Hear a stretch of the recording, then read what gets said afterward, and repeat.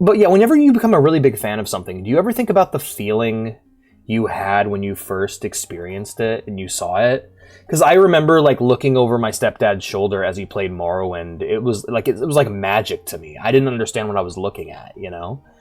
And I wish the biggest sadness in my life, not the biggest sadness, but one of the larger than probably normal sadnesses in my life is learning more about things. Learning more about games, about movies, about TV shows, about really anything outside of my very first glimpse of it. Because, like, I'm thinking back to, like, my first interaction with Warhammer 40,000, or, like, my first interaction with World of Warcraft, or Elder Scrolls, and just how, when you're a kid without the internet, you see it once, and then that's all you see of it. You have, like, a few seconds of blurry gameplay footage that you can barely remember to rely upon to base your opinion of it on, and that's it. And that's it for years, you know? Like, Dragon Ball was the 10 minutes I was able to catch before bedtime of some Dragon Ball Z episode in the Cell Saga. And then I went years without seeing any more Dragon Ball. But Dragon Ball to me was that few seconds of the Cell Saga, you know? It's crazy how those kind of things work. Just you end up building an entire world in your mind around a few minutes of whatever, you know? It's just crazy to think how all that works. Nowadays, though, you can just look everything up. And I'm not saying that's bad. It's more just, it's a different experience that you miss out on. I guess it's something that a lot of normal people have, because I grew up not having a lot of things and not having access to a lot of different media that I was very passionate about. When I got older and got an internet connection, I just fucking went to town, just soaking up as much knowledge about things that I enjoy as humanly possible. That's why I feel like I have a difficult time understanding how much a person's really willing to deal with, you know? Because to me it's like, oh, is there a book? All right, I'll read the book. If it's a comic, I'll read the comic. If it's a game, I'll play the game. And I'm very open to different kinds of media and getting into things. Like, I feel like whenever I try to, like, somebody asks me about 40K and how to get into it, and every time I tell them, I feel like I fail. I'm like, oh, here's how this works, here's how that works, and I always feel like I under or over explain. What I should do, probably, why I was just about to eat, I also like Elder Scrolls. What I should do is give people the minimal amount of interesting information. Hi! Playing COD Black Ops with me, Dad. See, tell him I said hi. I was just about to eat. You can eat. You don't have to eat. You're here. You got your... You updated. You got your streak. Oh, pet, gun. Legends of the West. Yes. I was talking about the nature of getting into things, and how, like, I should probably not try to over-explain things and try to just give people the minimal amount of interesting information. Pantseep says Holly Summers. Holly Summers.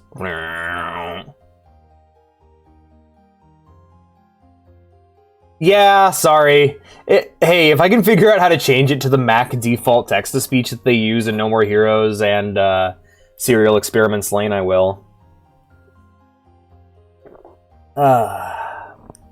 Sorry, TJ. But yes, here we are, back in the Dark Brotherhood. Hello, Tristictor Garum. Feline, you have a callous disregard for human life. A disgusting nonchalance about accepting gold for murder.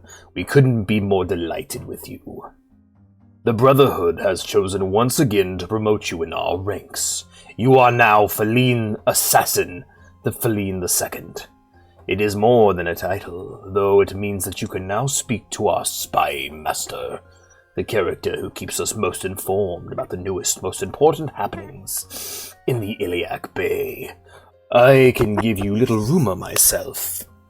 There's a cemetery called the Ruins of Hearthwing Manor, with the most delightful of treasures and surprises.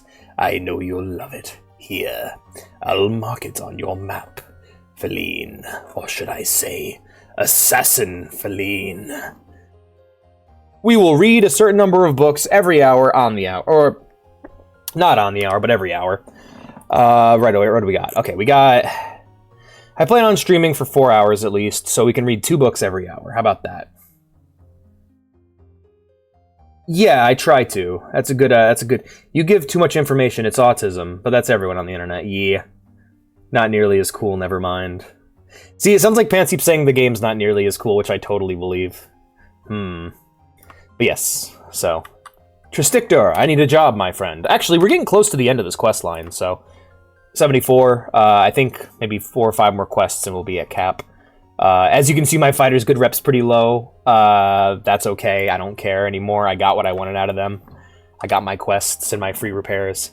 A small heap of so-called Brotherhood hunters has taken up hiding in a remote cave in the Rothgarian mountains. We need someone skilled to teleport into their den and wipe them all out. Can you handle that? Why is the horse and cart in your knapsack? Because there's no horse and cart sprite in the game, so you just activate it from your knapsack. That's how you use your horse. It's an item. You go into the store and you break it, and you can steal it. You can steal a horse from the general store by picking up a tiny horse off of the shelf.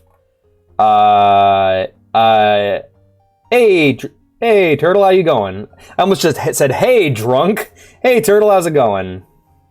All of a sudden, I have your stream and another stream open, and some guy was telling me a bunch of important deep convo stuff because I focused on conversation. I forgot to check back with you, and your browser telling me the stream stopped working. Understandable, Supreme. I got you. Where's the Mac in your knapsack? I don't think I have one. A small... Yes, I can handle that. Right. Excellent. Take this ruby. Its enchantment will send you into the depths. The place is warded sufficiently to warn the group concerning any entrance or exit, except by this means. Therefore, once you're in, don't think about leaving unless you desire to report your failure. The gem will lose its power in about 6 hours' time, which will allow you to prepare. Bring me word of your success once you are certain this vigilant band is no more. May the Night Mother bless your work, assassin. Me go eepy now. Nippy. Oi. Now. You can't. You spelt it wrong. You can't sleep. You missed your privilege. But yes, this is Ground Sergeant, and this is my cart. The cart is actually extra inventory space. It's super cute. I love it. All right, let's use that ruby he gave me. Once you've activated the ruby's magical power swells up and begins churning powerfully. A blinding light obliges you to close your eyes. The gem is shattered under the magical force. The band of Brotherhood hunters will be somewhere in this pit. You may be in a location that's impossible to escape from, like the bottom of a chute, so try to make a save and try the console command teleport to get out. Thanks, game! You can tell this game was made by people who... this source port was made by people who knew the game well, because they're like, hey, you might just be fucked, so you might wanna use a console command. Alright, guys, it's time for punch fighting. Oh, my etiquette skill leveled up. Nice. Alright, so how are we doing, actually, on our skills? Our hand-to-hand's at 97, which it should be. Shoreblade, stealth, and alteration are pretty high, but I'm still trying to push stealth a bit higher. I have sufficient skill to rank up within the organization. However, I'd still like to try to improve as I go. I'm gonna go on foot, actually. Oh, I can hear footsteps. Oh, this is kind of creepy playing this at night. I've never done this before. Ooh. Oblivion was one of the first games to actually scare me. Ah, vampire. Get back here, you son of a bitch. Sunlight, yellow overdrive, motherfucker. Alrighty, grab what we need. Hell yeah. Alright, we can go ahead and use Belina's Balm to heal ourselves up, and now we're moving left. I like to hug the left wall. Oh, here comes another friend. Apparently these Crusaders for Justice, these vigilantes we're after, are vampires mostly, which is interesting. Or that, or they've managed to hide within a vampire-infested cave. The real answer is that I'm at the level where vampires spawn. It's okay. It has nothing to do with anything immersive. It's just how the game's random generation works. Oh, I hear another one. Yeah, we're gonna ignore him. Keep moving.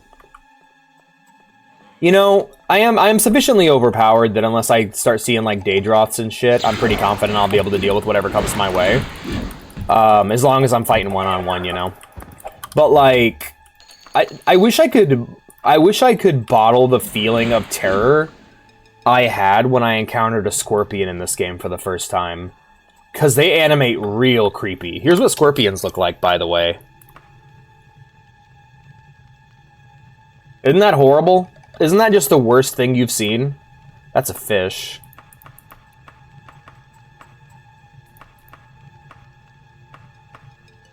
Yeah, isn't that just terrifying? What a creepy creature. I do not like the scorpion. Oh yeah, and you also get your Metroid Prime map. Which is pretty awesome. I guess the question could be asked, like, why don't they use that in Skyrim? It's like, they really don't need to. Skyrim dungeons are very simple. Very simplified compared to Daggerfall dungeons. These are, like... All of these dungeons are, like... They're like spaghetti, I guess. Like, we got spaghetti dungeons that just go and go and go in this game. In fact, we might end up spending a few hours in here if we don't actually find who we're looking for. Right, let's open the door here. Peek on our left. No. We got a box here. Excellent. Anytime a hallway just ends, I'm grateful. Alright, we have a lock here. I picked it. Look at us go. Hell yeah. Hell yay. Let's hit it again, and we're gonna go ahead and quick save. Probably should have checked the room before I quick save, just in case. Hey, look at that. Looks like whoever was in here before cleared out an enemy. Because I don't think I killed this vampire. Yep, no, that wasn't on me. That was someone else. Most interesting. Alright, we have a gate here that's closed. There's probably a switch nearby to open it. I did kill this vampire. I can hear him through the walls. Huh. They're in the walls. They're in the goddamn walls. Looking for a secret door, actually. I mean, we'd hear it if there was one. We'd hear wind blowing through it. Yes, here we are. Hello. Alright, you cast a spell on me. Oh, we got two of them, so I have to punch faster.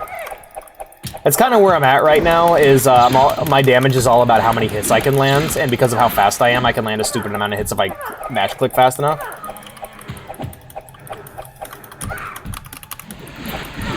Oh yeah, the you're hearing is my attacks missing.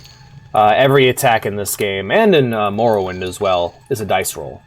So the you hear is my attacks missing.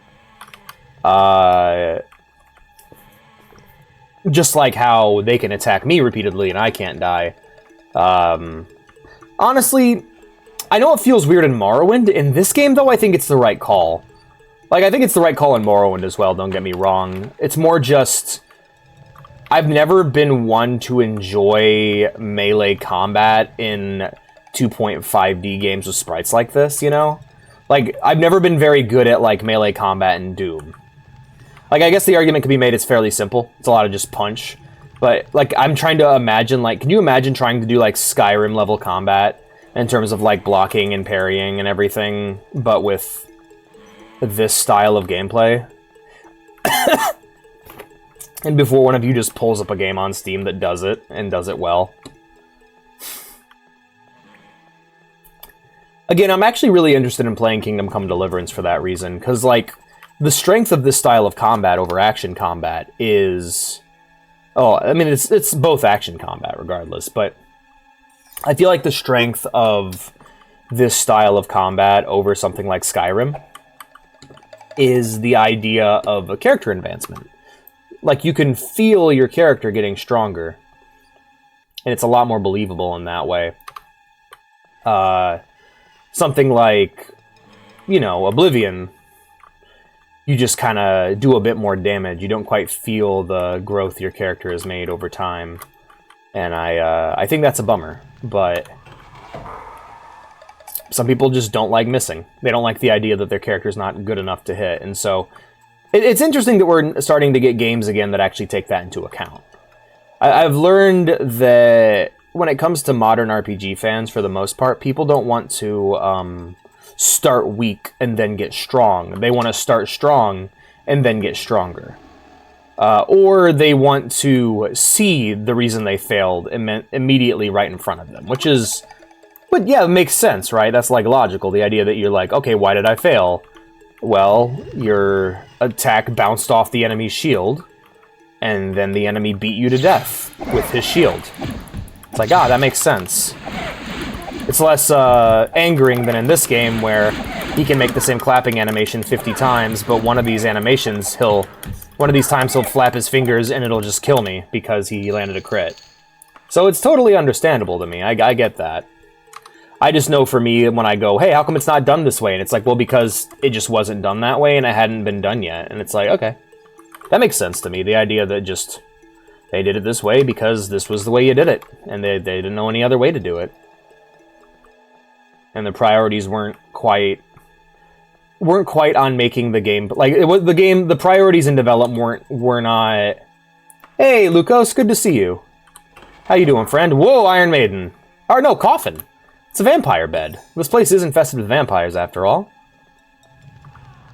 Alright, let's see if we can get the drop on this vampire here. There he is. Come here, you creepy fuck. Ah, damn. If I can land a few of those consecutively, it's over. I bet you're wondering why I got up. I don't know. Nervous. Yay! That's awesome. I'm happy to hear that, friend. That's awesome. Let's go ahead and save here.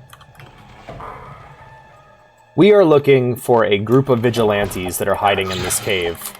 They're using this cave as a hideaway from the Dark Brotherhood, which I'm a part of, and we're gonna go put them down before they cause any more issues in the organization. There we go. We'll go ahead and rest in this room. We haven't rested yet.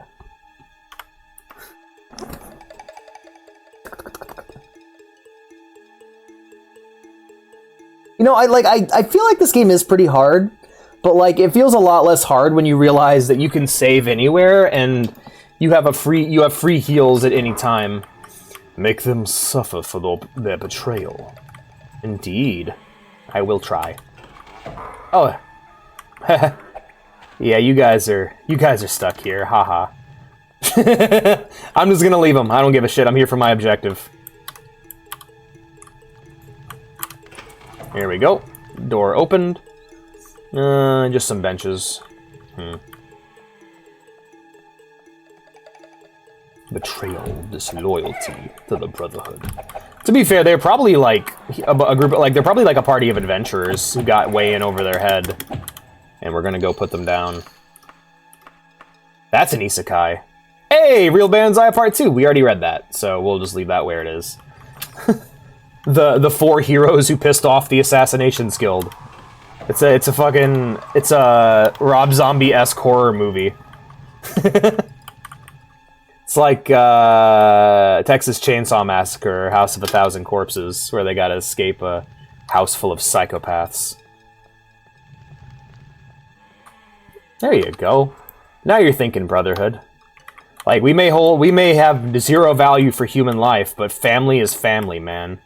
Welcome to the family, son! Hey, Panseep, did Jack Baker scare you? Welcome to the family, son. I love him, he's so cute. I think that game's hilarious. I mean, to be fair, it scared me bad enough that I had to turn the music off when I played it the first time, so I can't flex too much. But I can say that after a few hours, I was not scared anymore. I only was scared for a few hours. I'll have you know that when I played RE7, I only cried in fear for 20 minutes after being punched in the face. Alright, Lukos. Aren't we in character today? Yeah. There we go. Hugging the right wall. Okay, I am getting lost. Could you imagine getting lost in a Daggerfall dungeon? Tell you what, here's what we're gonna do. Tilla 2Q marker. Boop, there we go. Oh, shit. Well, now you tell me.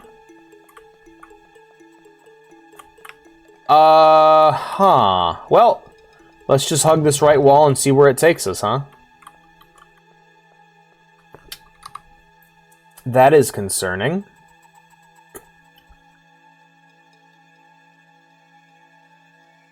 Alright, well, we're looking for a spot we haven't explored before. I am sorry, I'll stop. It's okay. It's okay. We are trying to find a group of adventurers, but I am not having any such luck. So I can't cheat. Which means one of two things. Either this is just an objective you can't cheat to, or if you can, I don't know how. Or it means... Oh, hey, look, a door we haven't opened yet. Yay, look at you! Another person. Or it means that it's bugged. Here's hoping it's not bugged. Oh, secret door. Alright. Alright. Another one. Hello. Oh, you were injured. Who hurt you? Are you guys having a domestic?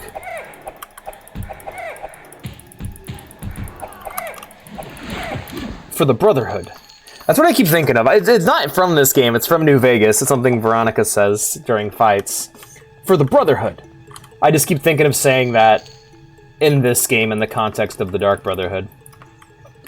Not the Brotherhood of Veal.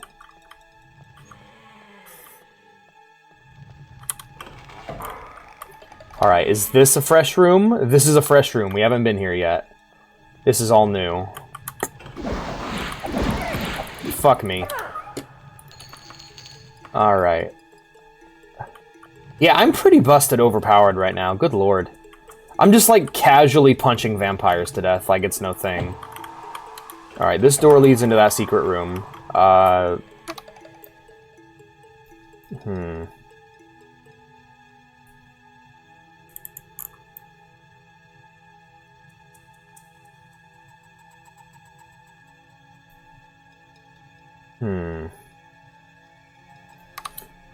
Let's get up to the next floor.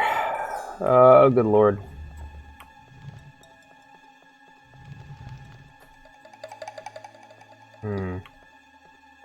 I am confused on where to go.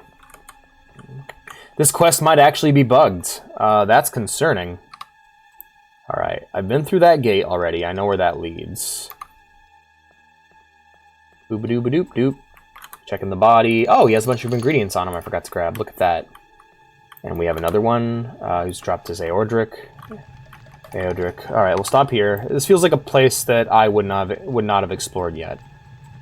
I would be wrong. I have explored this already.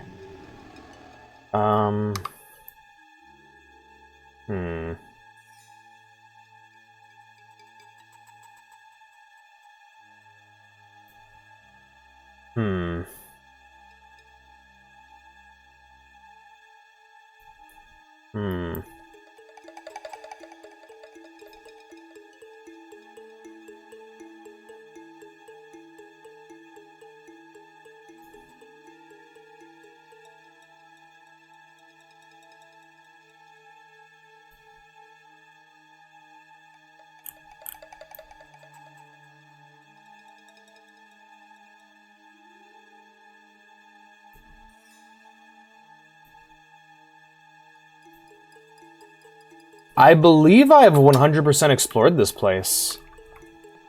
There's no quest marker to teleport to. I am not to leave the cave until they have been slain. Okay. We'll just keep hugging the right wall until we find out where we need to go, I guess. Because usually my rule of thumb is that I will hug a wall and then explore the dungeon, and I'll go until I reach...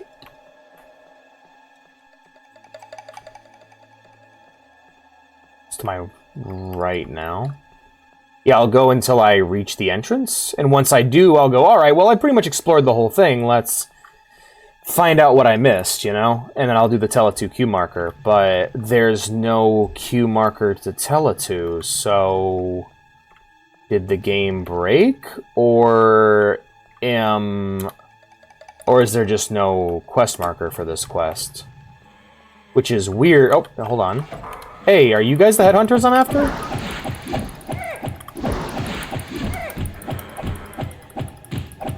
This is fucked up. I agree.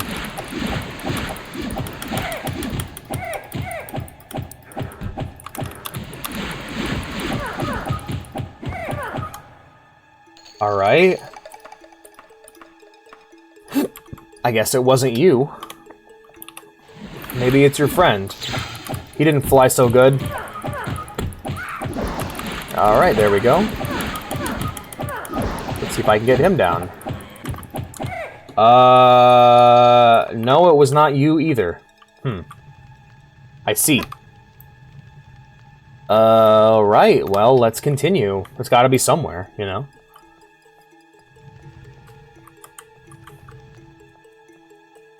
Worst comes to worst, we'll load the save and just get a different quest. Sad to say it, but sometimes it's what you gotta do. Alright, this floor doesn't lead to anything. We're just gonna turn around.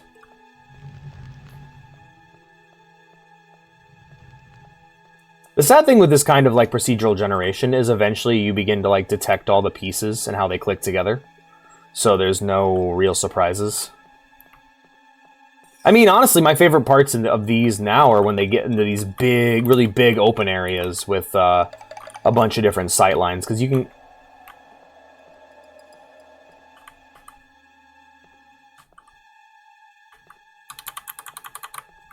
You can get into a bunch of different... Could have swore I heard a door. Hold on, let's look at my map.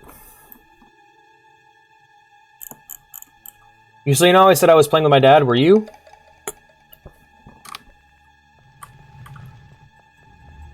Am I about to get a sad... Is this going to be really sad?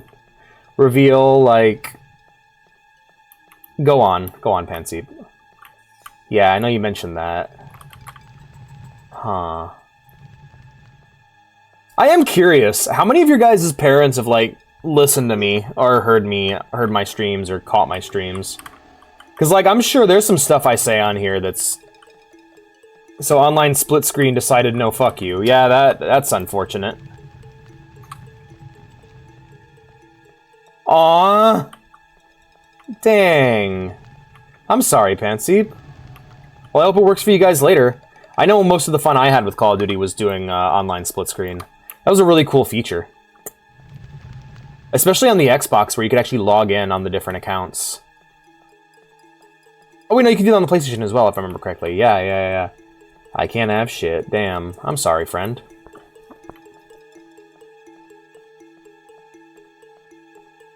You cannot have the shit. Your lying in wait is paid off. The band is... Oh, that's what it was? Lying in wait? That's what I was doing? Oh, I thought I was just lost. Okay. Well, in that case, let's just deal with these fucking goons. A leather helm, nice. Can you imagine, like, the fucking nerve of someone to, like, be looting your friends' bodies before they even finish fighting you? It's like halfway through the fight, I'm like, yo, nice shoes! And he's like, hey, I'm still alive here, and I'm like, yeah, you are, for a moment. This appears to be all of them. Now to report back to my boy. My boy. Grabbing that Daedric short sword. No! Shit! Alright, hold on. Here we go. Alright, we'll leave the Lich Dust behind. That'll be our calling card. Here we go. Yeah. I had headphones in. That's good. Yeah, I'm always worried that, like, the stuff I say is, like, too intense and gonna get you guys in trouble, because I say some crazy shit sometimes. Alrighty. Let's get out of here. No, I'm good. Let's get out of here. Kind of pretty out, actually. We are in the Rothgarian Mountains, after all. So there is an open world here for us to explore if we want. Problem is, it's the size of a normal country, so most of it is... Wow! Look at that! So yeah, the problem is it's the size of a real country, so... It isn't exactly... explorable, because... Well, we'd be here for days. But it is really impressive, though. Look at this. Isn't that nuts that they actually did this? 1992, by the way.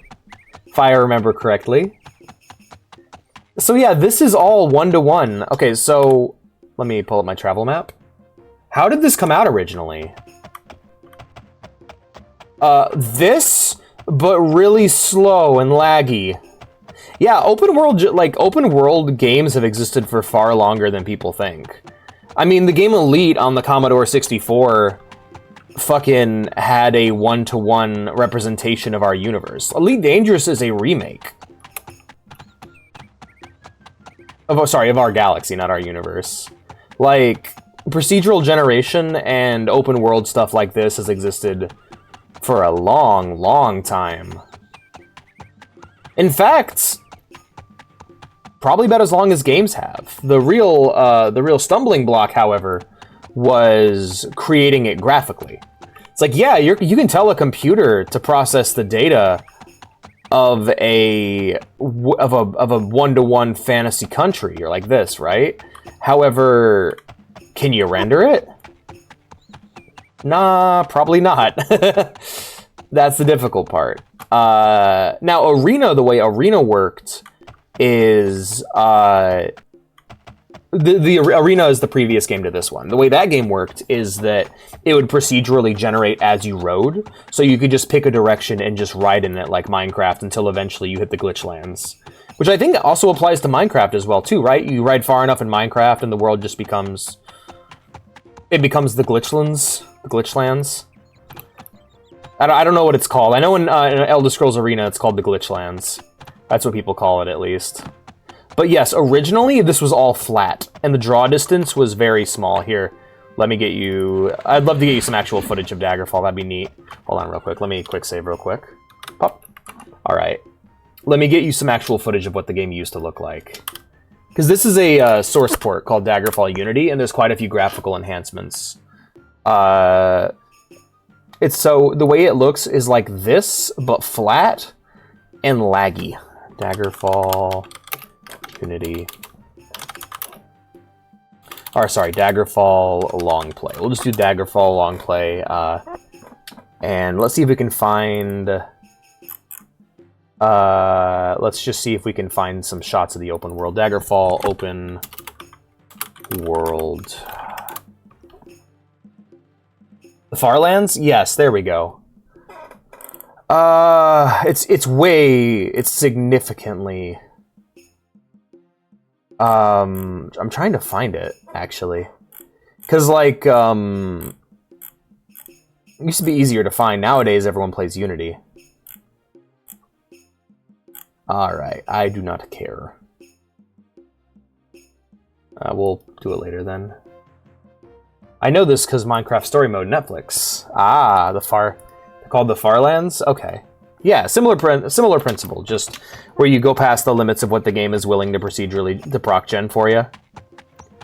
I think there's another dungeon down there. Let's take a look.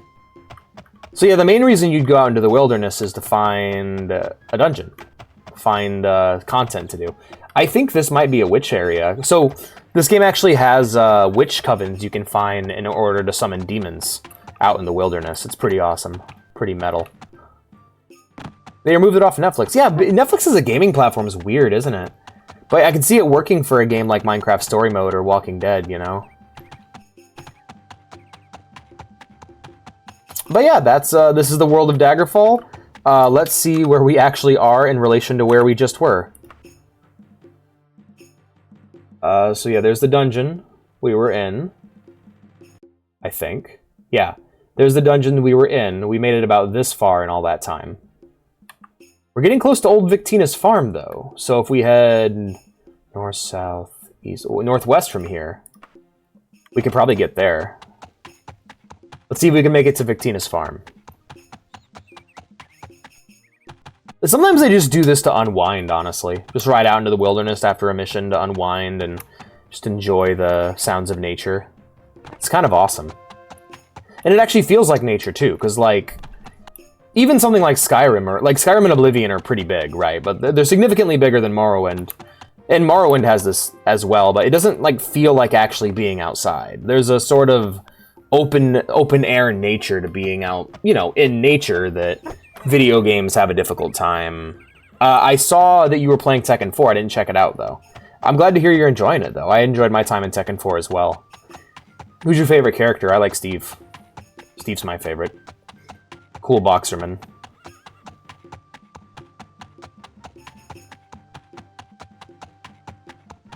Jin's great. Jin. I love the Mishimas. They're a lot of fun to play. I'm more partial to Kazuya myself, though. Jin, I've played Jin off and on over the years. I'm not good at them anymore, that's for sure. I don't know. I'm not really good at fighting games at all anymore. I wish I was, but I'd have to dedicate time. You know what I've been having a hankering for in terms of fighting games, Panseep? I've been really wanting to go back and play Super Smash Brothers for the Wii U and 3DS, specifically to play as Ganon. Because the way he played in that was really, really fun. Oh, I love Christy. I like Christy more than Eddie. But I think it's just because I think Christy's really attractive. I get my ass beat at easy mode. Yeah, same here. Well, if you ever get Tekken 7 on your Steam Deck, we should play together sometime. It'd be a lot of fun. Two trash players just throwing their trash around. Yeah, I don't think we're going to make it to the farm. I think we should just head back to Rothgaria before we run out of time. Because I had a certain amount of time to do this quest. Rothgaria. Oh, wow, that's quite a ways away. I would have gone there quicker if I would have... Uh-oh. I think I may have just failed the mission. Why not Tekken 8? Because I don't got that. I should, though.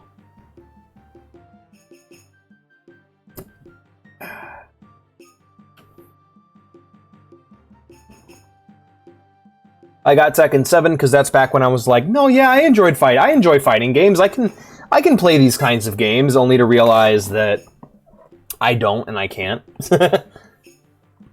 Someone is cooking a vegetable stew. Yum! Alright, let's switch to my feats.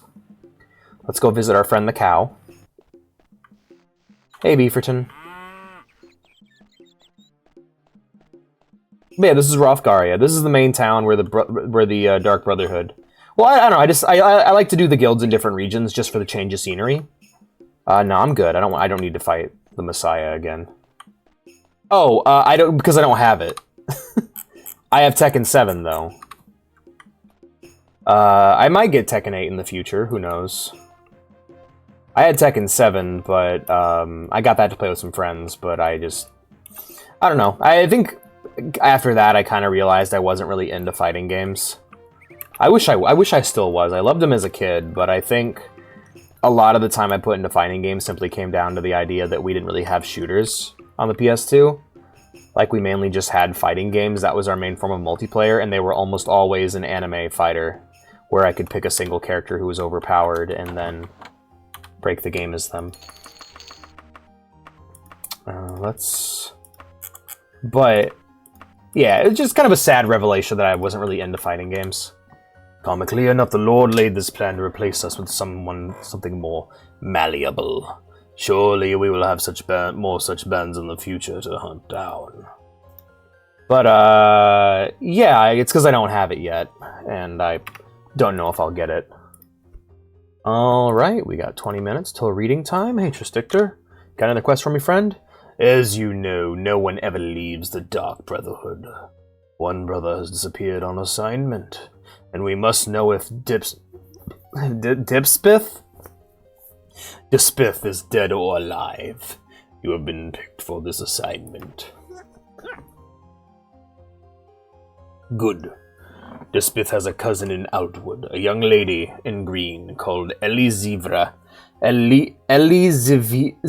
Wickhart, who generally can be found at a place called the Gold Jug. Talk to her firmly and find where her cousin is. I'll give you 26 days to take care of this business in return. Alrighty, we got ourselves a deserter to hunt down, lads. It's funny, because I'm going to desert as soon as I hit master rank. I'm getting the fuck out of here. But we got to go to Aldwood. Alright, Aldwold it is, then. Bum bum bum bum bum bum bum bum bum bum. Not Aldwolf. Ardwolf! Yeah, there we go. Hopefully we don't end up falling through the world. I've been running into that quite a bit. For some fucking reason, whenever I fast travel between this area and the Alakir Desert, which is where I was previously, I end up falling through the world.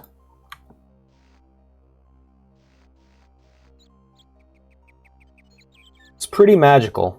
Not gonna lie though, I dislike the warping around the edges of the screen because of the high FOV. It's one of the drawbacks of high FOV, but if it's too low, it looks like crap, and I can't play it. Oh, hey, learn a bit of Orcish? Hell yeah, enjoy. I have so much money now that it isn't really gonna matter. Let's go ahead and track ourselves down a peasant and start asking them questions about this person we're looking for. Hey, oh, okay. I guess this is going to be more difficult than I thought. People. Where is... Alright. So, we're looking for Elizavira Wickhart. We only have a few locations here. We have a guild, which I'm guessing is a temple. Yes, it is a temple of Archay. We're looking for... We're looking for...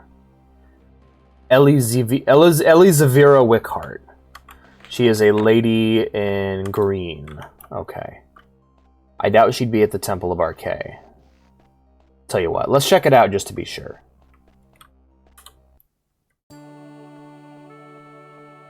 Alright, none of you are it. That's a man. I love the music.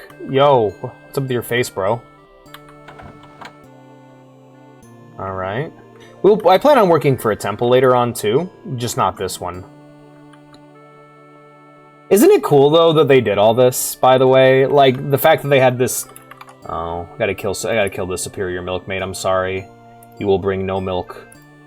Your milk is not delicious. Your milk is rancid, you bot. Oh, wow. The blankest face I've ever seen. Right? But no, it's really cool that they did something like this early on, you know? Like, all of the assets that we see for the most part are original. They're just being put through a filter of clarity, you know? It's like when you play a Nintendo 64 game on an emulator.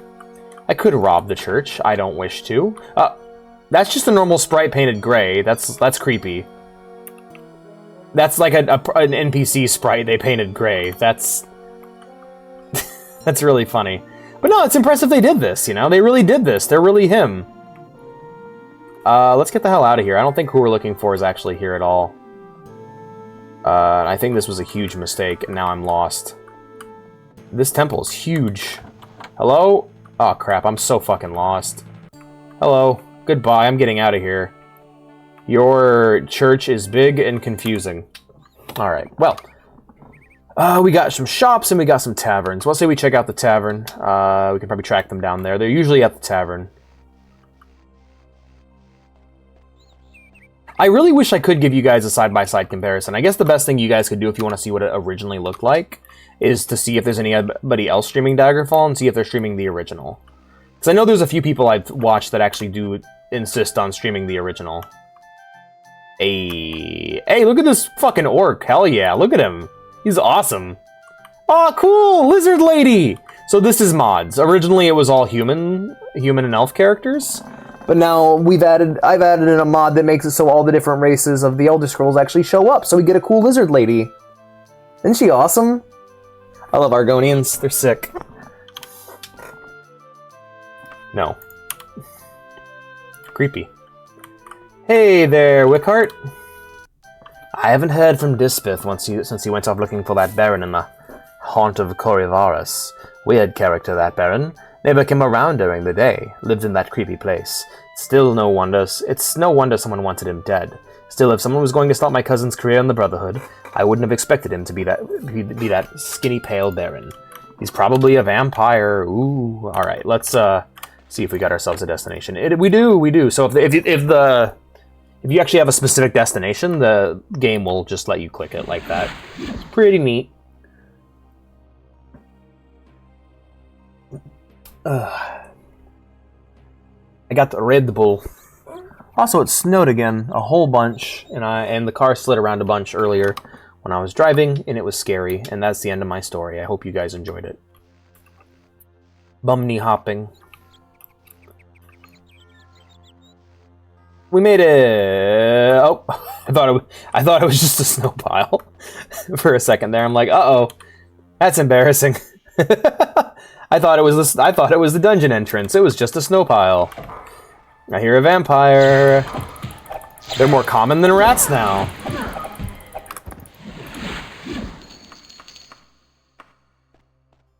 What was a boss fight in previous dungeons is now just a normal encounter. Honestly, one of my favorite tropes. Oh, fuck me. That doesn't mean they're not dangerous, however. Let me share with you the immortality the Baron gave me. Oh shit, did you just fucking vampire? Did you just give me fucking... You motherfucker. He's gonna get real mad when I just use the Cure Disease... When I use a Cure Disease spell after this. Uh-oh. The vampire Dispith is at last at rest. So that's what happened to him. He got infected. You fool. Hey, you know, vampires are real scary and all, but like... Bye. I just cured it. So yeah, what's interesting about... This is gonna sound fucked up, but what's interesting about vampirism in the Elder Scrolls series is it works similar to AIDS, where it starts as a lesser form of itself, but then grows with time. So it starts off as, I think it's called like something, I think it's like a form of hemophilia, but after, I think like a certain amount of time, it evolves into full-blown Vades, and you can become a vampire. Whew, bringing fist to a vampire fight. Whew. See, okay, the girlfriend's been rewatching JoJo's Bizarre Adventure. I forgot that's what JoJo originally was about. The first, like, 10 episodes are about cool guys fist-fighting vampires using magical martial arts. It's really awesome.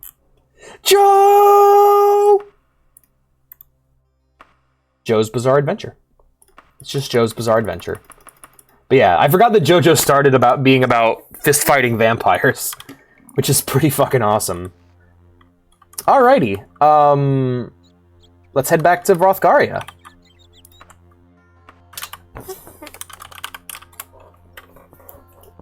I wonder if the Hrothgarians get upset about High Hrothgar. Where they're like, hey, why, that's our name. Skyrim, how dare you? And all the dudes in Skyrim are like, lol, we're Vikings. Try and fucking stop us. We'll call it what we want.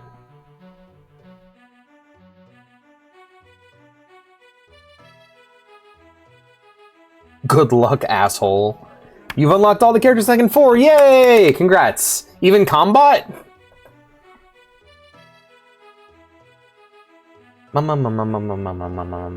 Yeah, Tekken 3, I wonder if they still do the beat 'em up mode in Tekken 8. Because, like, Tekken 3 had, Tekken 3 started that, Tekken 4 continued it, and I know 6 had it. I don't know if 5 had it, I never played 5. The combat's easy to unlock, damn. Shows that I'm a fake Tekken fan. I just beat the story as Lee/Violet. Ah, okay. And then, I'm guessing beating it as Heihachi unlocks Lee unlocks combat, and then you can just beat everything else as combat, and you just win the game. Combat or Mokujin? Which one do you like? Which is better, Combat or Mokujin? Oh no, it's Mokujin from Tekken!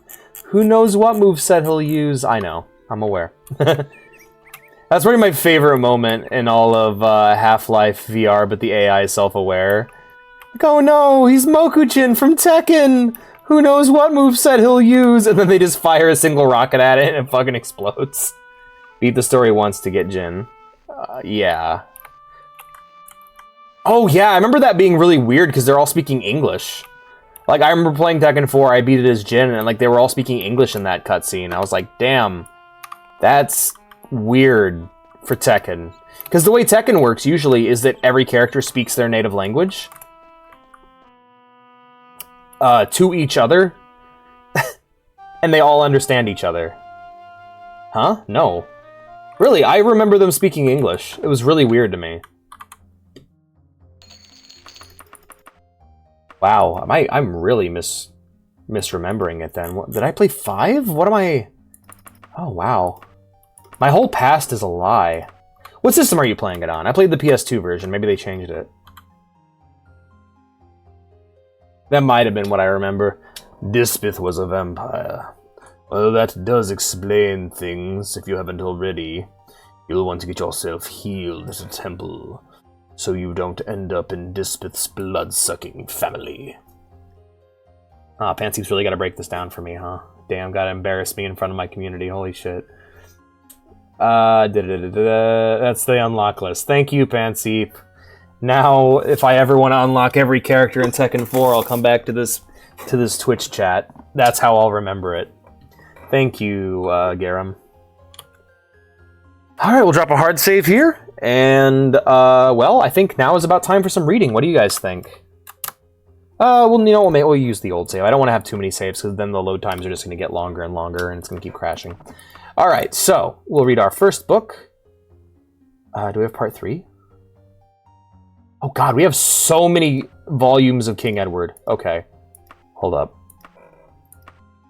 Fragment on Artaeum, Mysticism, and Fool's Ebony. I don't want to read Fool's Ebony.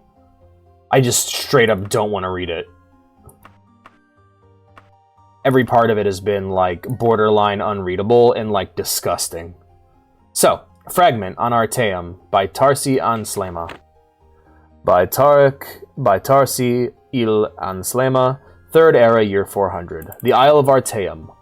Artaeum is the 3rd largest island in the Somerset Archipelago, located south of the Moridunon village of Potenza and west of the mainland village of Runkim.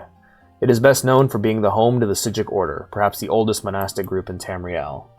I am playing the PS2 version, damn! Alright. The earliest written record of Sijics is from the 20th year of the First Era and tells the tale of the author, the renowned... I think it is too, yeah. The renowned Breton sage Vornet, traveling to the Isle of Artaeum to meet with the right master of the Sijics, Lachesis. Even then, the Sijics were the counselors of kings and the proponents of the Elder Way, taught to them by the original people of Tamriel.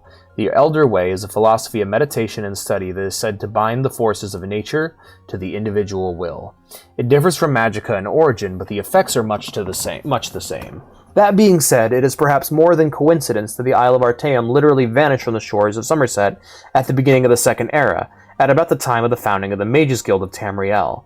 Various historians and scholars have published theories about this, but perhaps none but Lachesis, in his own, could shed light on this. 500 years passed, and Artaeum returned. The Sijics on the Isle consisted of persons, mostly elves, who had disappeared and were presumed dead over the Second Era. Yeah, no, PS2 arcade. Okay, fair enough. They could not, or would not, offer an explanation for Artaeum's whereabouts during that time, or the fates of Lachesis and the original Council of Artaeum.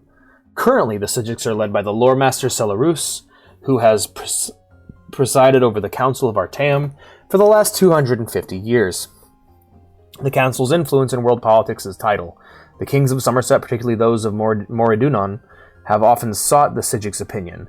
Uriel V was much influenced by the Council in the early, most glorious part of his reign, before his disastrous attack on Akavir. It has even been suggested that the fleet of King Orgum of Piandonia was destroyed by a joint effort of Emperor Antiochus and the Sijic Order. The last 4 emperors, Uriel VI, Morihatha, Pelagius IV, and Uriel VII, have been suspicious of the Sijics, even enough to refuse ambassadors for the Isle of Artaeum in the imperial city. The Isle of Artaeum is difficult to chart geographically. It is said that parts of it exist simultaneously in multiple dimensions and continuously shift either at random or by decree of council. Visitors to the island are so rare to be almost unheard of. Anyone desirous of a meeting with a Sijic may find contacts in Potenza and Runcibe, as well as many of the kingdoms of Somerset. Were it more accessible, Artaeum would be a favored destination for travelers. I have been to the Isle once and still dream of the idyllic orchards and pastures, the still and silent lagoons, the misty woodlands, and the unique Sijic architecture that seems to be as natural but wondrous as the surroundings. The Sapora Tower, in particular, I would study, for it is a ruin from civilization that predates the High Elves by several hundred years and is still used in certain rites by the Sijics. Perhaps I one day might return. No, the author is currently on the Isle of Artaeum by gracious consent of the Master Sarginus, Sargenius of the Council of Artaeum. Well, good for you, buddy. You got to go back. So, let's talk a bit about the world of Tamriel. I assume that everyone just knew, but not always. Arena, world, map. All right. As you guys may already know, the title of the later Elder Scrolls games are titled based off of where they take place. This game takes place in the Iliac Bay. Arena takes place across all of Tamriel. Hold on. Just trying to find this fucking map in a decent resolution.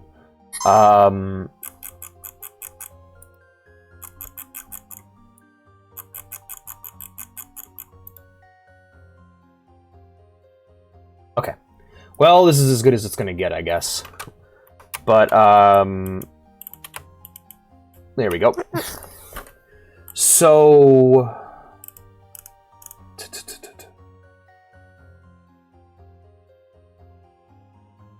We do have different styles of humor, but there are times where our humor lines up.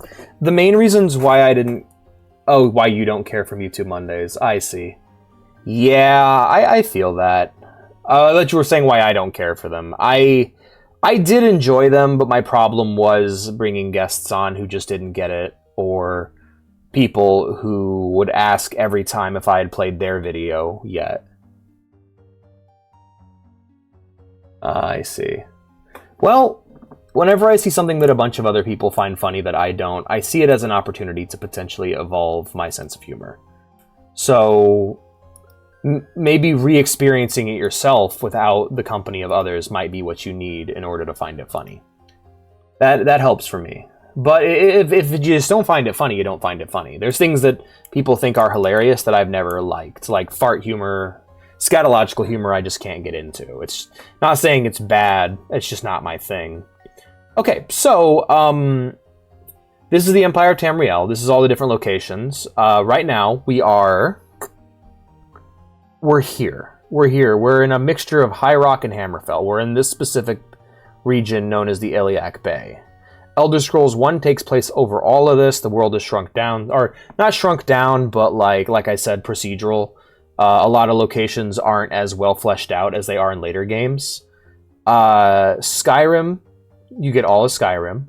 Oblivion, you get all of the Imperial Province of Cyrodiil. Which leaves... and then in Morrowind, you get all of Vardenfell, but not all of Morrowind. You only get this little pocket right here. This island. And so... there's a lot of the world we haven't... I'm back. It's Tamriel. Welcome back. There's a lot of games we haven't been to yet. So we have Arena. Arena takes place over all the world, but the world wasn't as well defined or fleshed out. Most of it was references to built off of references to mythology, to other religion, to mythology, religion, and D&D. Most of it just cribbed things from Tolkien and D&D, and what was original is what the main quest was mainly about. Daggerfall, however, takes place here, but we learn a lot about the rest of the world through its books. Battlespire takes place in Oblivion. Hammerfell, or Redguard, takes place here on the Isle of Stros M'Kai.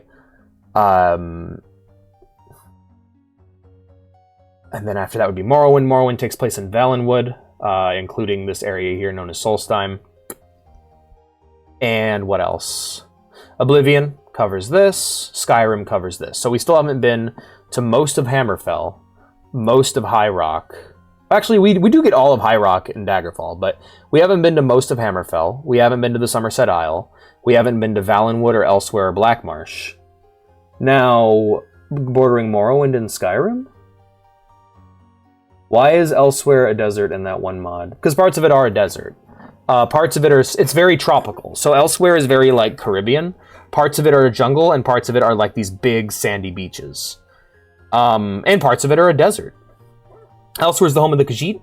It's my personal favorite starting zone in Elder Scrolls Online, and it's pretty awesome. Though, I have heard that a lot of people want to go to Hammerfell. It's between these two. These are the two locations people think that Elder Scrolls 6 is going to take place in. I don't know why. Personally, for me, I want to go to Valenwood. Mainly because the Wood Elves have really weird, creepy lore. And I want to go to the weirdest possible location. So we can go to the lizard swamps. I'm cool with that, or the cat jungles. I'm awesome. That's awesome too. I'm not really interested in the Somerset Isle, and I'm not really interested in Hammerfell. Neither of those I want to go to. Valenwood is filled with weird cannibal elves who make architecture out of flesh and bone. And it's a jungle, yeah, or it's a forest, yeah, but like, it's weird and creepy and alien.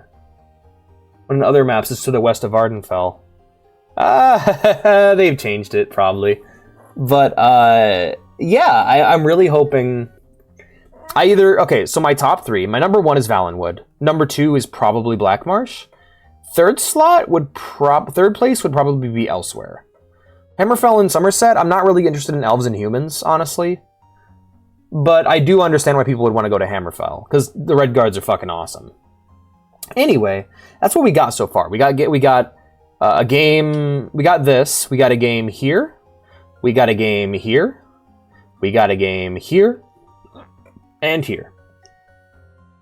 In fact, some games you even go to locations multiple times. You go to Skyrim in Arena, and in Skyrim. You go everywhere in the first game, and in Elder Scrolls Online. But yeah, anyways, I just thought I'd share that with you guys. I think that'd be fun. Just kind of giving you an idea of how much of the world we haven't seen yet. And if there's a particular culture. Like, I honestly love Morrowind's. Morrowind's my favorite location. We're really going to get a lot of that in the next game, Vardenfell, man. I'm so fucking excited. I don't like the weird grass thing between Skyrim and High Rock. Yeah. I don't know, man. This was the first game. They didn't quite have it figured out yet. Oh no, don't mind that. Don't mind me destroying the world as Lavos. That never happened. That'll never happen, you guys. That's all rumor and myth. I'm never going to become Lavos and destroy the world. The map certainly has changes. Elves cranking the edginess up to 11. Yep, indeed. And the racism. But yeah, that's our first book, Mysticism. Latos. Gatos.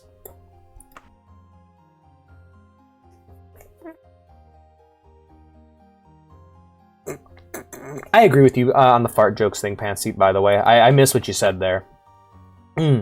Mysticism, the unfathomable voyage. Mysticism is the school of magic least understood by the magical community. It is. Mainly because most of its combos would lead into wall bounces. And because there was no wall breaks in Tekken 4, if you put someone up against a wall and you know how to combo, you can basically run infinite combos on them up against the wall. Yeah, well, that kind of fleshing out happens over time. Also show my screen. Thank you, Obi. Yeah, that kind of fleshing out happens over time. That's why I think you're going to really enjoy Morrowind. Morrowind is about the most grounded Elder Scrolls ever gets. And there are some really well-made fan mods called Project Cyrodiil and Tamriel Rebuilt that manage to bring that level of simulation forward. I think that's what I did in my Tekken clip in Arena. Yeah. Mysticism is the school of magic least understood by the magical community, the most difficult to explain the novice mages. The spell effects commonly ascribed to the school of mysticism are as wildly disparate as Soul Trap, the creation of a cell for a victim's spirit after death, to silence, the extinction of sound. But these effects are simply that, effects. The sorcery behind them is veiled in a mystery that may go back to the oldest civilizations of Tamriel and beyond. I have already read this book. Alright, cool. Well, we're good now. We'll just wrap that up there for the book reading portion. That way we don't have too many books later on. Right, so let's go ahead and save our game here. Now, hopefully I won't have to worry too much. I already saved. Okay. Let's just talk to our boy then. Hey, Tristictor, what you got for me? We just did this quest. No, I'm good. We just did this quest. It's the same quest, but with a different name. This could be a tough one, even for you, Feline.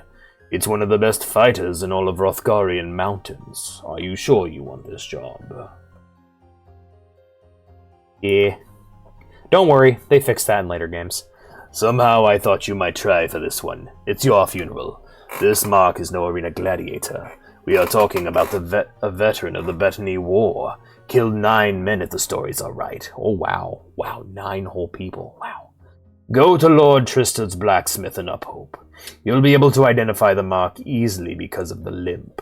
Spear in the knee during the war caused it. Get back here in 32 days. Lord Tristard's blacksmith in Uphope. You got it, boss. See you soon.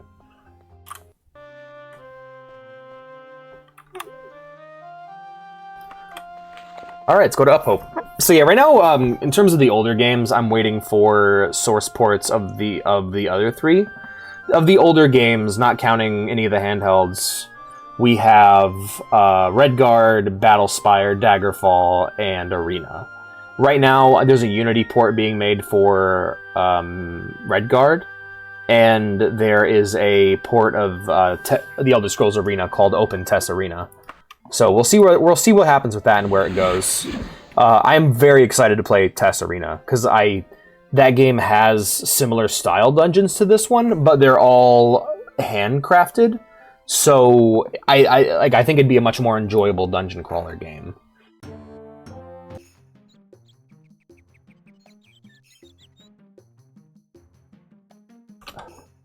Ironically enough, though I have sunk hundreds of hours into Skyrim and Oblivion, I still feel like I'm a relative newbie to this series because of how its lore is distributed, mostly through books.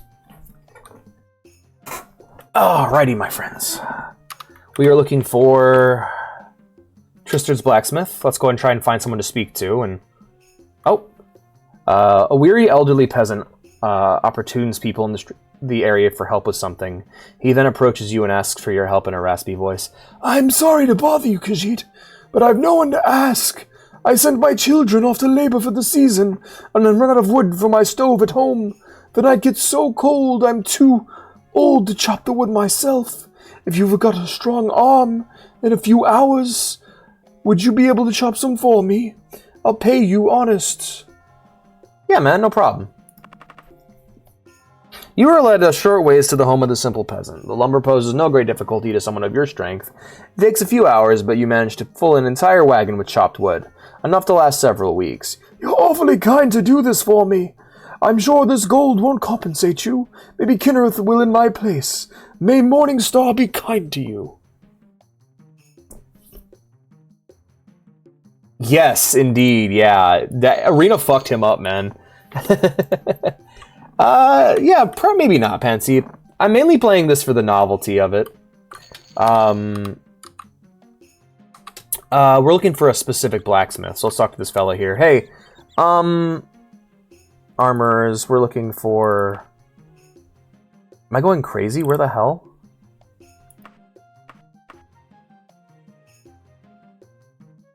Weaponsmiths, okay. I likes doing you favors. Try that way. Keep going south. Thank you for marking on my map, sir. Alright, so it's marked to the south of me. Luckily, there's a Dark Brotherhood location here in town. Hell yeah. Alright, we're heading southwest. I don't think it's an old game thing. I think there is a... I think there's a certain enjoyment to immersing yourself in a simulation. Boring or frustrated. It can be frustrating at times. But once you learn how it operates, it can be really, really fun. The appeal is immersing yourself in a fantasy world and exploring dungeons, getting stronger, and then exploring more dungeons. Its appeal is not that unlike that of Skyrim. The only difference is you're trading in realistic graphics for cool pixel art in low poly 3D, which I dig. Hello, sir. Oh, no, you're a vampire? What the hell? Guys are everywhere. This isn't a man, it's a vampire. Yeah, what the shit? You have succeeded where all the soldiers in the war Bettany failed. The contract has been fulfilled. Yeah, like, the appeal, I would say the appeal of Stalker is very similar to this kind of game. Like, where Stalker's like, wait, it's a game with bad graphics and bad shooting, and you enjoy this? And the answer is yeah. Yeah, I enjoy it, because it's cool. Because I'm not thinking, when I'm in a gunfight in Stalker, I'm not thinking, boy, this feels like shit. Though I am sometimes. I'm thinking, damn, I hope I have enough bullets to kill whatever the fuck that thing is. It's immersive. It's the goal is not fun. The goal is immersion, and then through immersion you have fun. Like, there are games that satisfy through competition. There's games that satisfy through, but mainly competition and mainly challenge. And some games satisfy through immersion. Challenge and competition is almost always a part of that. It's the feeling of beating a boss in Metroid versus slowly exploring an area in Metroid, understanding all the different ways that it ticks, you know? Like Prime, I would describe Prime as a very immersion-based game. The fun I have with Metroid Prime is less about what I'm immediately doing, and more about the long-term enjoyment of exploring a world. The goal isn't fun, I'm not playing it. See, the thing is, fun's not real. Like, you can't... What? Did someone just yell halt? Am I about to be arrested? No, the, fun is not something that can be quantified. It's not, like, a real thing. The closest thing we've found to, like, quantifying fun is by saying, like, it's the discovery of something new. That's the closest thing we have for, like, understanding what fun is. So, it depends on what you personally find fun. Do you find triumphing over a challenge to be fun? Do you find competing with other people to be fun? Do you find immersion to be fun? Personally, for me, I find all of these things to be fun. So I can play a wide different range of games.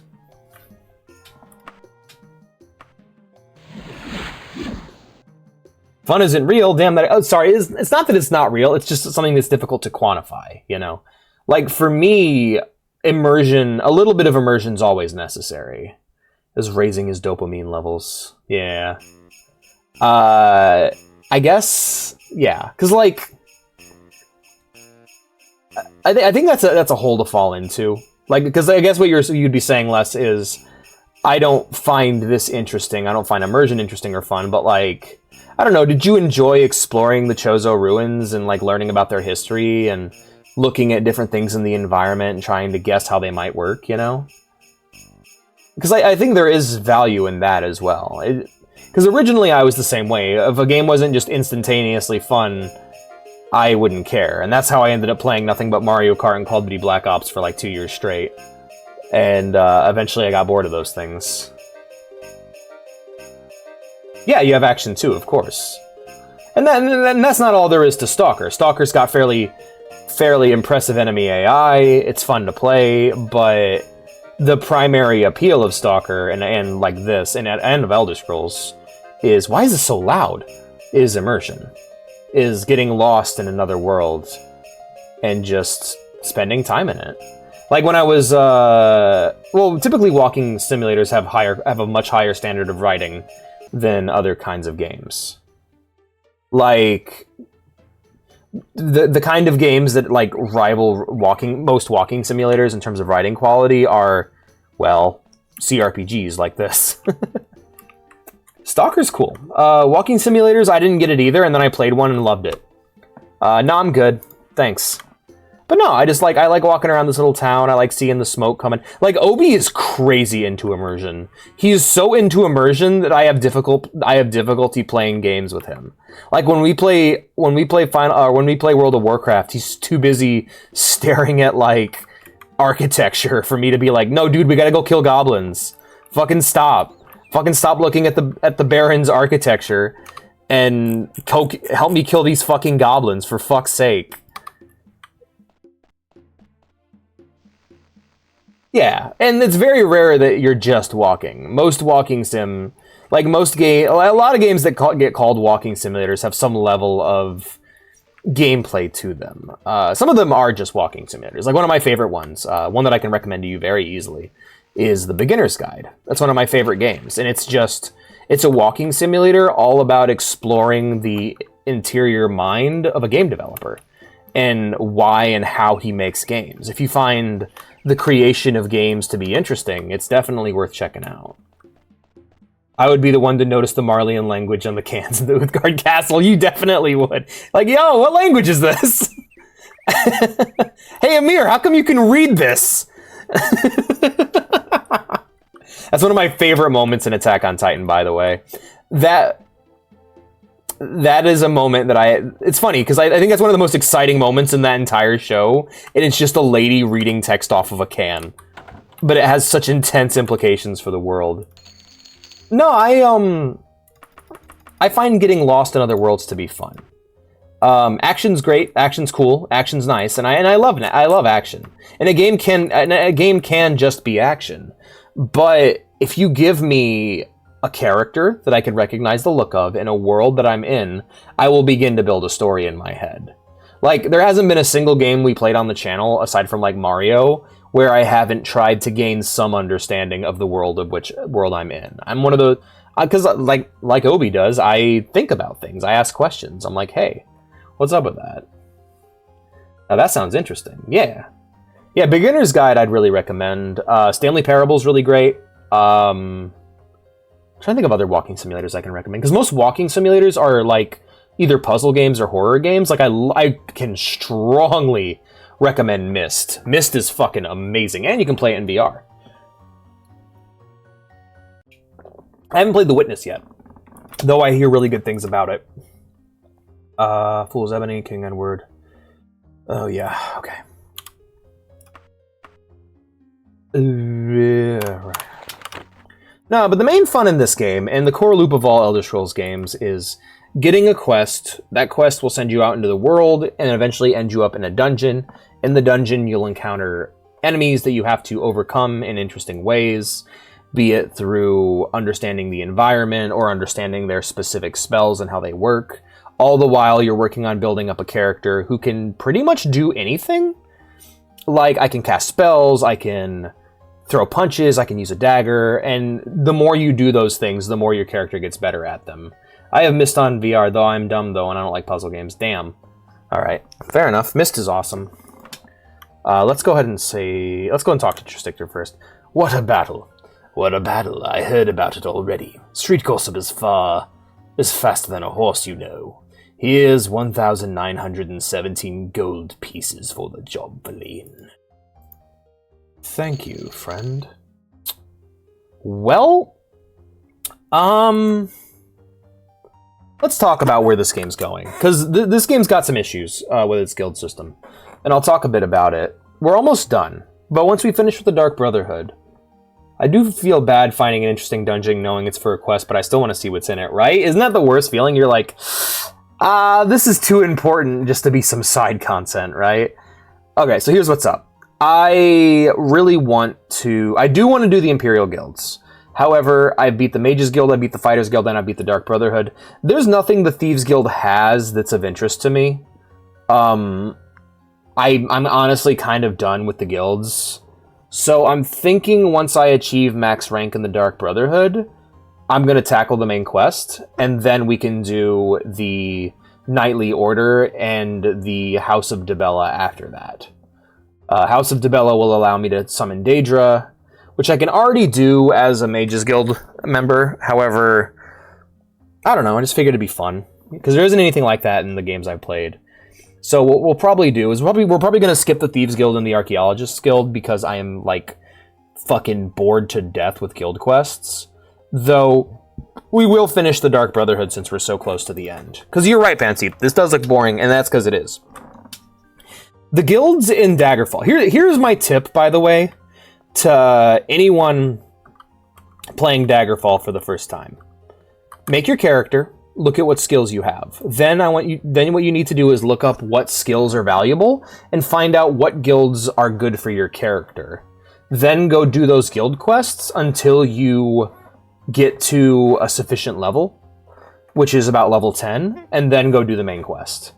I have really overdone it with a lot of grinding. You don't need to play the game this way. You don't need to fucking grind out the guilds like this. Just do the guilds that match your character that you've built and enjoy them and have fun, and then when you're bored with them, move on and go do the main quest, because they are basically there as an XP and gear fountain. They're there to get you XP, they're there to get you gear, and they're there to give you access to certain features in the world. You don't need to actually do all the guilds. They don't have interesting stories, they don't have interesting characters. They're not like the guilds in Oblivion, Skyrim, or Morrowind. So I'm just letting you guys know that ahead of time. If you do end up playing this, dip your toe into the guild. Find one guild. I'd say find one guild. Find the guild that matches your character. If it's the Mages Guild, do the Mages Guild, and then later on you're good because you don't really need anything else from the other guilds.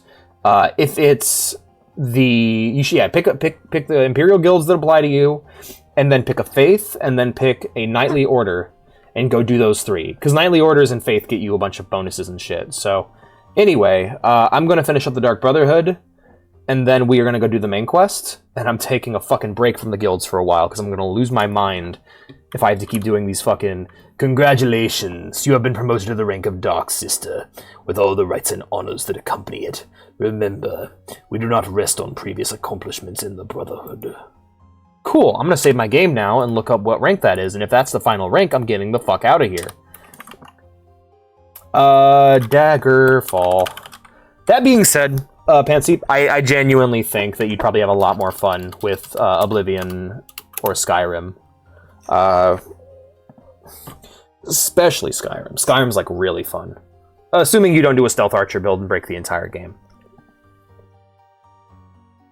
Then you're shit out of luck.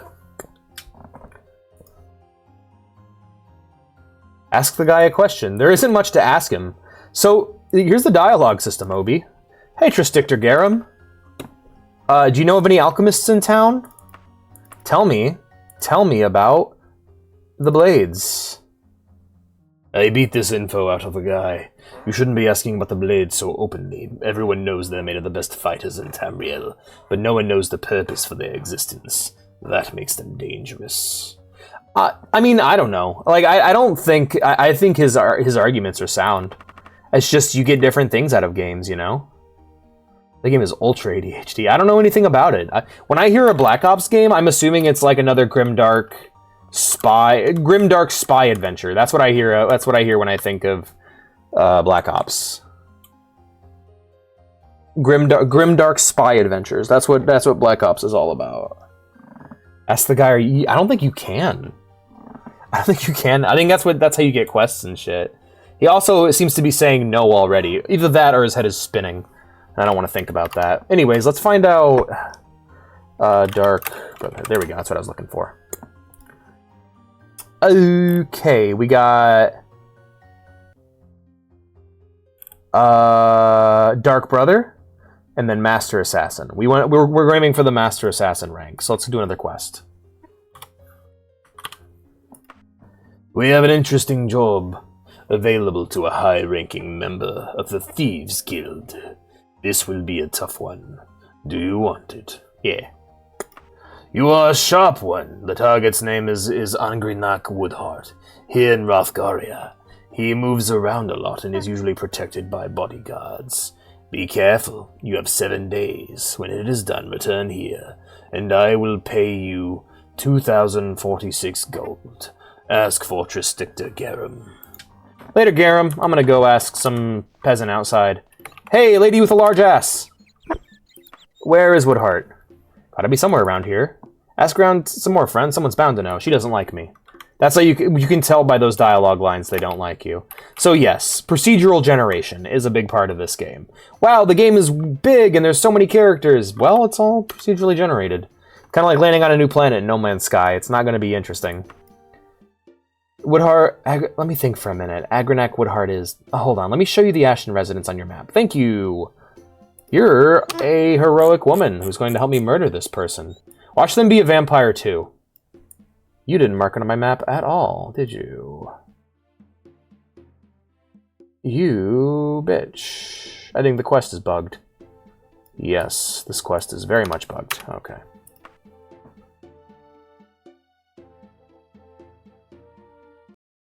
Isn't fun.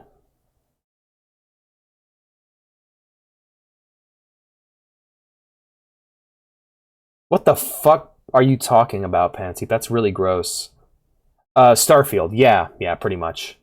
Yeah, Starfield was interesting to me because I'm like, oh shit, you're going back? That is, oh, isn't fun when a wet sock was a... Okay. Oh, okay, you're saying that when people who know life the game kill you, it's not fun. I feel you. Okay. We had a task that should have been simple had it been entrusted to someone of minimal competency. A child named Dunin Greencroft has been kept in the Andor quarry for several weeks as part of a ransom plot. After we lost communication for some days, one of our more magically talented members scryed the place and found the hand of the dead and the child scared and alone. Now the ransom money has arrived and the child must be retrieved. Aid the Brotherhood in this predicament, Feline. Yeah, they tried. It's just... it's one of those things where you hear about what it is and you're like, that's not going to work. Like, there are inherent limitations to the technology of ProcGen. There are things you can do with ProcGen. It's just, you're limited in what you can actually achieve. It's tough to explain. Planets aren't a terrible idea, but yeah. See, I'm looking forward to playing Starfield 10 years from now, modded. That will be very interesting. 75 days will be ample time to descend into the Andor quarry and retrieve the child. From there, get him to Arkwick in no more than 15 days. Someone named Gondard Hawkham will receive the child. Ask around if you cannot find him. Now go. People really like Daggerfall. I think this ProcGen's done pretty well. Like the use of ProcGen for the dungeons and for quest objectives and stuff. I think what the game needs, though, is a check, which just does a simple check of, have you done this quest already? If you have, then it shouldn't give you the quest again. Or what you can do is do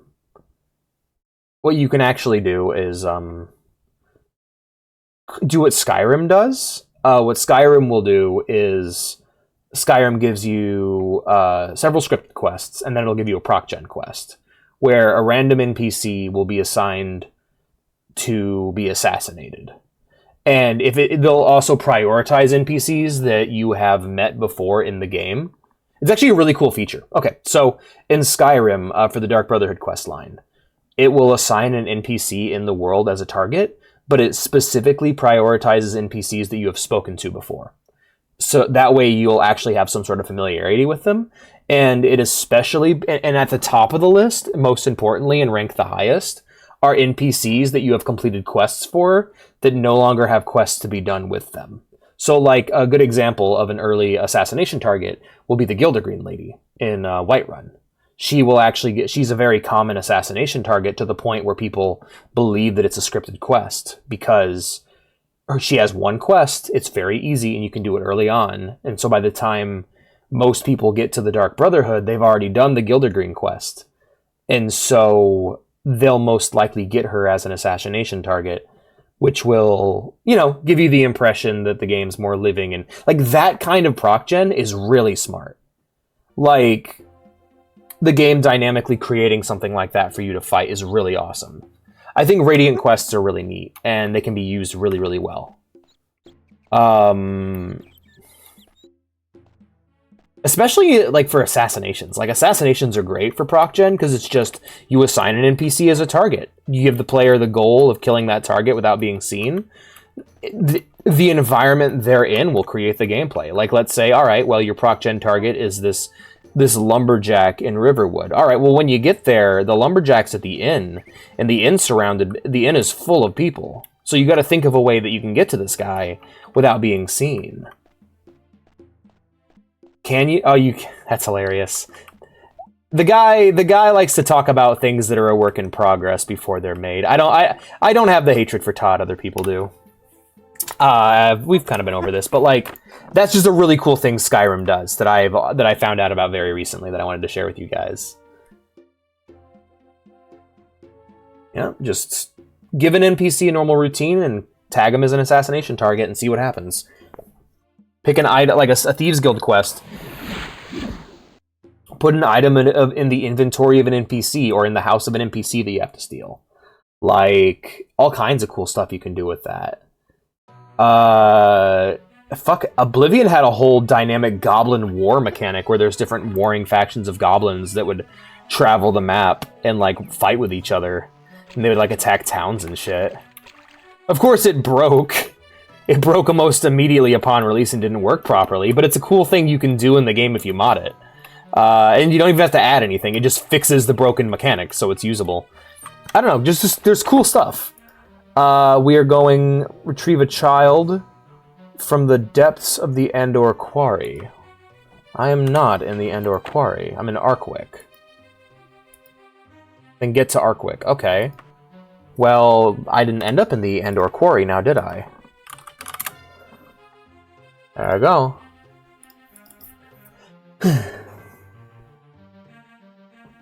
I got really excited thinking about that Dark Brotherhood quest. That's just a cool fucking mechanic. Like, I'd love if they added that to like the Morag talk. Like, that's the kind of thing that you could roll into other games. That'd be pretty neat. No, honestly, if I were to make a mod for Daggerfall, it would be to make scripted quests that appear before and after getting a promotion. That way, in between those scripted quests, you'd have a bunch of procedural quests that would send you out into the world.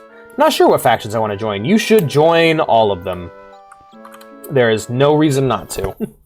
They all have decently interesting stories, and they're all pretty fun. My personal favorite is the Fighters Guild.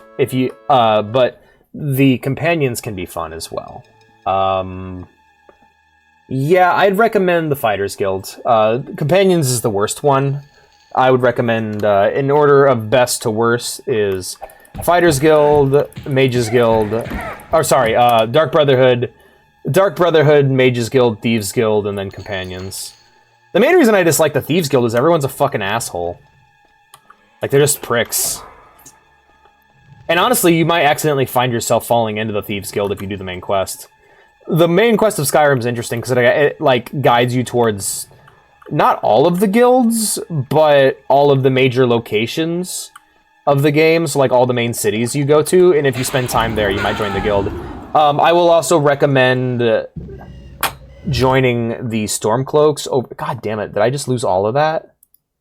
I was just playing dumb and lost all my progress. That sucks. Which means I lost that quest too. Shit. I would recommend picking the Stormcloaks over the Imperials, not because of any moral reasons, but because the Stormcloaks were made first, and the Imperial faction is just kind of a copy of it. It's not as fleshed out, and it's not finished. So I'd recommend doing the Stormcloaks and just ignoring the Imperials.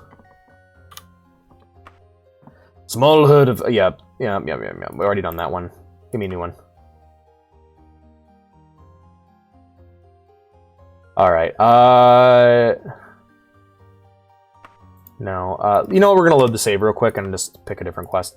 And we're not, like, what I'm gonna do is I'll still do the quest, I just won't read what they say if it's dialogue I've already read. I'm bouncing all over the place, sorry guys.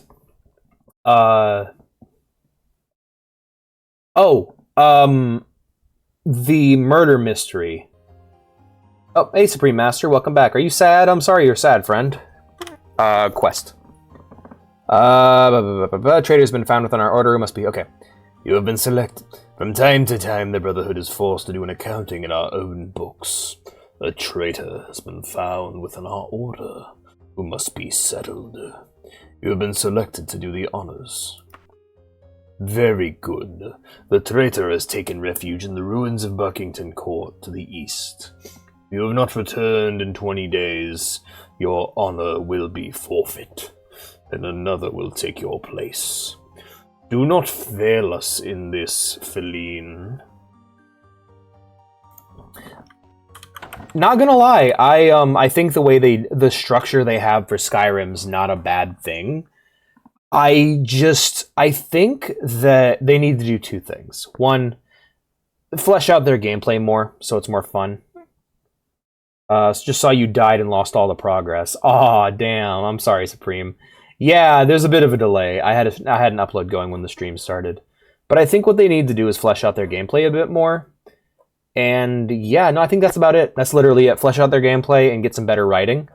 At least more interesting writing. I think Bethesda, what they need to do is hire two kinds of writers. One, they need a writer who can write good quest lines and storylines. Something that's interesting and fascinating and attention-grabbing like the quest from The Witcher or Cyberpunk, right?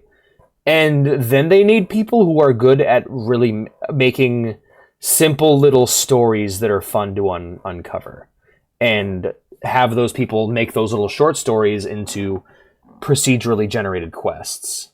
That Forsworn quest kicks ass. It's a great quest line.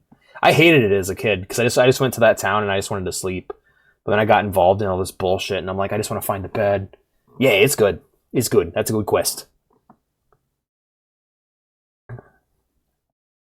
I'm really hoping that the game loads soon because I'm getting really sick of this shit.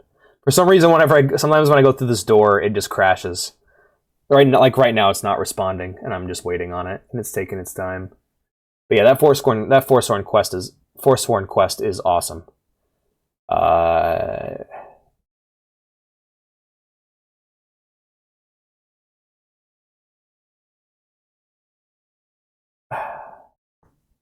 Jesus Christ, are you kidding me? Come on, man.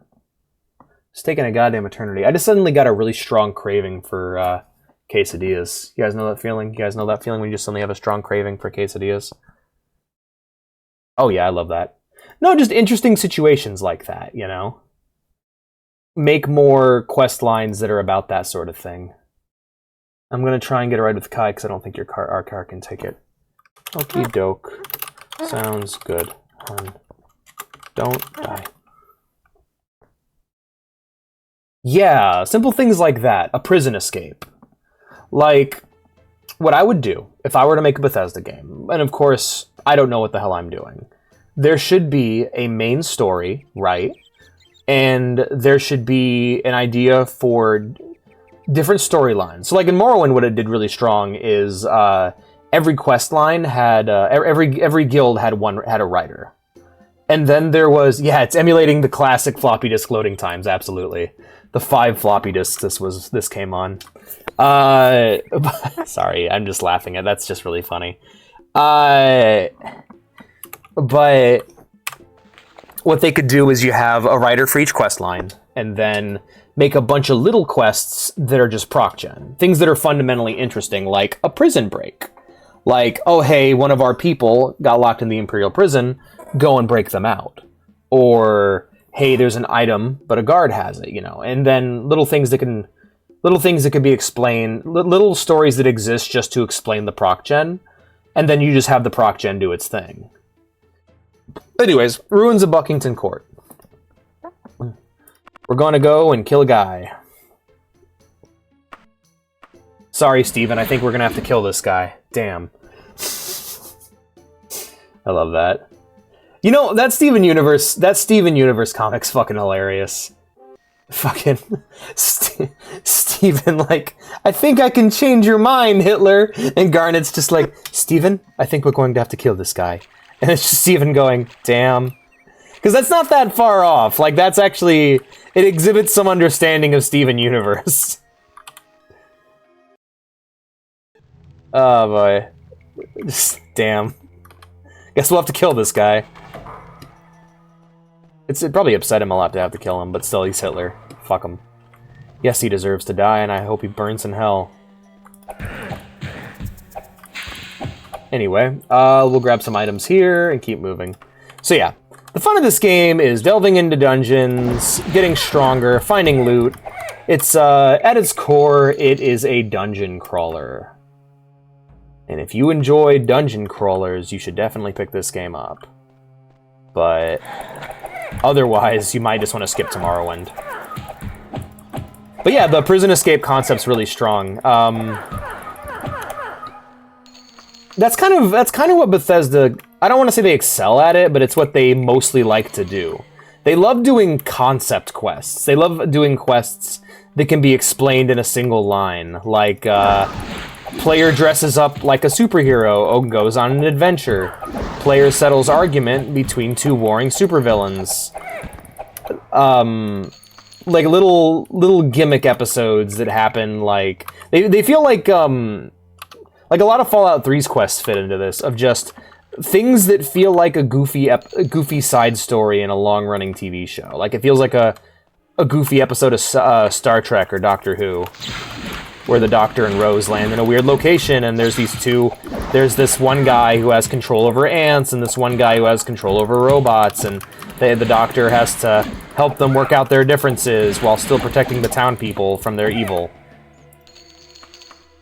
You know, little ideas like that. Those were honestly what sticks out to me the most in Fallout 3. Whereas in Fallout 2, it's all about these long, drawn-out, complicated narratives that then like evolve in different weird directions because of the actions I take. That's what I love about classic Fallout, is just the weird fucking directions of like, oh yeah, there was that time I was in New Reno working for a crime family, but then I ended up sleeping with the boss's wife, and then I had to fight my way out of there, and then in the middle of the gunfight, one of the prostitutes got shot, and so all of the prostitutes inside the casino turned and rebelled against their gangster overlords, and now there's no more gangsters there, and the entire casino is now run by the girls. That just happened. That just happened in-game. There was no cutscene, it wasn't a plot twist that was scripted, it just happened because the game mechanics were there to facilitate it, you know? So it makes me love Kenshi. Like, RPGs, specifically traditional classic style RPGs that are all about choices mattering, things like this and Fallout and Baldur's Gate and stuff, they fit into two categories when it comes to their choice. Some games have systemic choice and other games have narrative choice. A game like Fallout, like specifically classic Fallout and New Vegas, are really special because they are filled to the brim with both. And that's fucking awesome. You have a narrative that's constantly branching and going in different directions. You have I am not the traitor you think I am. The real traitor is the contract has been fulfilled. But yeah, you have this narrative that's like branching in different directions, while at the same time you have all this crazy shit that can happen during quests, you know? Like, it's really rad. It's why I love Fallout as much as I do. Is it has an endless reservoir of interesting stories to be told.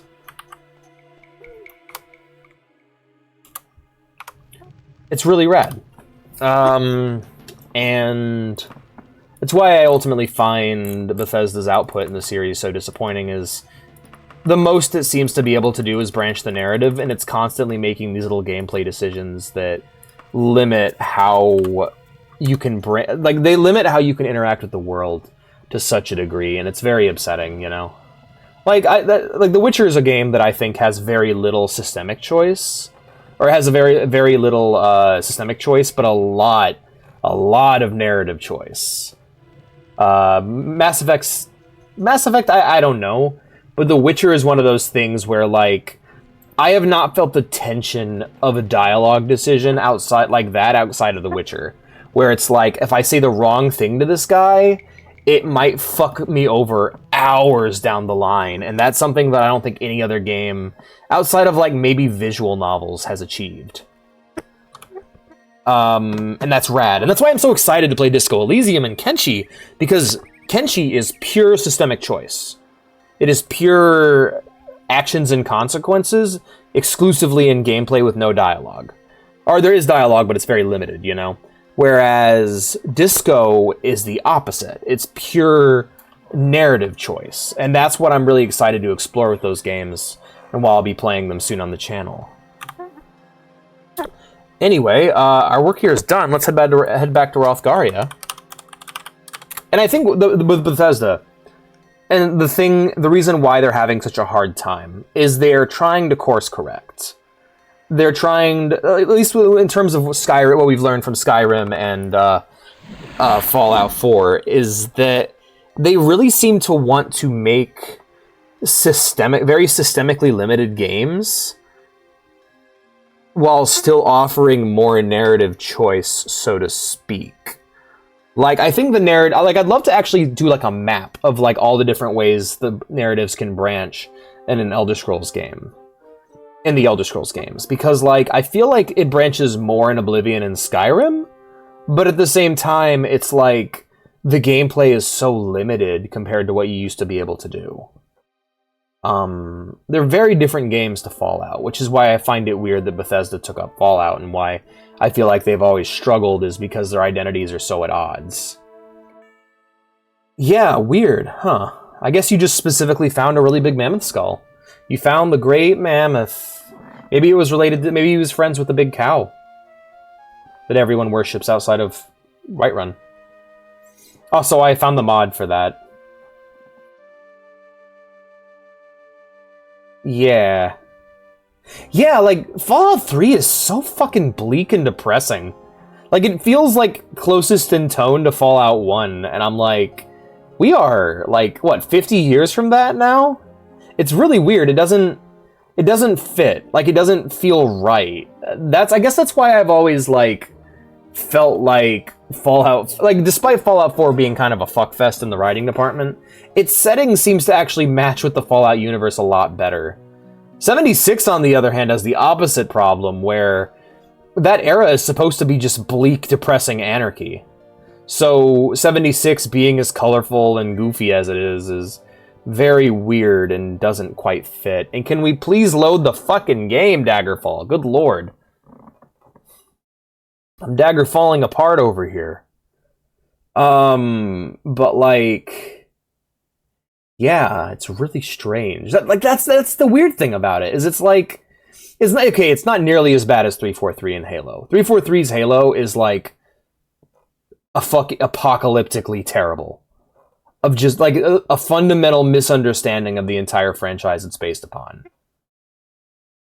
Yeah, right? No, yeah, like Bethesda really likes the Mad Max aesthetic. They really love Fallout 1. It seems like they did something that I normally encourage, which is instead of taking inspiration from The Thing, take inspirations from the things that inspired The Thing. So, like, if you're going to make a Star Wars story, don't base it off of Star Wars. Base it off of, like, old westerns or old samurai films or old anime, you know, what the things that inspired Star Wars. Or, influenced Star Wars later down the line.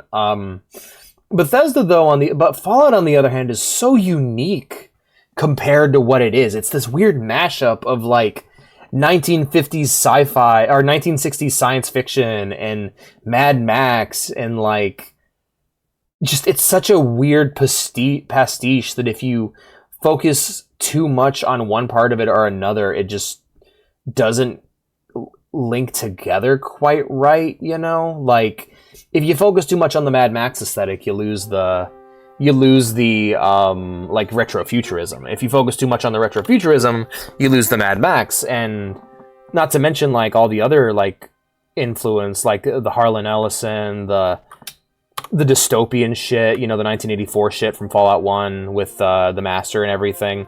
Like, if you focus way too much on one thing or another, you end up with something that just doesn't quite feel like Fallout.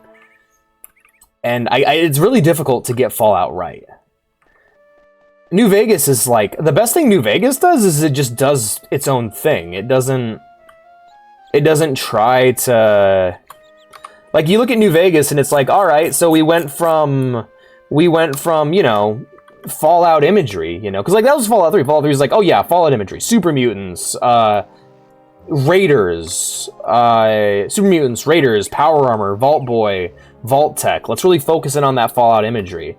And then New Vegas is over here like, yeah, Old West, and there's Romans, and the Romans are fighting the Romans are fighting the Cerberus Panzer Corps from Jinro.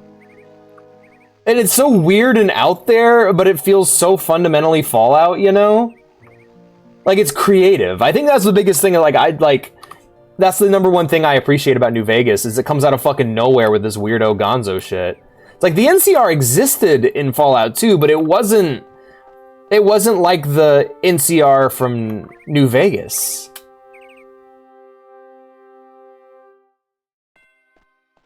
See, like, I don't know, because a lot of what they were working on was what they had planned for Project Van Buren. I think it's just creativity. I think it just came down to the idea that, like, all right, if we're going to do Fallout again, we're going to do something weird and cool. Like, the focus on Mr. House and Vegas and everything, it's just, New Vegas has such a strong identity of its own compared to Fallout 1 and 2 or 3. Because 3 feels very iterative. It feels like, let's make a Fallout game. Whereas New Vegas is, let's make an awesome game that just happens to be in the Fallout universe and is, like, the best possible ending for that setting. Like, that's the biggest reason why it's tough to get into Bethesda Fallout after New Vegas because they ended it. Like, New Vegas is the ending. There's nothing, like, unless we get to the next level, which is like full-blown functioning civilizations in the post-apocalypse. By the end of Fallout New Vegas, one way or another, the post-apocalypse is over. We're back to civilization.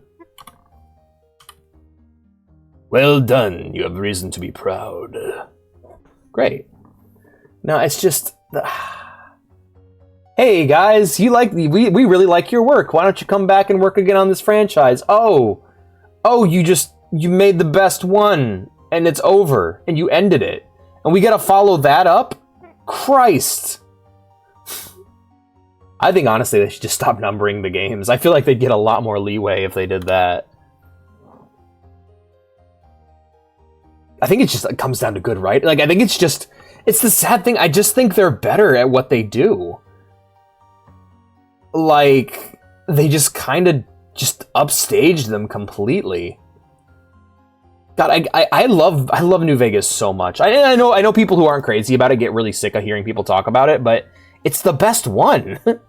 They made a fucking classic Fallout game in 3D. They didn't they're like, all right, they just made it in their style, but better. We have an anonymous job for you. It happens every now and again that someone pays us to remove someone, but never reveals why. I may even work through a go-between to keep their identity secret. At any rate, the job is yours if you want it. And apparently most of those people left after New Vegas. Go to the Palace of Karenwood. Your target has a scar on the left cheek.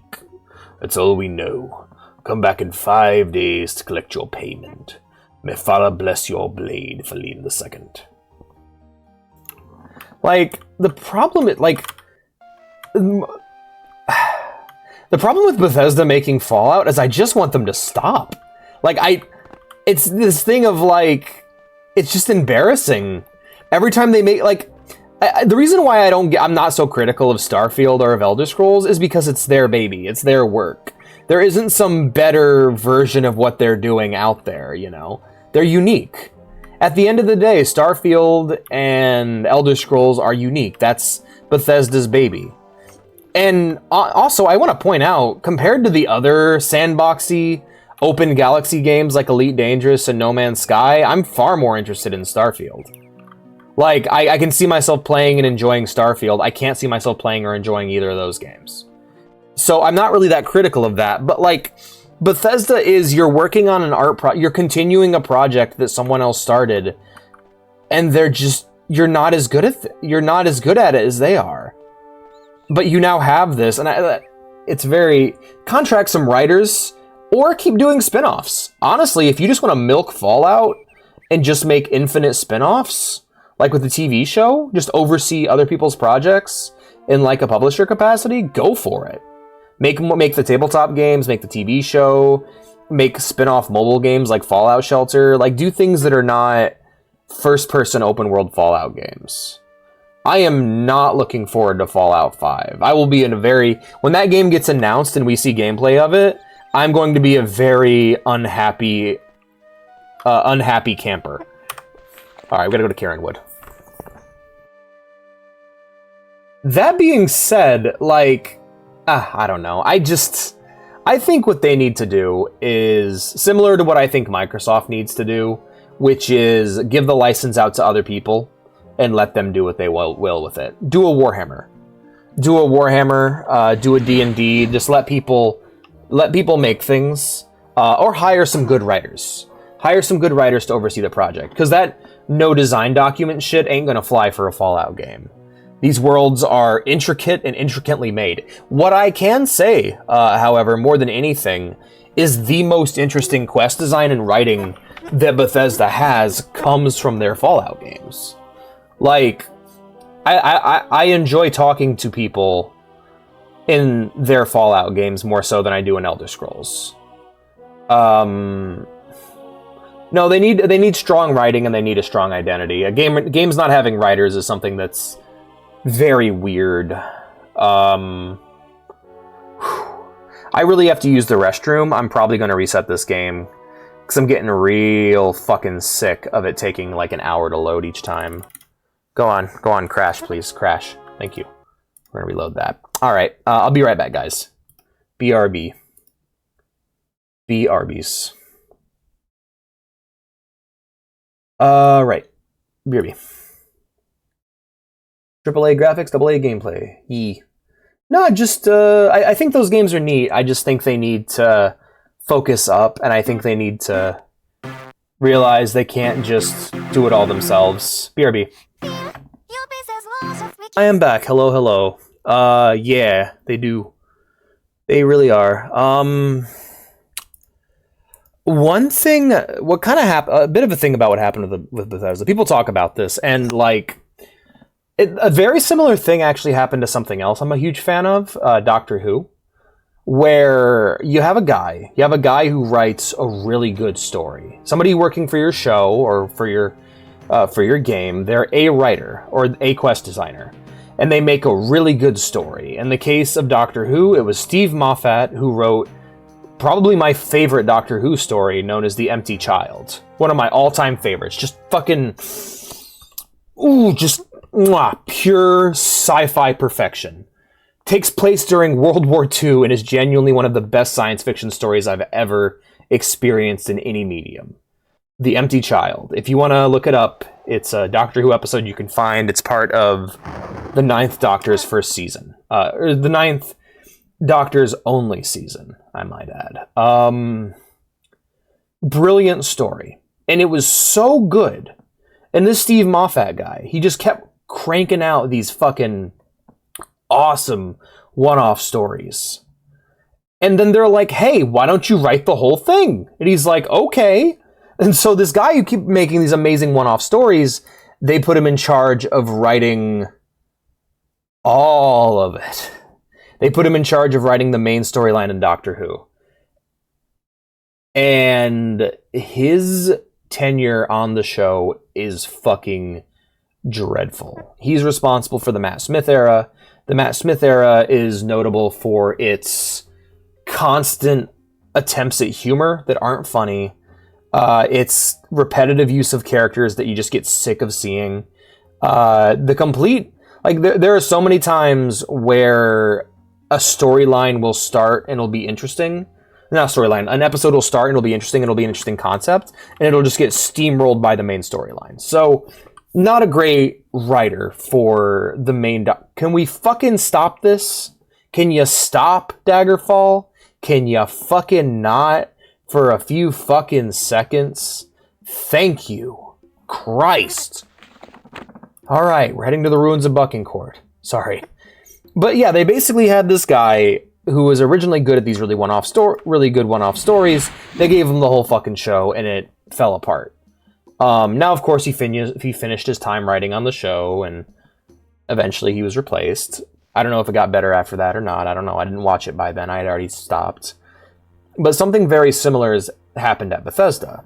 Back in Oblivion, they were adding quests to the game, and one of the last quests they added was one by Emil Pagliarillo called the Dark Brotherhood. Now, the Dark Brotherhood questline in Oblivion is beloved. It is a wonderful questline, all about being part of this weird cult of evil assassins. It was heavily inspired by... Like, Emil did an amazing job with the Dark Brotherhood questline, to the point where, like, if you play Oblivion and you only do one questline, it should be the Dark Brotherhood. It's fantastic. However, he made one questline.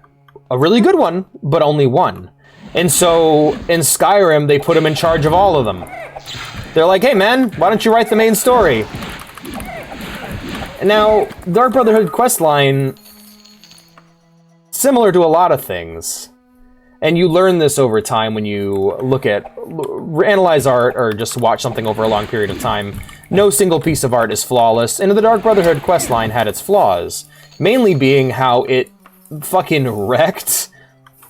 It utterly annihilated the lore of the Dark Brotherhood up to that point.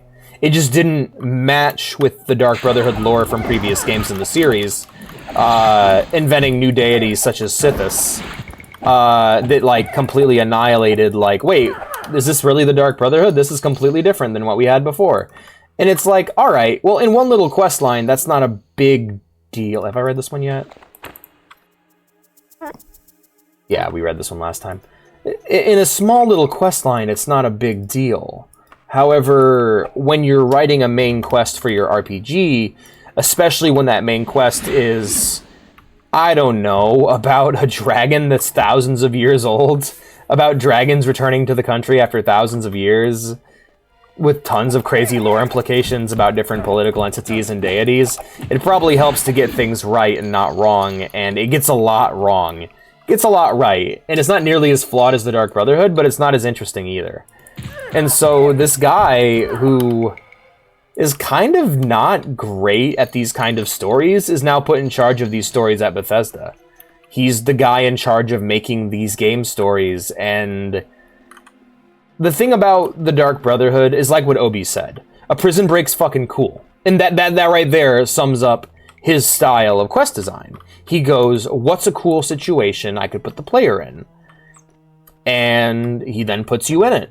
And it may work. It may work for the setting, in the case of Skyrim, but not so much with Fallout, and that's how you end up with Fallout quest design. And so basically, this guy is really good at these little stories and these little ideas. What he needs is a writer to work under him. He needs an actual writer to work under him. He's like, hey, I want it to be this, this, this, and this. And that writer can go, okay, you got it. You got it, boss. I'll make it that, you know?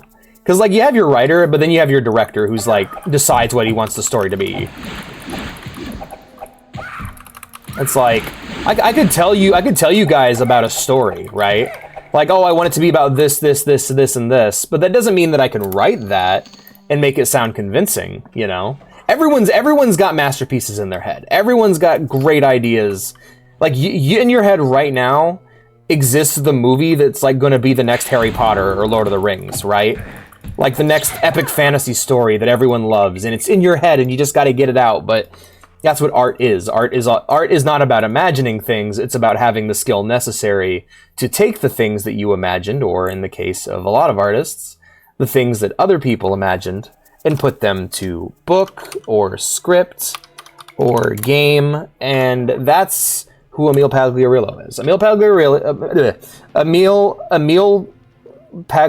is the guy with the great ideas. Well, what he needs is someone to take those ideas, convert them into words, and then he can convert those words into quests and make good games out of them, you know?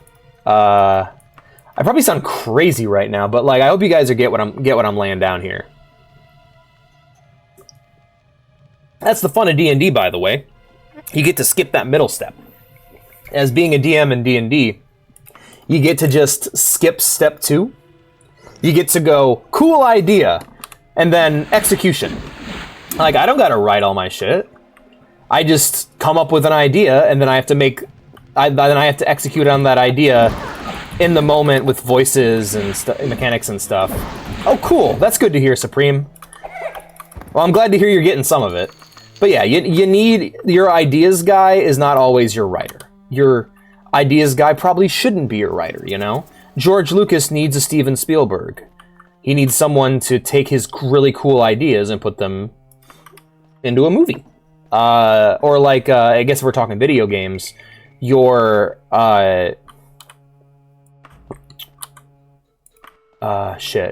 Your John Carmack needs a John Romero. You need a John Romero to come up with your crazy fucking ideas so that you can then make them into a badass first-person shooter that pushes technology forward. Otherwise, you make Rage. Or Quake 2, where it's just, alright, the technology's amazing. This is the most boring idea ever. I'm just a space marine fighting aliens. There's tons of games like this, you know? A good example of this in action, if you guys want to see this concept in action, play a Borderlands game, and then play Tales from the Borderlands. Because Borderlands gives you see the world of Pandora, and you're like, alright, I kind of get what you're going for. You're going for kind of a Trigun, Mad Max, anime, comic book sort of thing.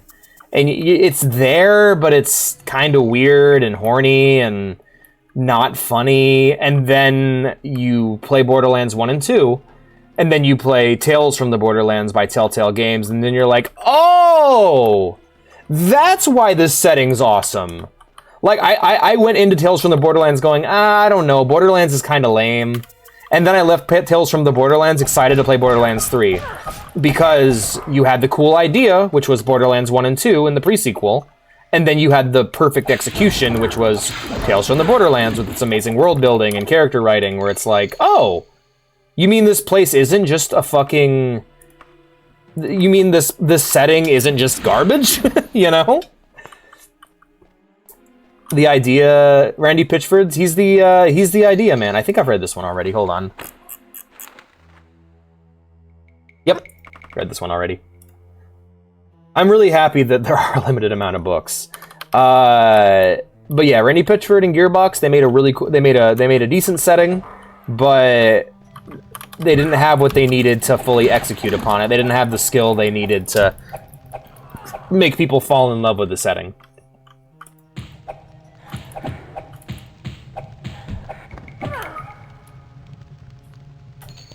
Honestly, that's kind of how I felt about... Have I read this one, The Alakir? Ah, yes, that was a very good book, but I've already read it. Man, I also need to go to the bank when I get back to town. My inventory's fucking full. But yes, you have cool ideas in your head. That doesn't mean you have the skill to execute upon those ideas. That's why you sometimes got to rely on other people to do those ideas for you. And the opposite is also true. I have met many a skilled artist. Like, I know personally several amazing artists. Like, their penmanship is magnificent. They can draw so fucking good. They don't have a fucking creative bone in their body, though. I'm like, yeah, okay, you can draw really good. You need someone to give you ideas. You need people to commission you. You need people to give you ideas because you lack any sort of creativity whatsoever. I had a friend who could draw good. I had a friend who could draw good. He could play the guitar. He was doing really, really well, but he didn't have a fucking creative bone in his whole body. Like, you get him to try to come up with a character or a concept, and he's just... like, he had no imagination. And it's like, damn, that's a bummer, you know? And so sometimes you get one, sometimes you get the other. Sometimes you get amazing imagination with no talent. Sometimes you get amazing talent with no imagination. And what are you going to do, you know? Well, the answer is you train and you rely upon others. If you can't write, you hire a writer. Stanley Kubrick, one of the most famous directors of all time, created The Shining, or he made The Shining, he made Doctor Strangelove, he made Eyes Wide Shut, he made some amazing films. A Clockwork Orange, one of my all-time favorites. Do you know what he wasn't? He wasn't a writer. He was a terrible writer. And so he had other people write for him. One of the most amazing directors of all time just went, yeah, this ain't my thing.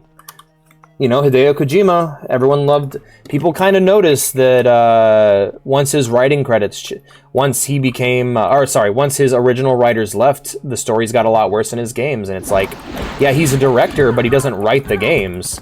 He comes up with the ideas of who the characters are, but you need a talented writer to take those initial ideas and make them into something that people like. And that's what Bethesda needs. They need a writer. They need...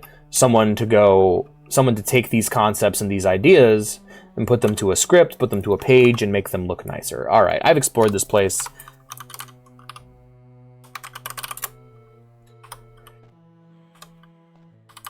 Okay, what was I here for again?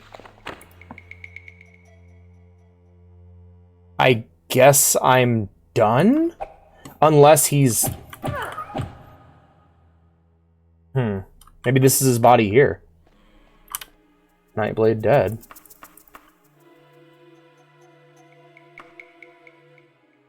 Alright, Prince Lotan, Morgaya. Okay. Yeah, alright, I guess we're done here, huh?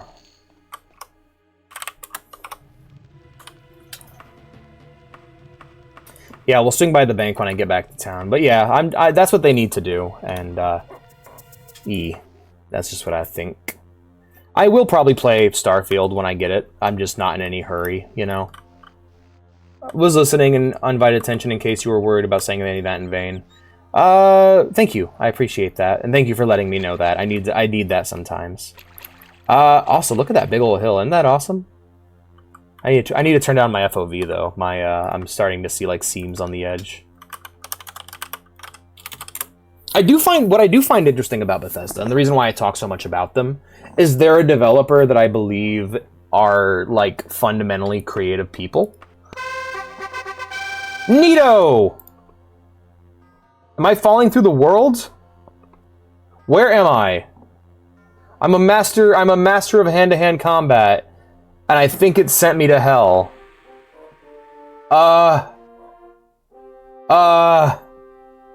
Help. Help, I have achieved Chim. Help me. Hello? Daggerfall? Sithis? Anybody? Help! This is Serbia. No!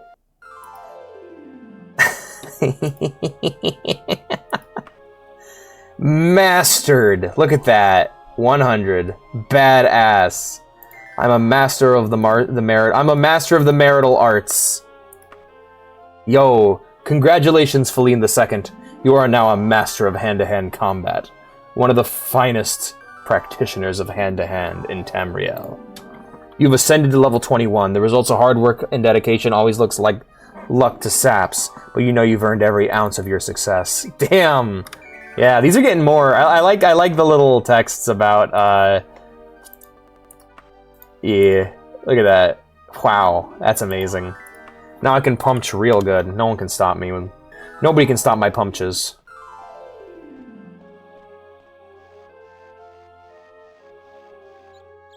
I'm gonna go talk to the Serbian cow. Hello, Serbian cow. I gotta get out of here.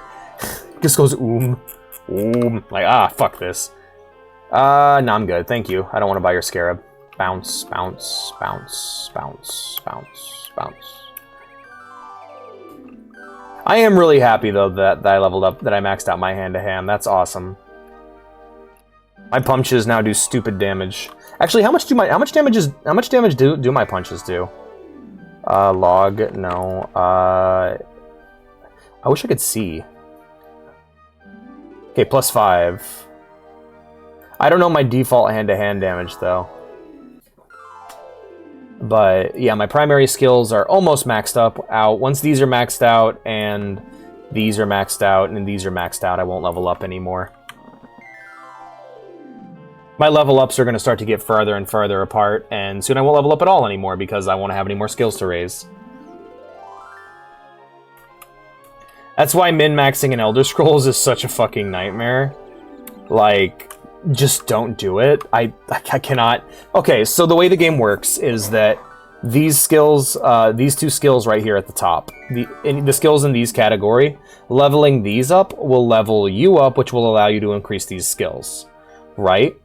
So, if you want to min-max, you pick skills here, pick the skills you're going to use and put them here. That way you level up as rarely as possible, while still gaining as many skill bonuses as you can. The reason being that the game gets the world levels up with you. So you go from fighting like rats and bats to vampires, where I'm at now. And so what you do is by putting your skills, making the skills you want to use the most of, that makes it so you may level up really slow, yeah, but it also means that the ceiling for how strong you can get is so much higher. So by the time you eventually hit level cap, you are going to be stupid OP. Do I recommend playing the game that way? No! Don't! That's a terrible idea. Don't play the game like that. I'm serious, you'll ruin it. You'll ruin it for yourself. There's like no fun to playing the game that way. Alright, Tristictor. This is another assassination group budding in the... Oh, yep, here we are. I'm moving to count the assassin. I'm in order the assassin. Everything number. Yes, I do. Good now. Kill them. Got it. Alright, I'll work on that. Before I go, though, I need to hit the bank. Drop off my money. Before I do that, though, let's head to the store.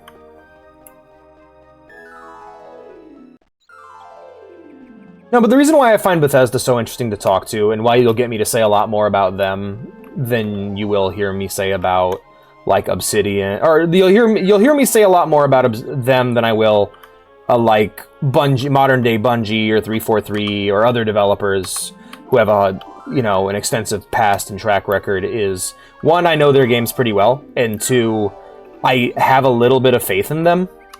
I have a bit more faith in them than none at all, if you guys get what I'm saying. Because, like, 343 and Bungie are fucking lost causes. There's nothing... Yeah, I got nothing to say about EA. They do what they do, you know? Activision, I'll always point out that they're rapey. But aside from that, there isn't much for me to say. They are a money factory. They make a da money. Even something like Ubisoft is a money factory.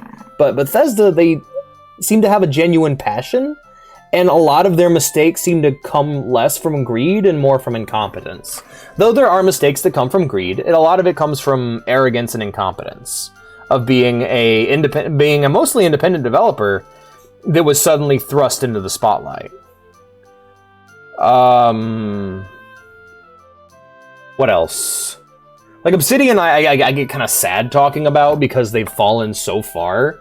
Like, I think I've said it before, I would rather play a Bethesda Fallout game than Outer Worlds ever again. Like, that game is so crap to me. But like most devs that have gone bad, I don't have much to say about because they are what they are. BioWare, I haven't played enough of their games to judge. I really enjoyed Mass Effect 1 through 3, so I have yet to play a BioWare game that I don't like. I'll just say that much.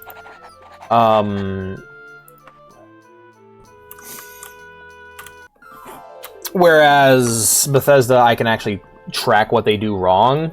I'll be honest, the BioWare magic hasn't exactly worn off yet. Hey, where can I find a pawn shop, dude? Hell yeah, thank you, sir. Superior used equipment is to the north and then to the east once I hit the guild. Okay. Like Activision, Treyarch, like there's not a lot of independent developers that are still around that I have anything to say about. Like the fact that Bungie's still around is a fucking miracle with how shit Destiny's been. Bungie basically went to shit the second they stopped working on Halo. Though I do enjoy Destiny 1 and I think that game is salvageable. Like you can play Destiny 1 nowadays and really enjoy it. Destiny 2 is a fucking black abyss of nothingness. Oh shit. 9, what time is it now? Alright.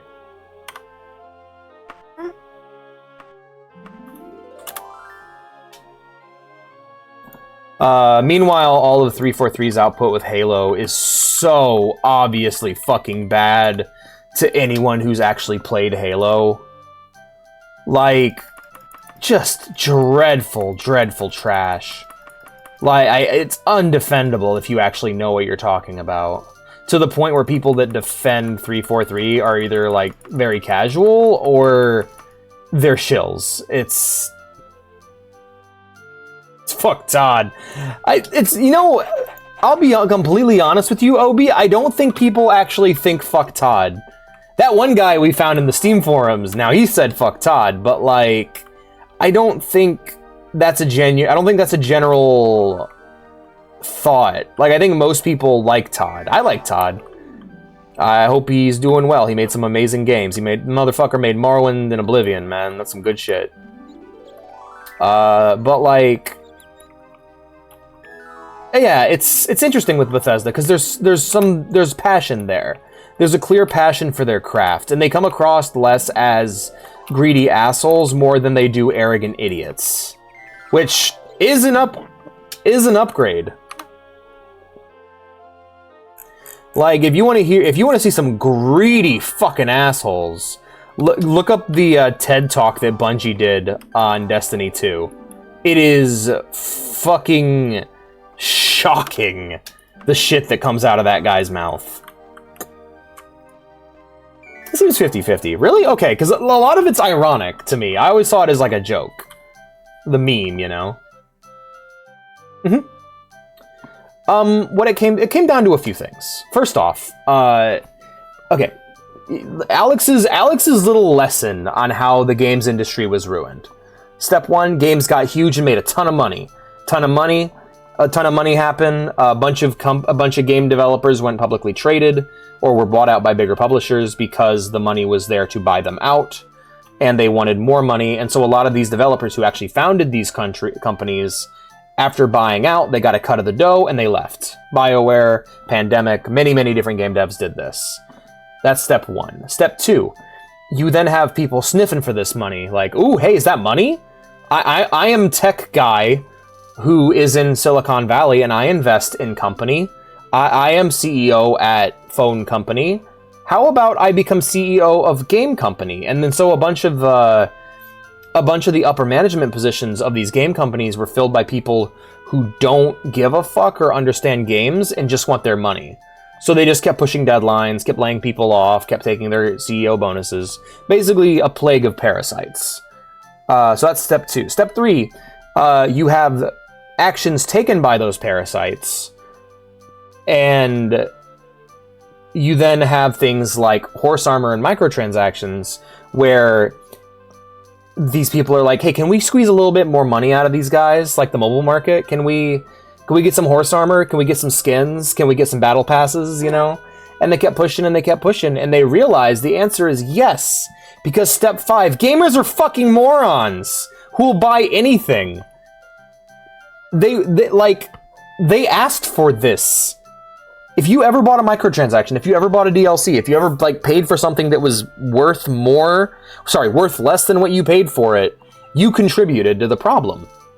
And so we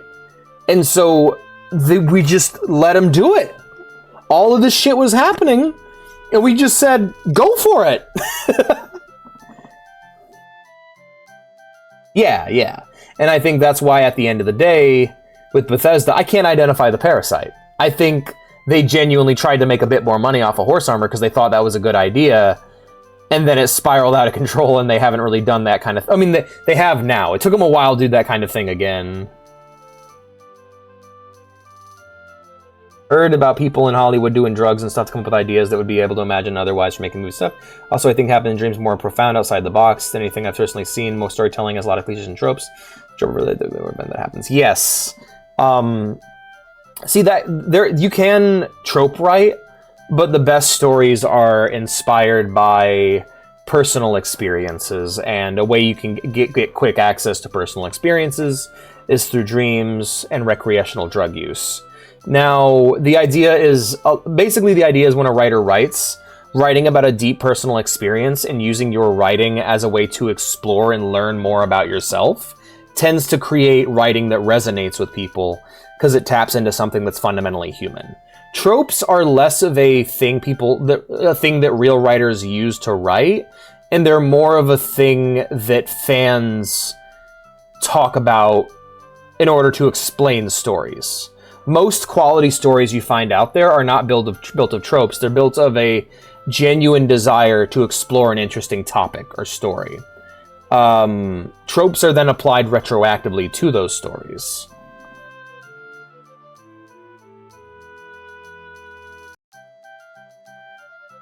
Yeah, there's a bunch of people in games right now who don't really play games or make games, and they shouldn't be there. And they won't be. They're like, when people talk about the crash coming, they don't care.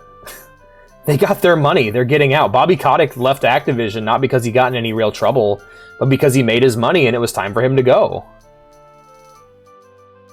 So we kind of had this interesting idea of generational game development where everything leading up to the PS2 generation was grassroots made by people, you know? And then those people were getting older and they're like, hey, we're making a lot of money. EA wants to buy us out. And they're like, hell yeah, I can go retire and spend time with my kids.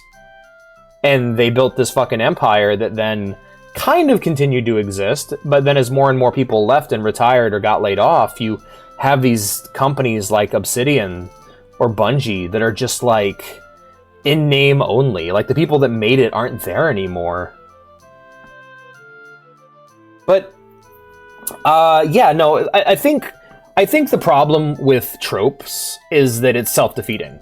People who think in terms of tropes will oftentimes reduce stories that are they will trim down stories. They'll cut off the branches of deeper meaning to fit them within the boundaries of tropes. You'll see this a lot when like people will watch like an older work like Evangelion, which is a very personal narrative to the person who created it, but people will be like, hey, this is tropey, it's all just tropes. And it's like, well, no, it's the very personal experience of a Japanese man in the 1990s. However, his personal experience turned into an anime inspired art that you saw that you thought was tropes, so it was actually inspired by this thing that came way earlier. I personally don't like to think in terms of tropes, because if you do, you end up neutering art, and I don't think that's not a thing I want to do. I want to get the most possible out of any artistic work I explore.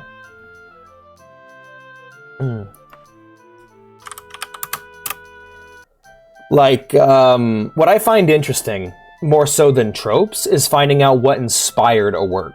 Like, right now, I'm playing this, and I'm watching Twin Peaks, which were both heavily inspired by the lead writer's belief in Gnosticism. And so, I'm finding it fascinating seeing commonalities between the two settings of Tamriel and Twin Peaks, and thinking about the little way, like, learning about this this religious belief that inspired both of them, you know?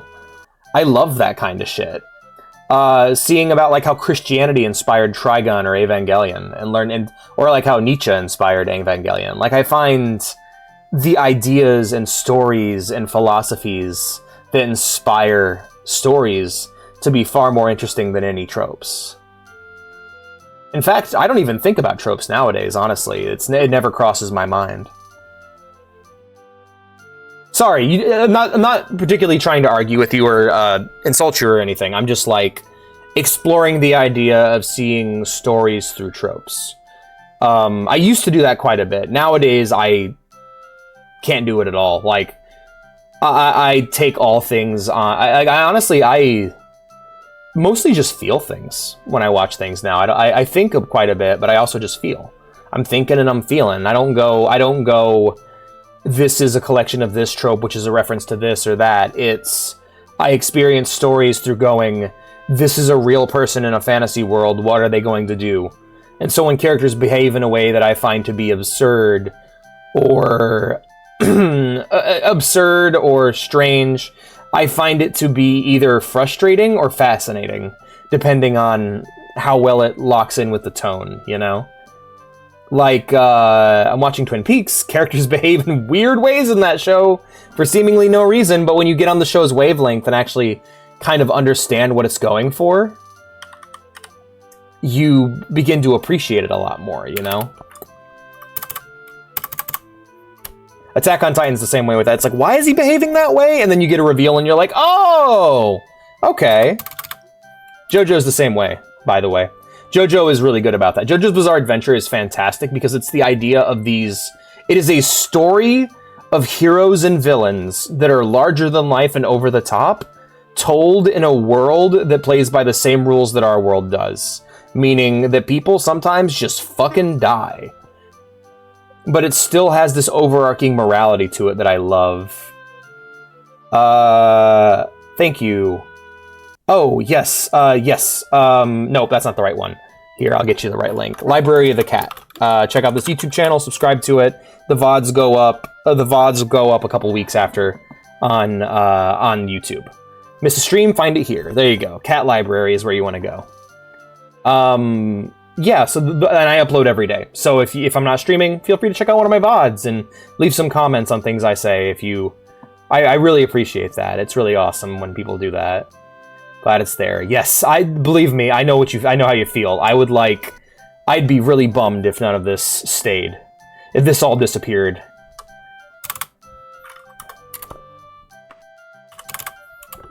Cool. Right, now we have all of our money in form of paper. And so now we got all this free weight now. Let's see, we dropped down from like 100 to 64. We saved a bunch of weight, and yeah, we're good to go. I don't think I'm going to keep reading. I don't think I'm going to read again for this stream. By the way, I'm not awake enough.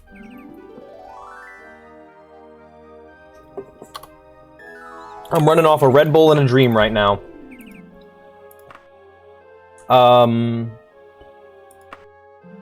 But no, I find it so fascinating to learn about the things that inspire stories. I oftentimes will try to experience the story raw first, and then I'll learn about it afterwards.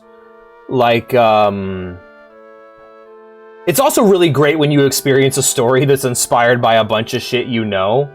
Like, playing Signalis was a lot of that, of going, oh, hey, that's a shot influenced by Evangelion, or that's a shot influenced by Ghost in the Shell.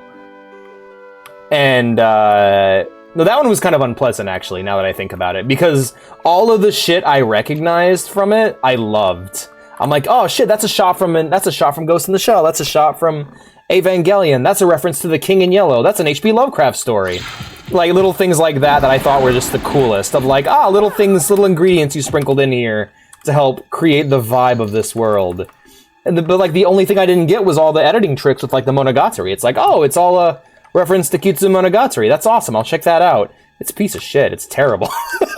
That's a bummer, right? Where you're like, oh, I recognized all of your influences, but this one. And then I went to watch it and I'm like, well, this is fucking trash.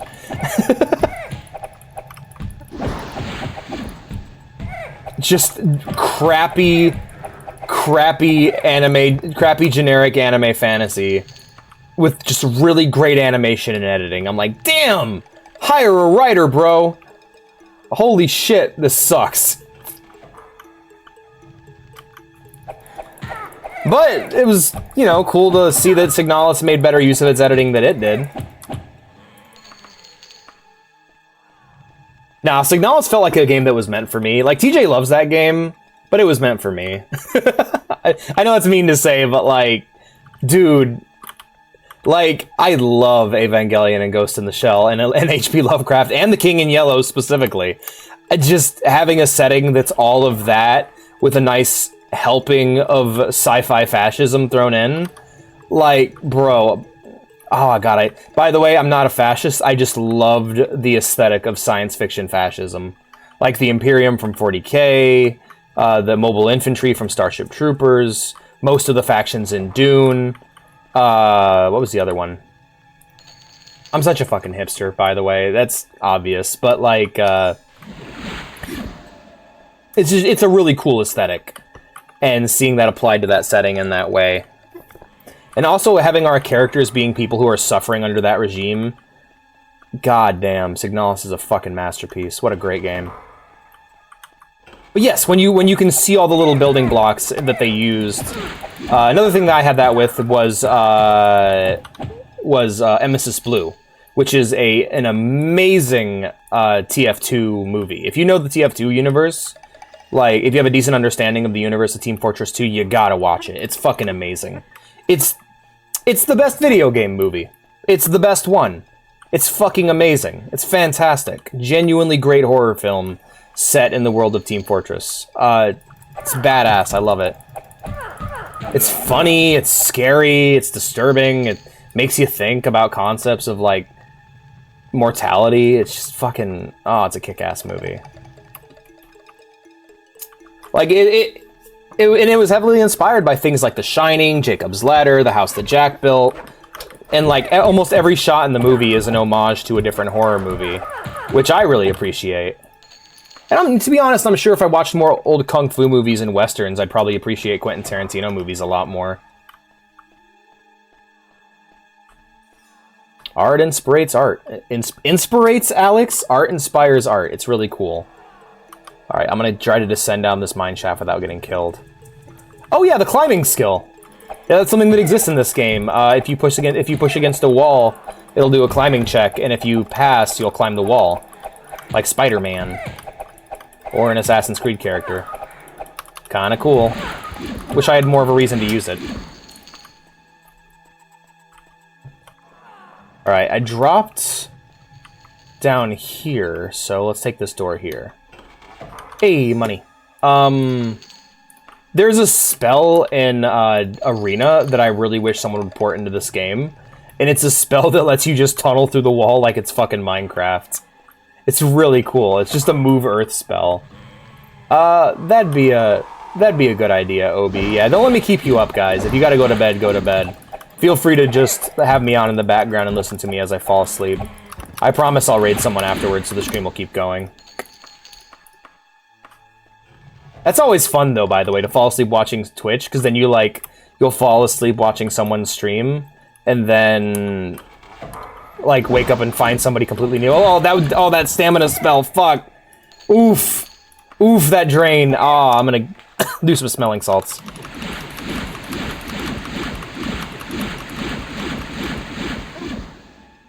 Oh, cool, I'm alive. That's good. Yeah, so that spell's a motherfucker. It just drains your stamina. Wake all night and sleep in the daytime. I'm working on getting there. I'm tired of not being able to spend time with Vea during the day and being alone and sad, so I'm matching my sleep schedule to hers. That's my girlfriend. I love her very much.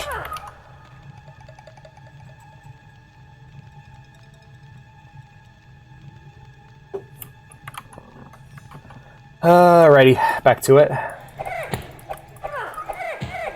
Yeah, you can't just hook up your computer to your TV. It's a spell. Not IRL, no.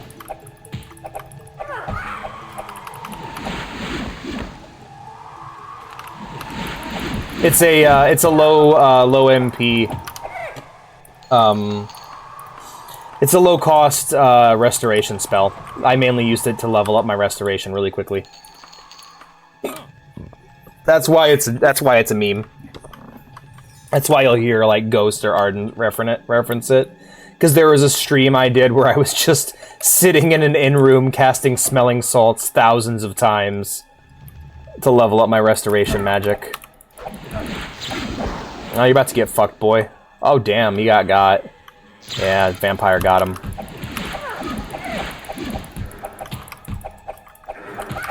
Fucking vampires, man. Get out of there. Or get in there.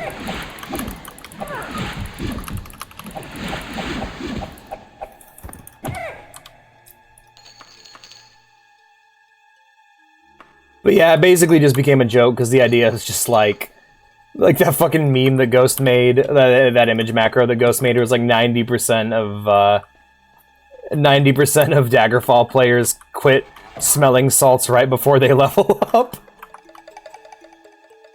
Ah, shit, fuck.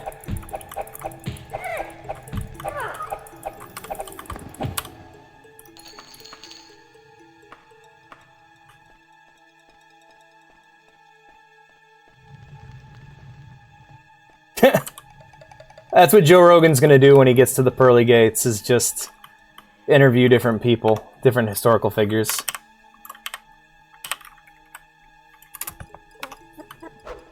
Oh, hello.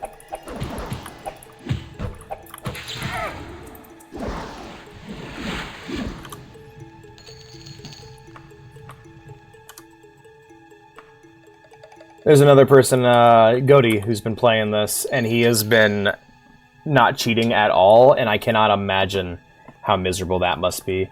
After slaying on Doster Garum, go to the ruins of Gareford Tower in the wilderness of the Rothgarian Mountains for your reward, Barbavira Gersley. There you go, there's our target. Take that with us.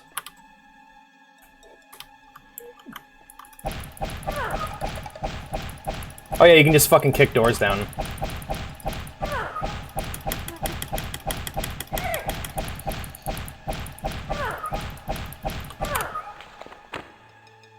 I should have an unlock spell. Motherfucker, are you serious? Thank you. Christ.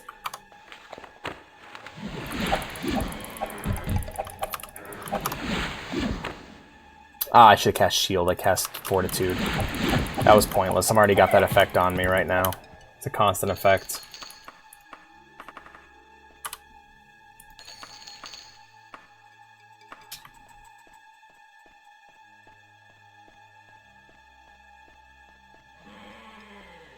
Hello, other vampire.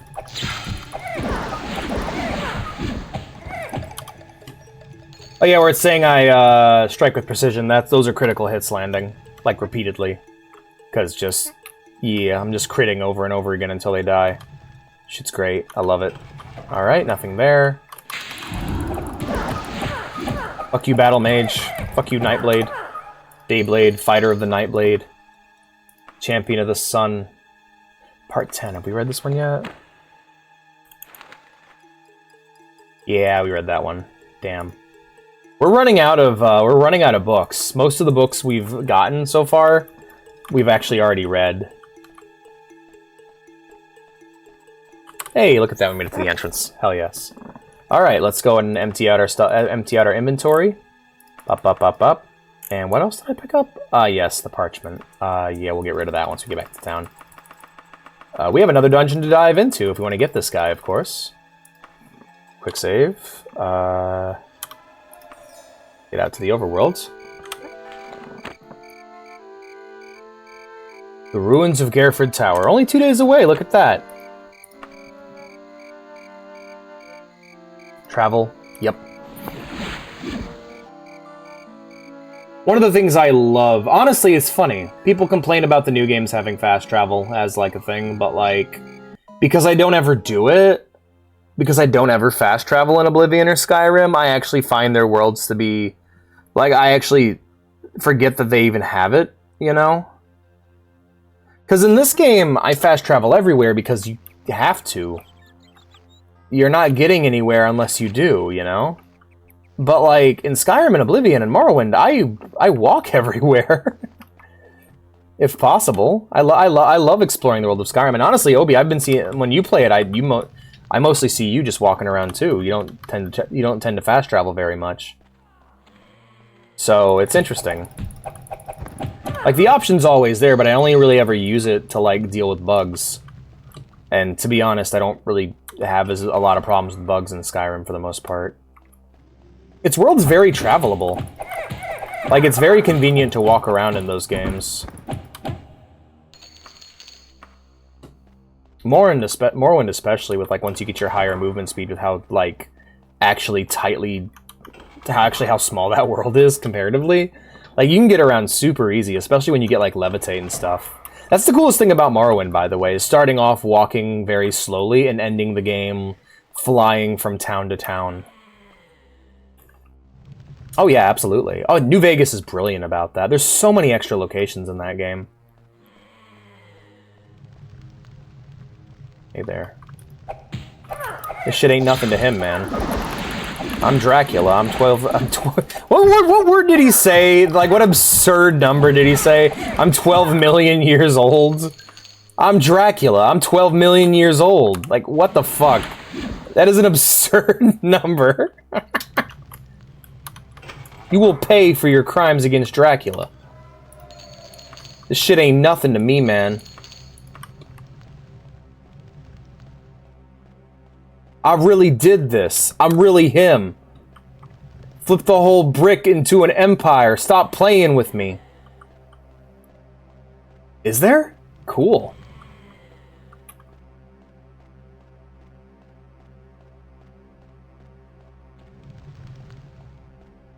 Neato.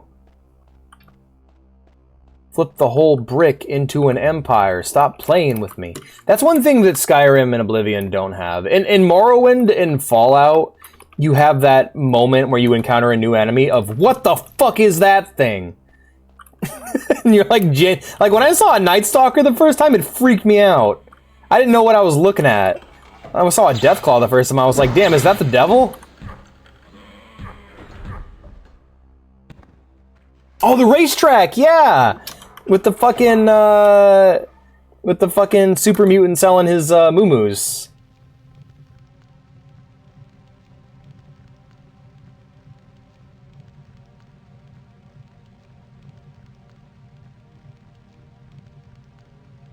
You might be mixing me with another stream, but I do find those topics to be interesting. Like, simp is not... I've never heard simp, like, when I, like, it's interesting, because, like, in old comics and stuff, no worries, I don't mind. I don't mind a bit of reading. In, like, old comics and, like, shows and stuff, I'd hear simp in the terms of simpleton, but nowadays, I I always thought it was like sympathizer. Like I always thought that was the idea, is that it was used in the context of like you're sympathizing with people who don't deserve your sympathy or your time. I guess that was the idea, you know, like you lack self-respect. It's like calling someone a cuck, you know? Like you don't actually have to be a cuckold to be called a cuck. It's just a word people use to describe to someone who is, or like a beta is another word, like the idea of just you are not living up to the expectations of your masculinity. Which I do not think is really ever applicable. Honestly, it's kind of fucked up. Kind of reinforces negative... It reinforces negative things that don't need to be reinforced. I would much rather tell someone... I would much rather go, like, dude, where's your self-respect? Is it like I have accused people of not having self-respect. Because it's basically what you're doing. You're like, you should hold yourself to a higher standard. It's like if you see a guy bending over backwards trying to please a lady who's clearly not into him, purely with the motivation of getting with them. It's like, dude, what the fuck? Have some fucking self-respect, you know? Simp is just saying that. Calling someone a simp is just saying that, but shorter. Like, calling someone cringe is, I'm getting the fuck out of here. That is a bad room. Let you guys fight that out. Shit. Yeah, it's basically saying have more self-respect. Calling something slop is the idea that this has no value, you're just consuming this to fill a hole, you're not giving any thought to this or any care, and I think that's fine. I think calling something slop, but it needs to actually be slop. Like, watching a series of well-executed gags on, like, TikTok or Vine, where it's like a series of jokes that make you laugh and are genuinely funny that you remember and think about. Like for me, some would call like me watching all 5 parts of Dracula Flow back to back slop. But I think about every single joke in a new light every time I watch it. I'm getting value out of it, you know? Honestly, I think slop is interesting because slop comes entirely down to what you get out of it. If you get something more out of slop than just slop, then more power to you. But then there's the nature of its creation. So let's take, for example, television. Right now, my favorite kind of shows that I like to watch are typically very well-produced, what's known as prestige television, the kind of thing that would air on like HBO. My favorite shows are Breaking Bad, The Sopranos, Better Call Saul, Game of Thrones, True Detective, just things that are considered to be mostly highbrow for the most part, right? The nature of those things is they are expensive shows that are specifically meant to be valuable because they are considered to be artistically fulfilling, right? But then you take that and you would say, like, compare that to like Law and Order or NCIS or a soap opera. Shows that basically exist for the sake of existing and more or less exist to keep your eyes watching commercials. They're shows that are only on television to keep your eyes on the screen so that when the commercials come on, you're still watching. I would consider that to be slop because its nature is purely exploitative. Like I would consider Fortnite to be slop because the entire point of Fortnite is to put shiny things in front of children to convince them to have them convince their mommy and daddy to buy them the shiny things. That's the whole reason that game exists. It exists to sell skins.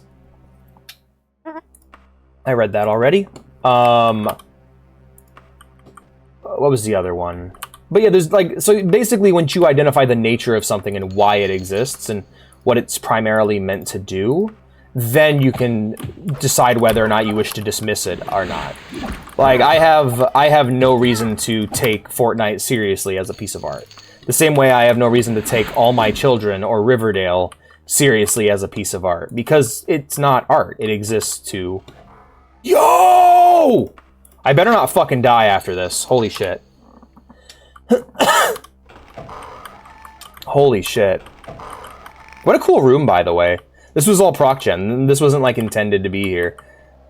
There are things that exist just to, you know, collect clicks and attention, and things that exist to genuinely impart a message, to make you feel something, to make you experience joy. And Yeah, I think that's the difference between slop and not slop.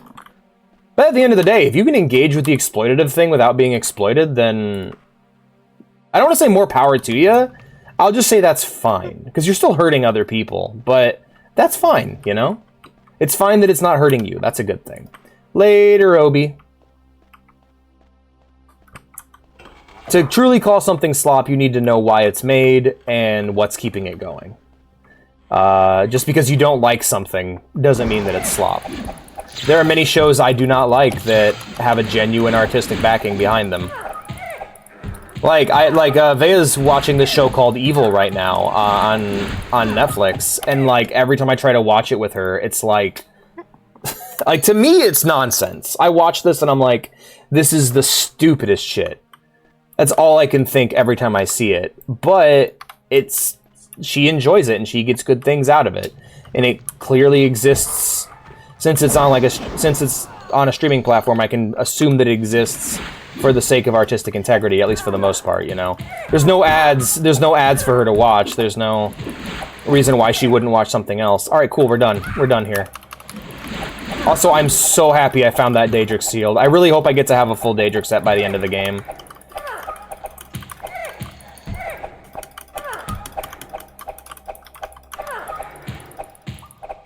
Get out of here, get in the hole. Just punching fucking punching vampires down a hole. I'm just grabbing gold at this point. I don't got room for much else. This is Sparta! Ka! Oh boy, one of the first memes to ever die.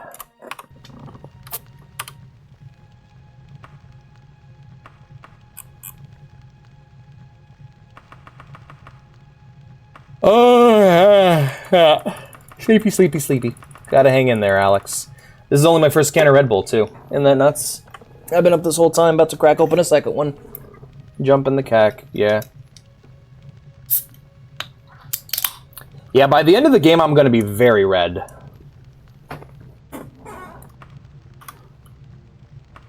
Man, 300's sick. Great movie. Yeah. You know, there's a YouTuber I like named Super Eye Patch Wolf, and he made a really great video on this series called Riverdale. And I find it to be one of the hardest things to watch, because he's basically, the whole time is him being upset that it's getting worse. And I'm like, dude, it's slop.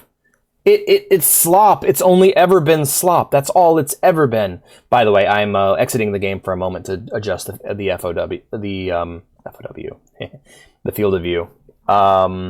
It's frustrating watching his reviews on it, because he's putting in so much work and time and effort, and he's a fucking master of his craft. He's a fucking wonderful video essayist. I love his work so much, but he is dedicating so much time to slop, and it's really sad, because it's funny. I watched his video on Riverdale, and his video, and a video by someone else on the Vampire Diaries.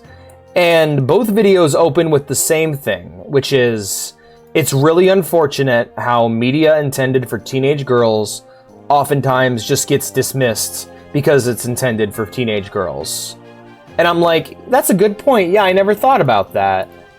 But then I thought about it, and I'm like, can I think of any truly good media that I've seen that was intended for teenage girls? Outside of anime or on High School Host Club, there's some good shit out there that's like the intended audience is teenage girls that I really love, like or on High School Host Club, Fruits Basket. Yes. Oh wait, no, that's yes. Hey, Hellman. Holy shit, it's Hellman. How's it going?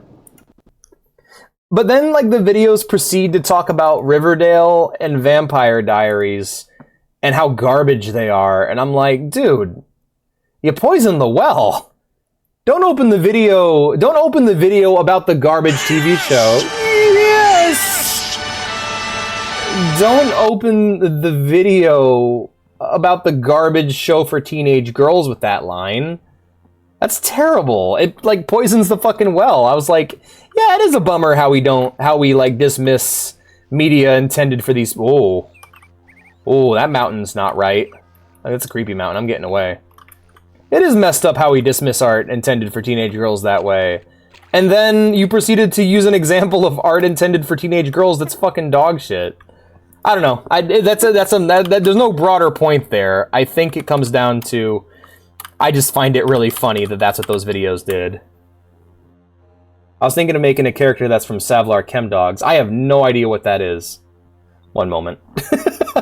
You know, I don't have an excuse to say I don't know what something is. I should just Google that shit. I'm guessing it's a 40k thing, so I'm gonna Google that shit. It's a 40k thing. I've learned that because I Googled that shit. They are a penal legion in the Astra Militarum. They look gnarly as fuck. Hell yeah. Infamous. Ooh. Ah. Cool. What were you gonna do now? Ah. Hell yeah. Yeah, you should definitely do that. These guys look sick. They look rad. I approve. Oh, we can always use more guardsman characters. Absolutely. That's my character, my Slarbo. They have one rule to motivate them to do their job, which is... I actually want to hear this. Don't keep me in suspense. Alright, Red Bull number 2. Let's go.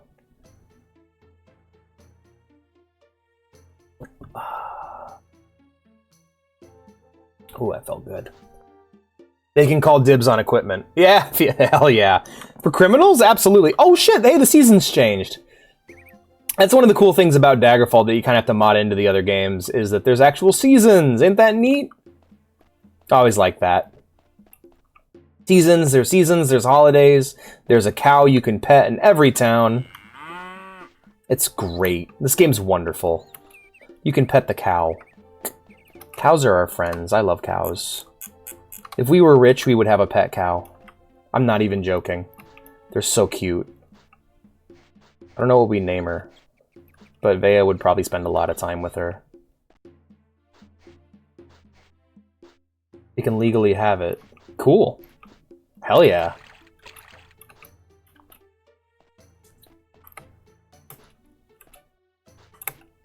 Good for them. You can also pet the horse. Actually, you can pet really any aminal in the game, as long as it's an aminal and not an enemy. Jesus, bro, take a breath.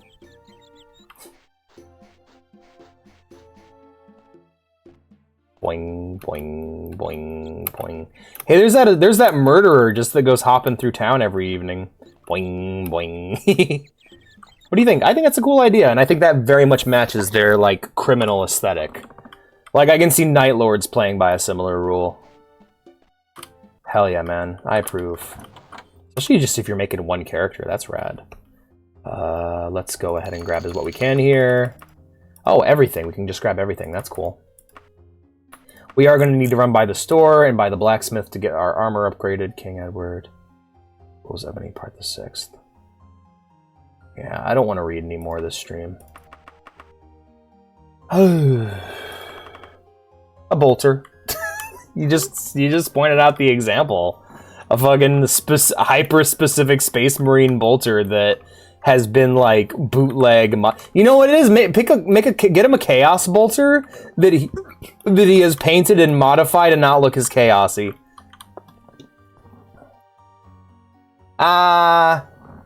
Yes, maybe. What I would recommend doing is put him in the service of an Inquisitorial agent. Like, maybe the idea of him having that Chaos Bolter could show that he has a certain resistance to the warp, similar to someone like Titus, and that would be valuable to an Inquisitor. Excellent, Feline II. We would have been happy with the termination of Albina Gersley, but now the acquaintance... I like the idea of the dynamic of the different members on the kill team, and then he sees something he wants, and he's like, dibs! And they're just like, oh, fuck off, man. In the middle of an investigation. Yeah, I'm honestly just like, I'll be honest, I think of most 40k characters in the context of an Inquisitorial kill team, because it's kind of it's the closest thing we have to, like, a party of D&D adventurers, you know? Not in the middle of a firefight. Yeah, exactly. Like, I want that one's weapon. Well, we need to take that one alive. Okay. I still want his weapon. Excellent, Feline II. We would have been happy with just the termination of Albina Kersley, but now the acquaintance of Bobby Vivra Kersley will know that the Dark Brotherhood does not take well to the amateur competition. Hell yeah, man. Alright, let's talk to him again. Congratulations, Feline. You have been promoted to the rank of Master Assassin, with all the rights and honors that accompany it. Remember, we do not rest on previous accomplishments in the Brotherhood. Yeah, but I'm basically done here, bro. That's the top rank I can get, so I'm out of here. I got main quests to do, so we're getting the fuck out of here. We after finishing all the Imperial guilds that I want to do, I haven't done the Thieves Guild yet, nor do I plan on doing it. Nor am I doing the Archaeologists Guild. Well, so the only 2 guilds we have left after this will be... Let me take a look at my guide real quick. I actually made a document to guide me through this. Right, so... Mages, Fighters, Dark Brotherhood. I don't want to do the Dark Brotherhood. We're gonna go ahead and drop... I'm gonna go ahead and remove the Thieves Guild and the Archaeologists Guild from this list. Alright, so we'll do the House of Dibella next, and the Knightly Order, but only after beating the kit. We'll only be doing that after we beat the main quest. And then there's the Daedric Artifacts. I'm going to need access to the House of Dibella to do that, so I'm probably going to make that one last. We'll do the Knightly Order.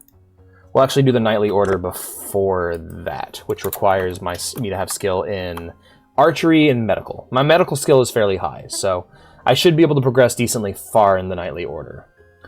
And we'll be going to the one in Wayrest, because it's also connected to the House of Dibella. So those two will kind of feed into each other. And then we have all our Daedric Artifacts, which I will use to decorate my house once I get it from the Knightly Order. But for now, we're going to go ahead and tackle that main quest. We have our first main quest, titled Concern for Nulfaga. Right. Talk to Queen Abakai in Castle Daggerfall once you reach level 3. So hopefully this will give me the quest. So looks like we're heading to Castle Daggerfall.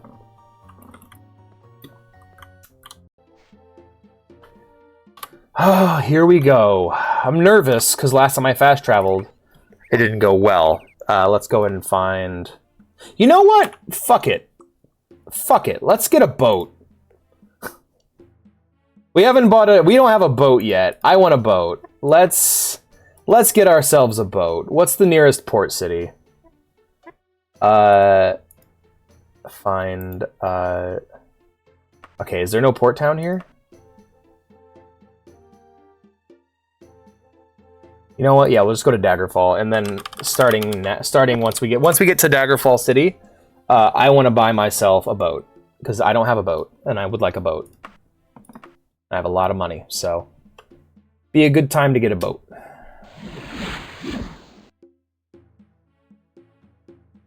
And I'm actually really excited to try the sailing in this game. I've never done it before, so I'm excited.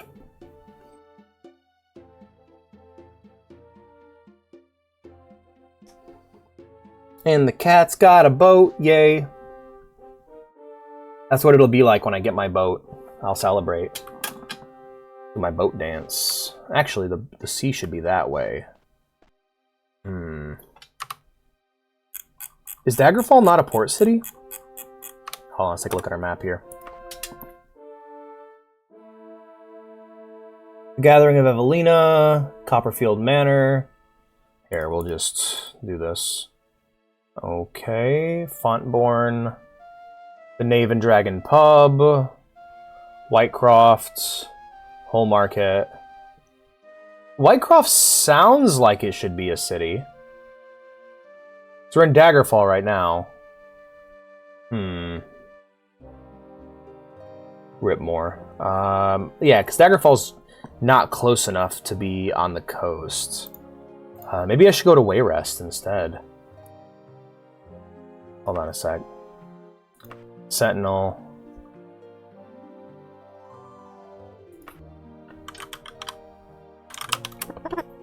Alright. Kaido, Wayrest. Shit. Let's just go to the bank and see if they'll let us buy a boat. Daggerfall port cities. Places. Daggerfall City. Okay, so you can buy boats here. Perfect. Sorry for the confusion, friends. Yeah, we need to find ourselves a bank. So we can buy ourselves a boat. I'm good, thank you. To the southeast. So this is actually where I did a lot of my later Mages Guild quests. I mostly did them early on in Gothway Garden. But, I don't know. I just moved to Daggerfall City because it seemed more central, you know? Like, more important. And it is. It is more central and more important. It's closer to everything else, and it's also easier to remember than Gothway Garden. But, like, Gothway Garden's burnt into my memory after that first playthrough, so how much easier it is to notice, to remember, I don't know. Also, there's two banks right next to each other. They must really hate each other's guts. Bank of Daggerfall. They're both called the Bank of Daggerfall. Wrong room.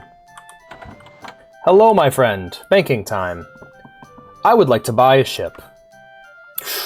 100,000 versus 200,000. Ooh, that's a bigger boat. I want the little boat, though. This little boat's cuter. Do I have 100? I do. I have like 400,000. How much is a house? Woohoo! Yeah, houses are expensive. Fucking shit. We'll hold off on that. Let's just we'll buy a boat for now.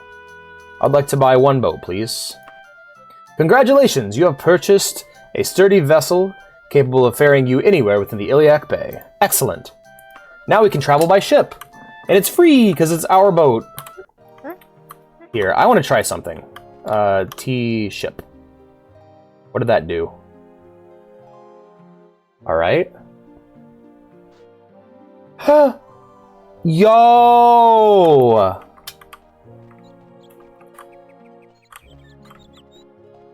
Yo! I call dibs on the alien gun. The what now? The what now, Sergeant? Nothing, sir. Nothing, boss. Yo! Just put it in a little lake. That's where it puts my boat, huh? I got my own boat! This is neat! This is super cool! I didn't know about all this. This is awesome. Get your towels ready, it's about to go down! Everybody in the place hit the fucking deck, but stay on your motherfucking toes! Let's go! I am having way too much fun. How do I drive this thing? How do I boat? Boat Simulator 1996. I'm so happy. Yo, this is so neat. Ah! This isn't gonna be no Assassin's Creed Black Flag, I'll tell you that much. That's for damn sure. Yeah, cargo bay. We have the captain's quarters. I don't know how to place furniture or anything, so it's gonna be interesting. I guess I'll learn how to do that once I get to... I feel pressure in my head. It's that alien gun. It's that alien gun, guardsman. Put that down. It's made of wraith bone. You don't even know what that is, do you? Yeah, let's go back to being on foot, shall we? Oh, it's literally... Wait, where the fuck am I? Where am I?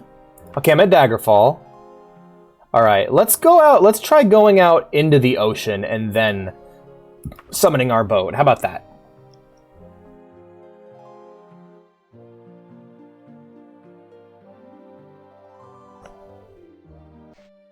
How did the boat sail go? Oh, it went fantastic. She just ran out into the ocean, thinking that we put her boat there. There we go. Let's go on horse. No, but it sounds sick. A gun made of bone? He says as it's, like, warping. I believe there's a psycho in the area.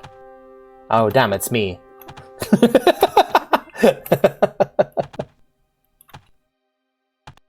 I can't tell if that's like a bugged... Yeah, that's a bug. That's a bug texture. Like, why is there just a big old block of white? Is there a glacier? Like, no, that's a glitch texture. So my question is, can I drive the boat? Or is the boat just a location I can go to sometimes? Ow. Ow. Alright, we'll just go ahead and patch ourselves up there real quick. What did Alex get up to on stream? Oh, he ran through the wilderness for a bit and then got onto his boat. The moon is failing. The moon is falling. Damn. And, like, the plasma weapon in question is, like, already blown open. Yeah, he probably, like, I like the idea of him, like, seeing an orc weapon and calling dibs on it and, like, picking it up and it just falls apart in his hands. But he just never learns. Every time he's like, I want it, and it's like, dude, it's an orc gun. It's not gonna fucking work. I want it, though. Okay, fine, here you go. This sucks, why doesn't it work? Because it's an orc gun! Okay. Let's take a look at our map here. I have a theory about what's happening here. Yeah, okay, so it'll return us to the nearest dock, is what we're learning.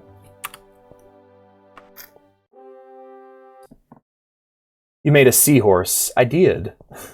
Oh yeah, the horse was still on the boat with me. Bubble checker.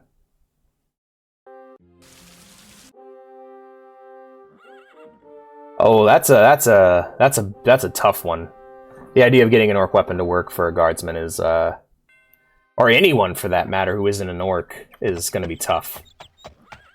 Because, like, the problem with orc weapons is they just fall apart once they get into a human's hands, unless there's orcs around. Which means they'd have to keep an orc around. Which isn't unheard of. There are, you could have a blood axe on the kill team. But at that point, why wouldn't the orc be using the orc gun? But hey, it's your story. You do what you want to do. Alright, well, I got my boat. I'm happy. Now we'll be able to get around the Iliac Bay much faster. Alright, we gotta go talk to Queen whatever... What's her name? Queen Abakai of Castle Daggerfall, my husband's poor grandmother. Okay. Let's hope that we can actually get what we need from here. I was attached to a commissar. Yeah, but they knew who he was. He was, like, famous among orcs. That's different. And that's also a very special scenario. That's the one example. I know, I get it, but that's because everyone knew, every orc knew who he was. He was infamous. He was the rival to the most famous orc in existence. Like, he gets to have his fucking claw. Like, the reason why the claw works isn't because he's a it isn't because he is a badass, it's because the orcs think he's a badass. They think he can use it, so he can. So, but that, again, a single orc believing that isn't enough. That's the difference. Old Baelai, you know? Old Baelai. That's a real enemy right there. It didn't just...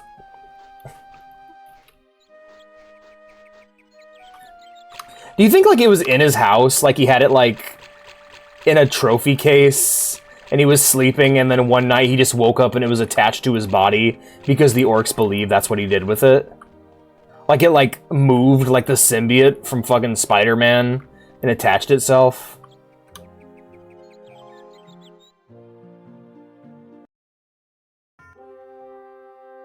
Alright, guys, we're gonna go meet with royalty. Whoa, hey there, can I come in?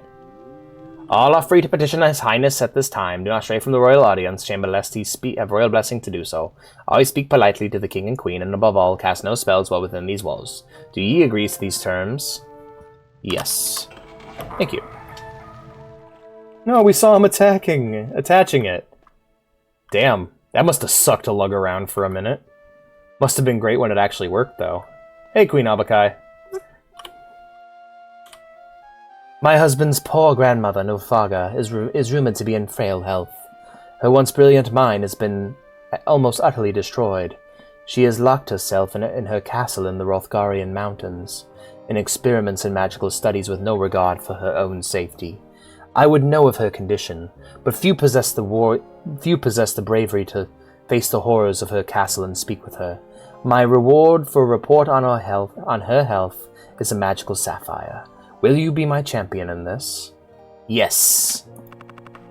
Oh. Alright then. He must have had to lug that motherfucker quite a ways then. But then again, he was tough. Stendar preserve us. I am glad to have found a champion. And the name of her castle is Shindungent. Shidungent. Really? In the Rothgarian Mountains. If she is insane, Shidungent must be maybe a very dangerous place indeed. Be very careful. May Kinnereth and Mara protect you. Thank you. Alright. Well, work's done here. Let's head out and let's go check out that dungeon. We gotta go look into the Queen's mother, Nulfaga. No, I'm good. Thank you. So I love how that's a dungeon, technically.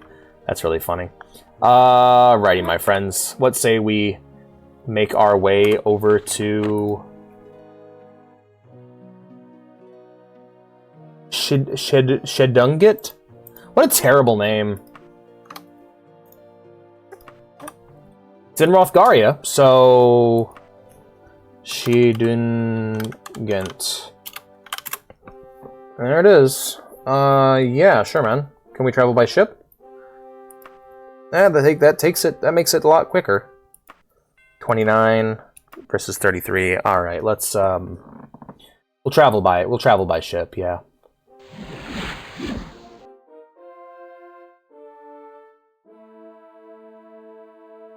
Man, I need to read more 40k books. I've been slacking lately, but every time I pick up a new 40k book that's been recommended to me, I have a really good time.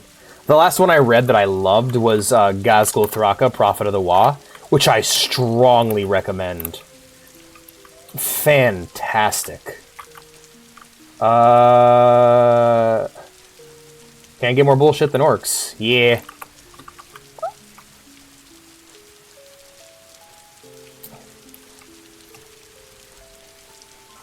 But no, like, Commissar Bale's a very special scenario. I keep seeing my cats moving around the house thinking it's Vea. Alright guys, let's explore this cave. Boom, boom, boom, boom, boom. Hello. You make some mistakes. Like, you picked the wrong castle, fool!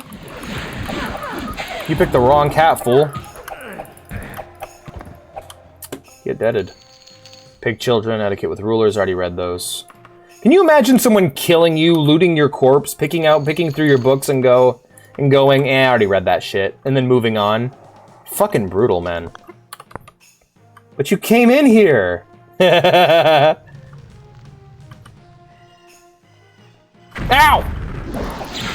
That hurt. You burnt my butt. Why are you all so hostile, man? I'm just coming to visit the Queen's... I'm just here to visit the King's mom. Oh, shit, I heard a... Hey, did you hear that door? I think there's a hidden door here. Hey, there's a hidden door here. You wanna check it out? Alright. So yeah, as you guys may notice, I am pretty over-leveled. Cool, that's good. It'd be really nice when we meet her. She's like perfectly sane and normal. Like, did you meet my grandchildren? Like, what? Oh yes, this is where I sent all of my illegitimate grandchildren. It's an orphanage. I teach them magic. One of them's a lich. Also, fuck me, it's a lich.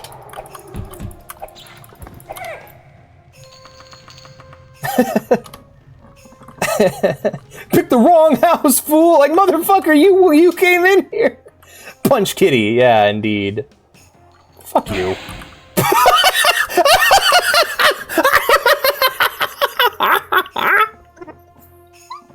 I love Daggerfall. Just kick that fucker in the head and send him down a well.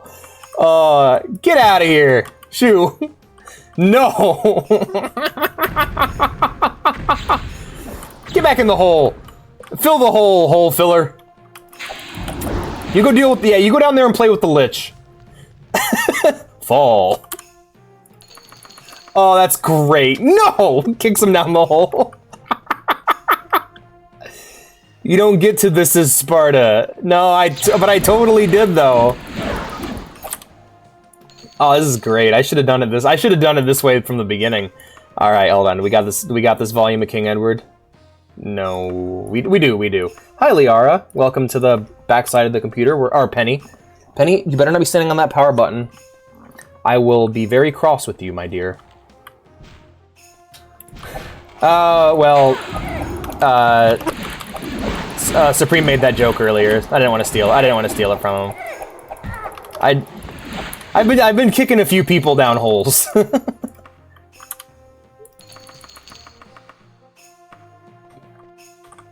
Oh.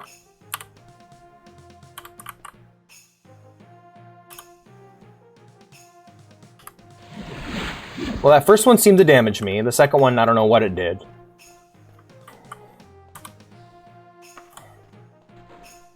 Just like the idea of just murdering my way through Nufaga's orphanage. Oh, hello, Lich.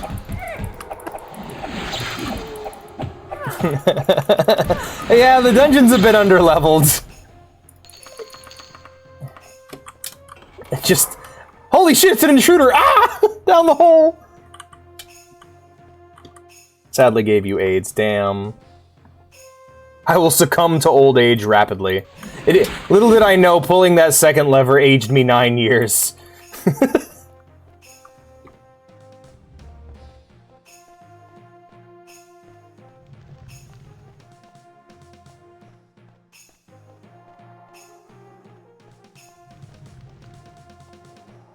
I remember hearing that I should have got... Oh. I remember hearing that I should have gotten a mark and recall spell for this area. Because apparently this is like this lady's a quest giver. I'm going to have to visit multiple times.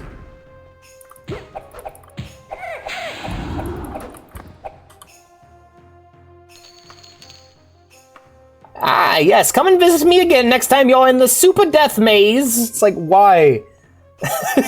Why do you live here? This is terrible. I'm gonna make this lady fight the Lich. Fuck you. Fight the Lich. There you go. Trying to kite them into each other. There they go. Come on. Fight. For my amusement. Yeah. I love infighting.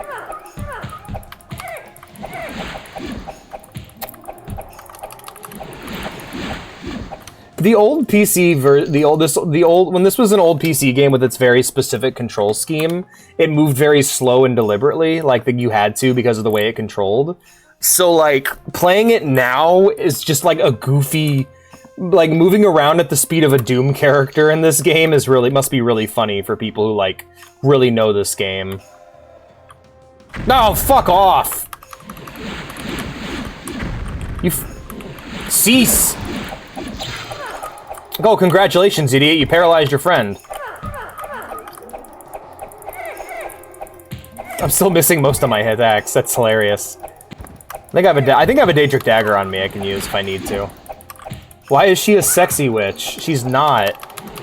Oh, no, it's because this was an RPG made in the 90s, so everyone is extremely horny.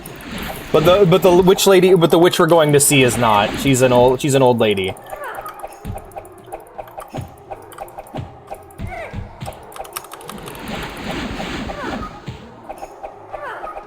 I hate you. Please die.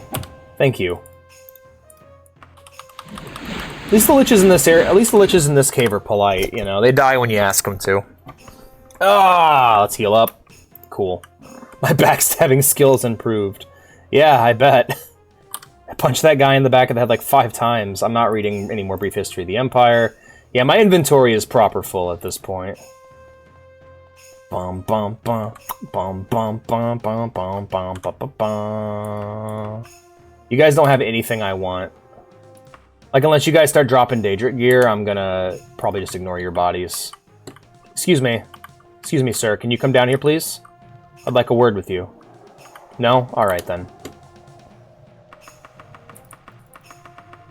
Would that be okay if she was a sexy witch? I wouldn't mind. Would that be okay if you came down here? Oh my goodness. Ow! Prick. I just wanted to talk, but now you gotta make this hard on everybody. I'm coming up there. No message before. Oh, yeah, hell yeah. So, yeah, go ahead and post that in the Discord. Beep, beep, beep, beep, beep, beep, beep, beep, beep, beep. Sniped. Right? Just fucking threw a fireball at the back of my head. Bro isn't fucking around.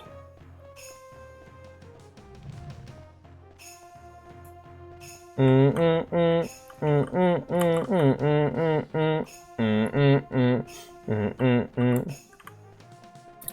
welcome to the Salty Spittoon. How tough are you? How tough am I? I beat Daggerfall. So, without any cheats. Right this way. Yeah, by the way, that's my way of letting you guys know I'm gonna cheat. I am gonna cheat like a motherfucker, because this game does not play fair. So we will explore until I feel like I've done enough exploring. And once that is done, we will just teleport to where we need to be. Ah, nope, you know what? You can go back into your closet now, Mr. Lich. I don't want to deal with you. I'm gonna be a dingus, yeah.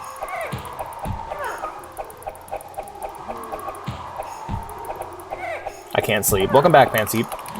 Hey, Panseep and can't sleep. That rhymed, so I drew. That's awesome. I'm happy to hear that. What'd you draw, my friend?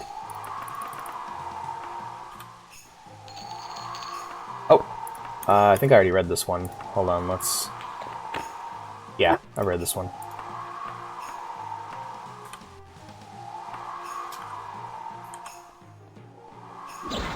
You missed me. I kicked a wizard down a hole a minute ago. Now I'm fighting skeleton. Now I'm fighting liches. Liches leave! Unlycanthropy. This one I don't think I've actually read.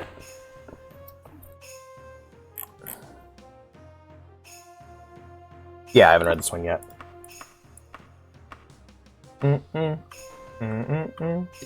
So I drew. Let me know what you think. Alright, I'm probably not going to look for a minute. I'm very locked in right now. I'm having a good time, so it will be a moment. Okay, I'll take a look here in a bit, guys. I got lots of arts to look at. Yay, happy day. You scooped the legs? I'm excited to see it. Hold on, let me... How am I doing on exploration right now? I'm doing good, I'm doing good. We're making good progress. Maybe we're making good progress? I don't know. I hope we find her. There we go. Luckily I was in lockpicking mode. Which is good to hear. The cat's on a roll, indeed. But I'm proud of myself. Alright, guys, I'll take a look at your art. Sorry. Sorry for making you wait. Alright, got a message request. Oh, shit. Nice! That's a cool design. I dig it. Yeah, why aren't we friends already? That's weird.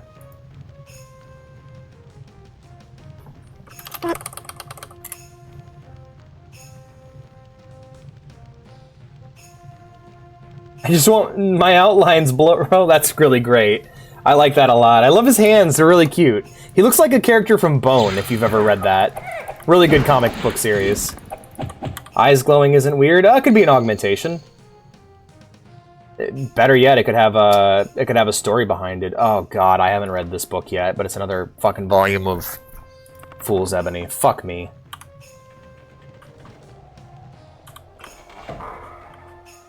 Aha.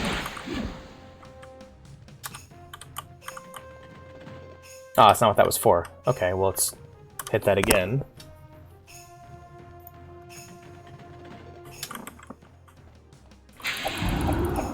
Ah, fuck that.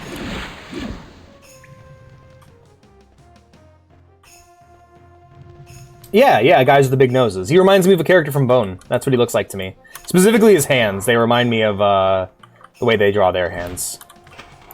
I love Bone. It's an honor. It's an honor to be compared to Bone. That's one of the best comics I've ever read. Brilliant. Brilliant comic. Of Yefre, I read that one already. We'll just take the money and go. Something tells me that this was the door that it opened. No. No, it was not. Mm-hmm. Yeah, some... Yeah, for real, same here. I love me some good thick outlines. Ironically enough, that was one of the things that drew me to Attack on Titan early on, is that in the first season, all the characters were drawn with these really nice thick outlines. Oh, you know what else had really thick outlines that I really liked? Super Smash Bros. On the 3DS. All the models had these like thick black outlines on them that really made them look really cool. Smash 4 had that on the 3DS, not on the Wii U version. The Wii U version was just the characters, pretty much. Oh yeah, absolutely. Brilliant. That's great. Hell yeah, Chemdog. Chemdog millionaire.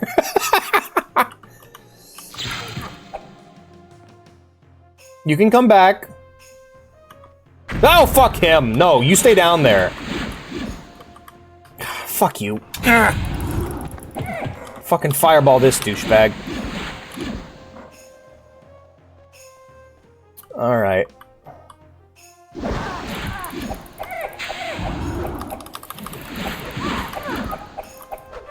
There you go. There you go, you've been deaded.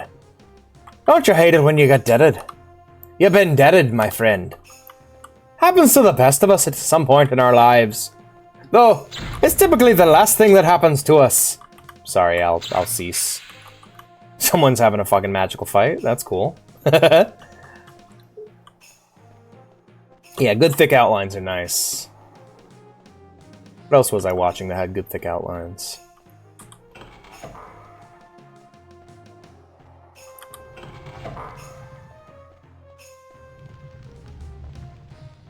But damn. That's not wine. That's fluid from an Eldar's adrenal gland. You're gonna be tripping balls. What?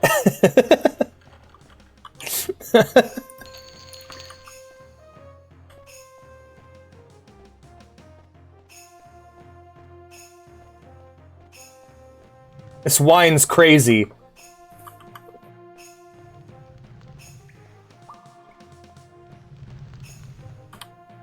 Fuck yeah, new drug, then just cut to him vomiting and sobbing.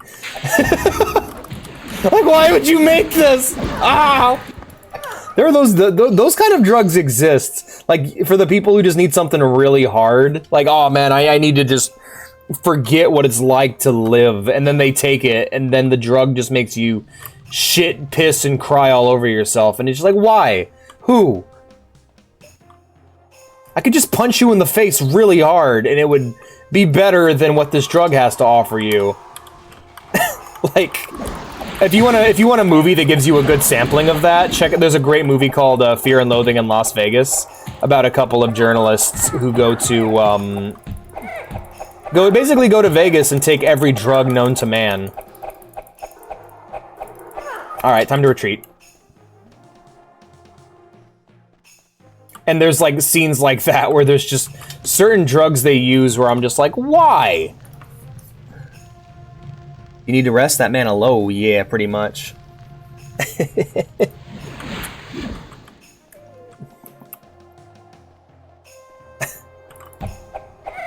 How's he doing? And you just hear screams from another room. You're like, he's getting better.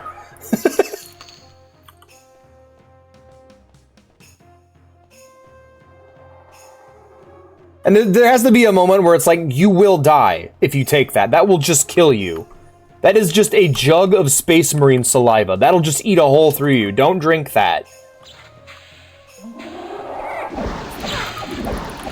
So glad I'm not a space. I wake up every morning thanking the Emperor I'm not a Space Marine.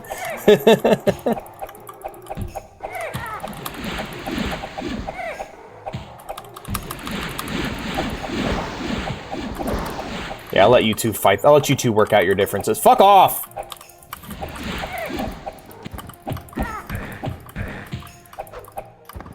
There you go, you're dealt with. I'll let you two work out. Fuck off! Not at birth. No, that would be too nice. No, they're very young, like... younger than age 10. They're child soldiers. Like, he tries to inject it and the syringe just melts. The tech priest has to keep outfitting him with different organs to let him ingest stronger drugs. And the Inquisitor's just like, yeah, it's up to him what he does with his stipend. I don't care. He's good at killing things. That's all I need him for.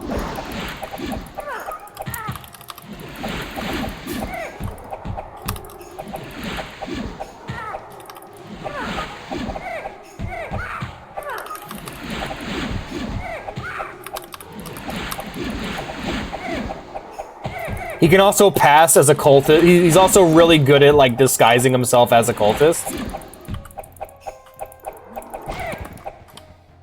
Like, he could probably infiltrate cults really easily because of his, like, hedonistic lifestyle. But despite all of that, he's still loyal to the Emperor. Honestly, like, that kind of character being on a kill team would be lovely. Meow, meow. Meow, meow, meow. Meow, meow, meow. Meow, meow, meow. Meow, meow, meow, meow. Hello, other Lich.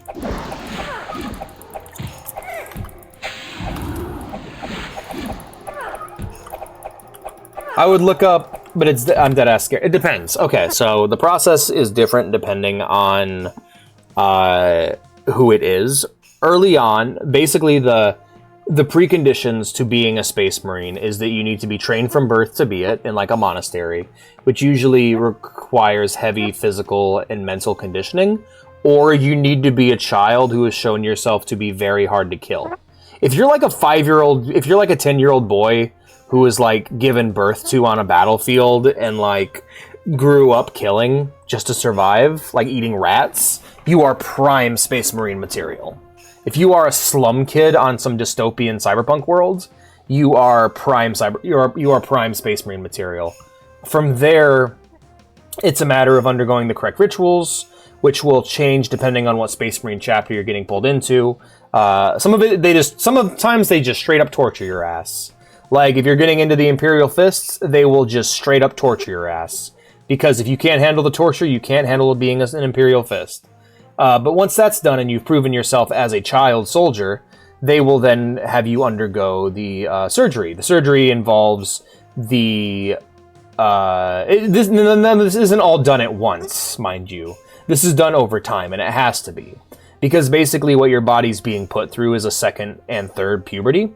So initially, they will place in the Laraman's organ, which contains the gene seed. What this does is it instructs you're reprogramming your genetics. It's a similar process to HRT, where your body will undergo the necessary instruction on how it needs to grow to handle the other organs. Next would come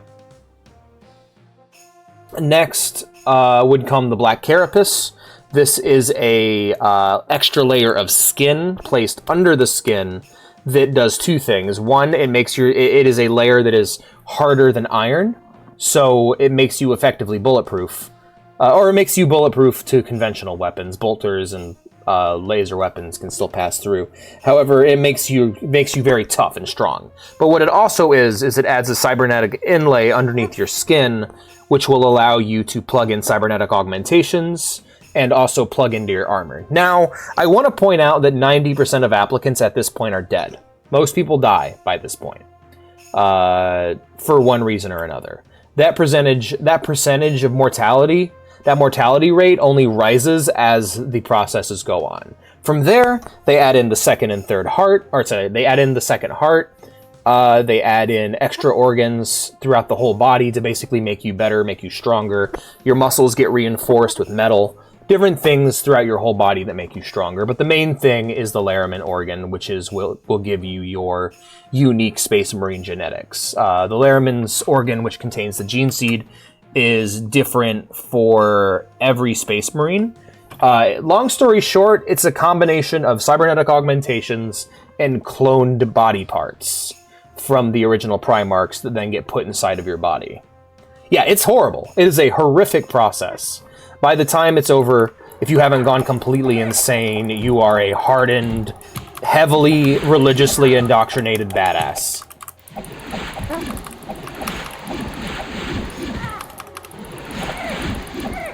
The good news is, if you want to be a powerful badass in 40k, then it's rare, but most normal humans or most fighting... You can be a super soldier without having to be a Space Marine. You can be a Tempestus Scion. You could be a Sister of Battle. You can be all kinds of things without having to be a Space Marine. Most normal rank-and-file troopers are powerful than most other super soldiers in sci-fi or fantasy settings. Please, the mana! Rest! I'm okay! Dude, I have so much. You have no idea how much mana I have. It's crazy. Alright, maybe I will rest. Maybe I'll listen to your advice. Rest, please, the mana! I think you're starting to get into this game, Fancy. Yeah, Space Marines have it rough. You know who else has it rough? Way rougher than Space Marines, I might argue. Normal humans. Just, you don't want to be in the 40k universe at all. It's a bad time. Unless you're like a planetary governor or like part of the nobility, you're gonna have a bad time if you enter the world of 40k. God, where is this old crotchety bitch? I can't carry any more stuff. I'm full on gold.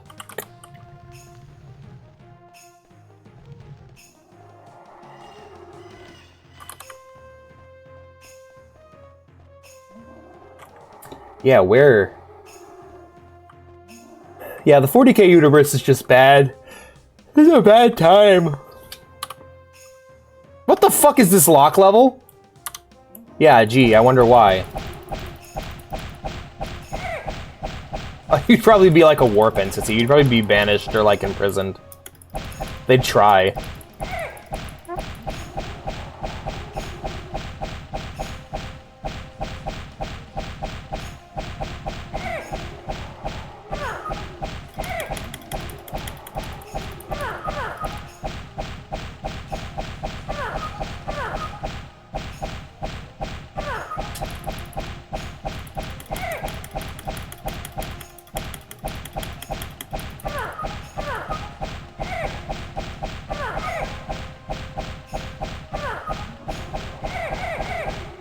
Jesus Christ!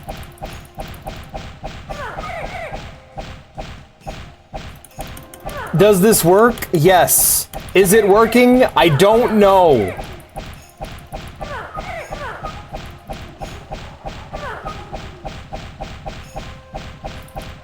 Welcome to Door Puncher.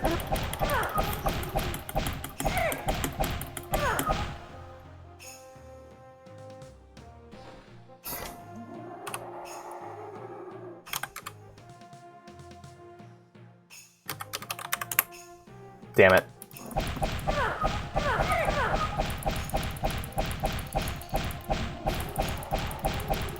I should have bought an unlock spell.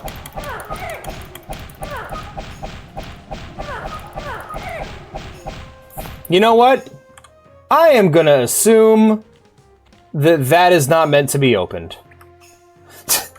If I can't beat it down, it's probably not meant to be opened. I will make peace with this notion and continue forth. Either that or I'm gonna find a key somewhere in the dungeon. Alex, I need to play, please. Once I saw that you can beat a door down with your bare hands. Fuck off. Fuck off, fuck off, fuck off, fuck off, fuck off. Pandora's door. Damn. Oh shit, I should have dropped my stuff off. Hold on a minute. Gotta go back to the door. Peak door gameplay. Adorable, really. Here, I'm full on gold. I need to fucking go and I don't know who I am anymore. I'm making too much money.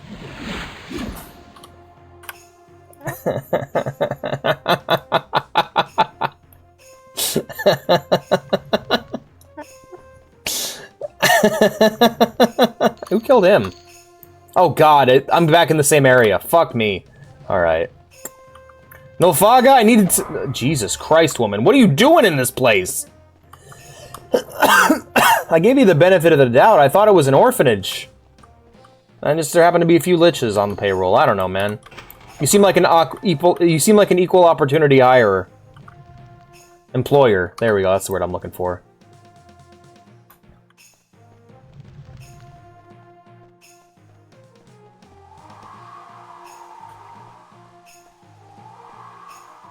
Right, well, whatever it is, it's not on the left side. I mean, I'm happy I'm finding new enemies. I can say that much. I just gotta get them against the wall. Gotta work them. I gotta work them over. Gotta work them over. Give them the old 1-2 skibbity-doo.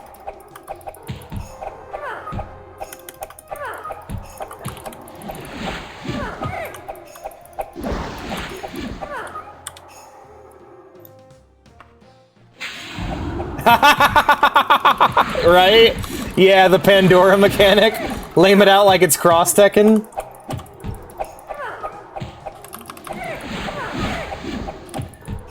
Sacrifice your teammate for more time on the clock. What a stupid fucking mechanic. Good lord.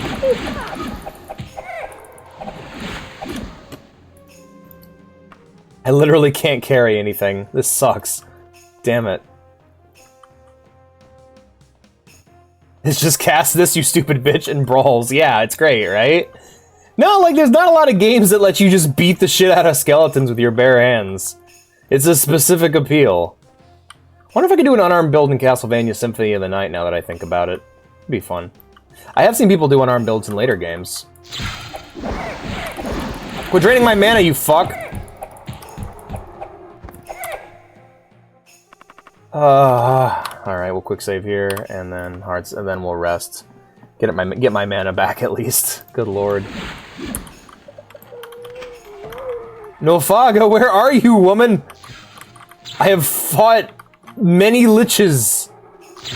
Why have you decided to shack up in a tenement building with 30 liches that all carry their phylacteries on them? Fall, no.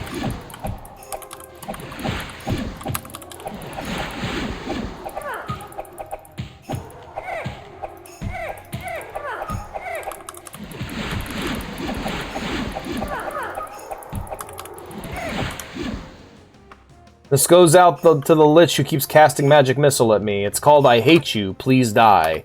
Great. Love this one.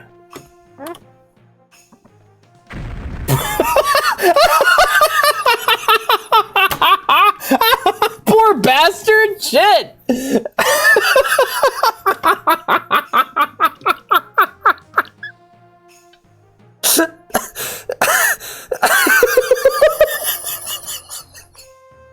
Just rounded a corner, and some poor fuck just gets exploded by a fireball.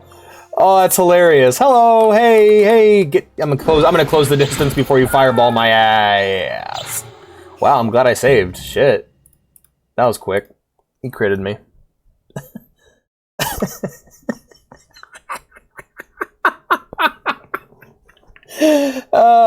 Quantum physics! Hey, Vintage. How's it going? I'm Rap Bear. Quantum physics. Hey, you survived. Good work. Oh, never mind. Poor fucker.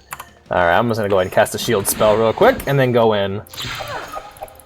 What's the magic made of, ding dong? Fuck! You know, these liches are giving me some trouble, man.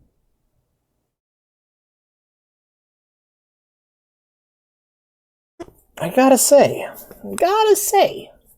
they're fucking me up, man. These liches are tough. Doing shit. Aww.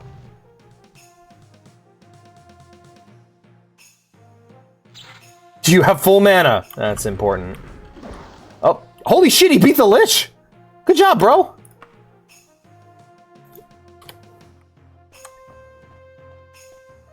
Hey, that's nice. I'm really happy to hear that. Good job! You beat a lich! That's oh, never mind. Any of you guys dropping Daedric? No? Okay. If not, fuck off the edge of my dick. Getting a sandwich combo, add butter. Hell yeah, man. Enjoy your sandwich. You've earned it. You worked hard today, my friend. Hey, there you are. Dualfaga! You better have something interesting to say, woman. I'm gonna lose my fucking shit.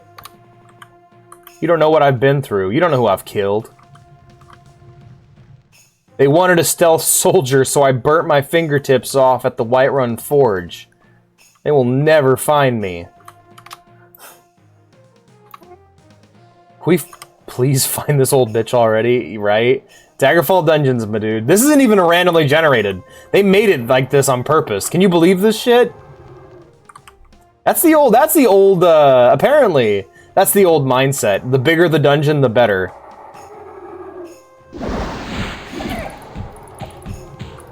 Is someone British with you? No, it's an old bit from a Let's Play channel I watched. Like, it's literally them talking about a guy they knew IRL. Like, it is the most inside joke possibly could get. You'd have to watch the same thing as me in that regard. Oh, fuck me. Just, there's this, British guy they worked with, this English guy named James Small, who had a hyper-specific way of talking. He was English, and also he had, like, a weird love for garbage Dreamcast games. Is this on the Dreamcast? Well, if not, fuck off the edge of my dick. Like, he was just a weirdo they knew at work, that they talked about. The line, fuck off the edge of my dick, is as stuck with me. At least my bread's gonna be properly toasted. King Edward Part 9. I'm sure my accent's trash.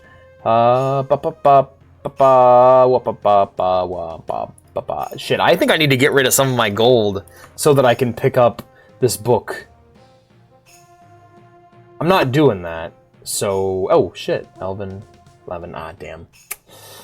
What are you gonna do? Give me that. Really? Me dropping 44 pounds worth of arrows isn't enough. God damn.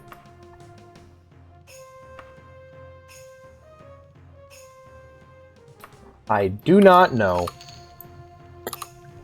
Where is this lady? Alright, well, I'm gonna rest in the moss room for a moment.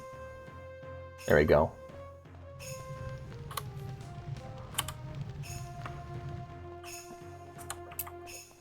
I'm putting my fist away.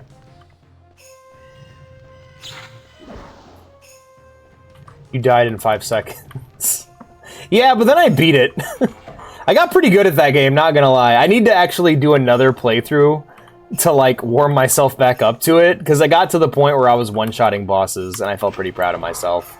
Then there was that big-ass bat who kept bugging out, and that I felt really embarrassed about that, because like, there was that boss, and they're like, oh boy, he's gonna be on this for hours, and I fucking beat it in one shot. That game's combat is really honest, is the way I describe it. Pleather for breakfast. Like, it's from No More Heroes, right? Yeah, it was a No More Heroes 2 song.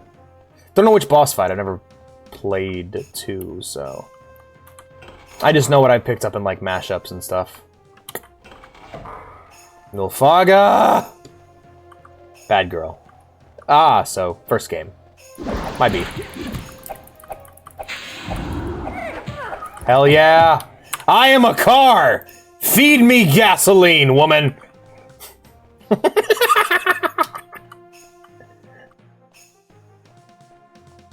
Feed me your firstborn! I will convert him into fossil fuel!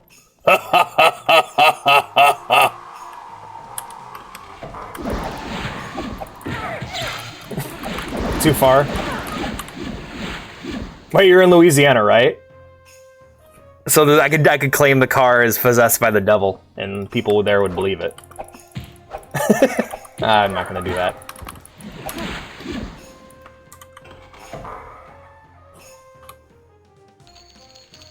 No, you can turn into a vampire. I actually almost became one earlier, but I just cured it, because I have a cure disease potion. Yeah, probably. Alright.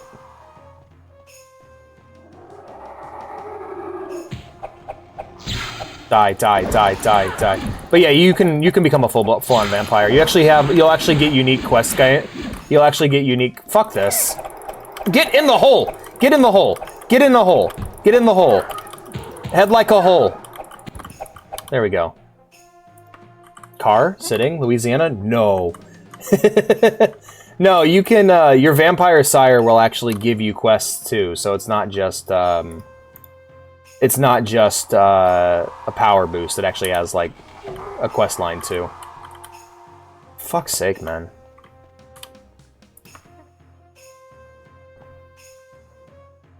Oh, yeah, RE7. That's your connection to Louisiana, I guess. Mine is, my family living there. I had some family that lived there for a bit. When my grandma was in the Coast Guard, she was stationed there for a bit.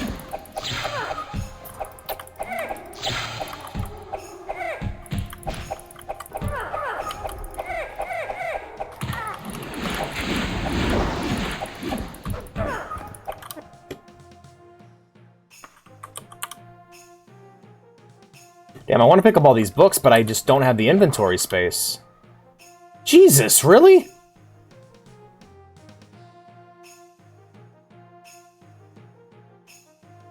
God, like, the rest of Fool's Ebony is in this fucking dungeon.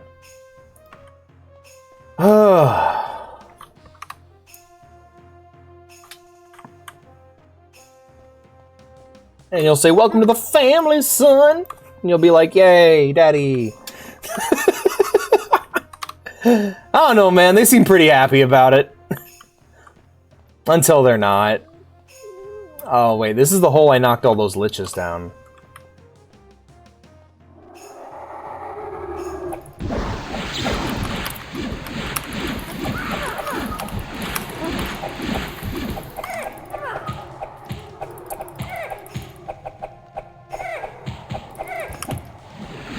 Hello.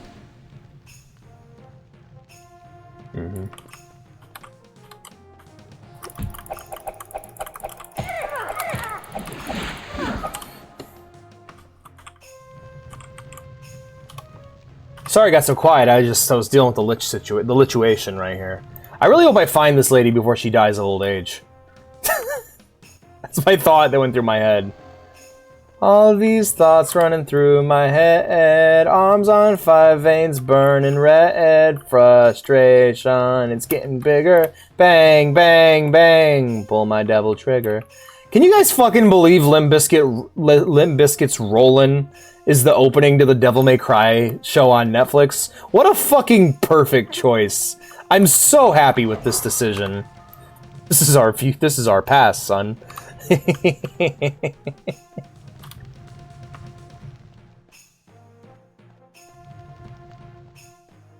Chocolate starfish. Oh man, the song I do on karaoke because I think I can do, because I love doing my Fred Durst impression. I was gonna say because I think I can do it well, but that's not true. I just like doing an impression of Fred Durst.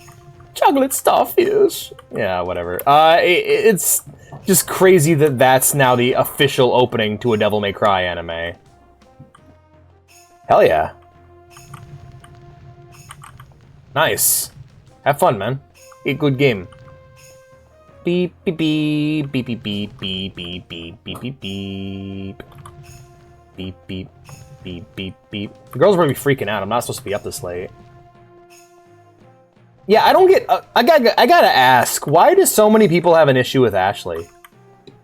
Just move. Put yourself between the enemy and them. Be used to moving often. You can't, like, the game doesn't let you move while you shoot, so you need to be moving and shoot, like, alternating. Brother was on a mission to have me lose my streak today. You didn't. Good job, my friend. I don't know, man. I don't know what to tell you. I just never, like, every time I play RE4, I have no issues with Ashley. I don't get where that, like, that is a normal complaint, and I'm just like, I don't know, man. I just keep an eye on her, I guess. I upgrade my health, and then on the next playthrough I upgrade hers, and then I just, I'm teleporting to the entrance. Fuck this. Tele to Q marker. Oh, fuck off! Are you serious? No quest marker, huh? Fuck. Oh, that's... Fuck off. I mean, I'm still finding new doors that I haven't opened yet, so... Oh, no, not at all. I don't mind.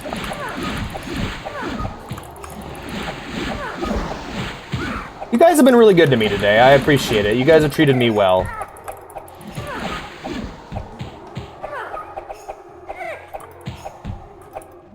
Oh, God, that section.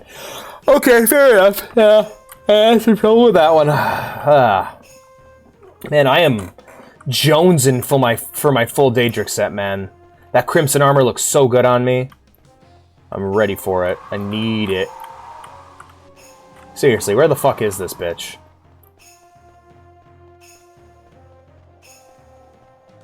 Okay, door I haven't opened yet. Hello.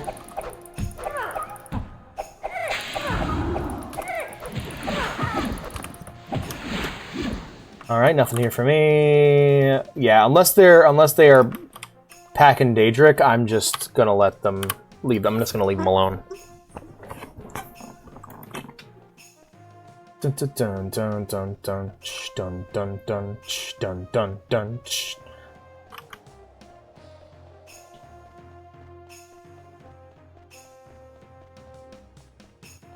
I'm gonna lose my fucking mind. Where the fuck?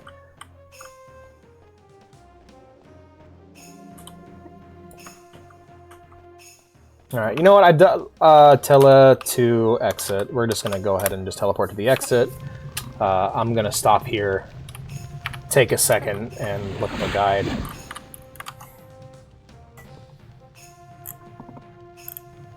Alright. Travel through... Once inside, immediately ahead to the north is a door. Beside it, the walls adorned with a tapestry bearing the colors and crest of Daggerfall. This is the entrance to Nufaga's throne room, and unfortunately the door is magically locked. If you lack the ability to cast open spells, you must find an alternate means of entry. The most obvious way to get into the... You know what? Do I have a time limit on this?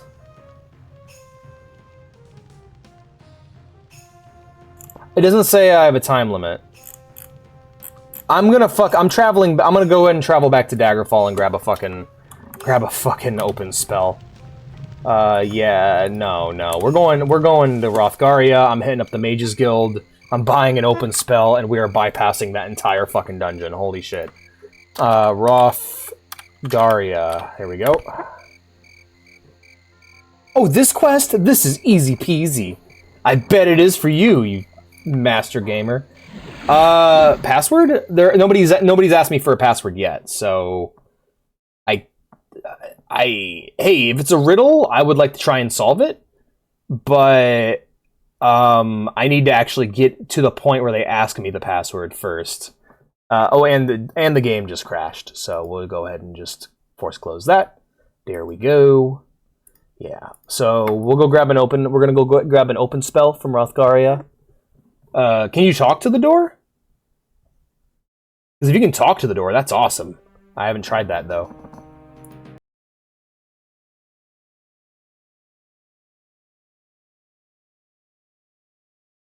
Oh, death, won't you spare me over for another year?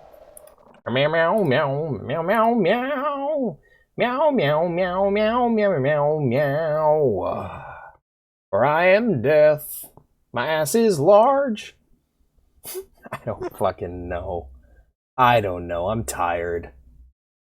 I'm gonna drink more of my Red Bull. Beep, beep, beep, beep. Oh, I am death. Hey, that's pretty good. Oh.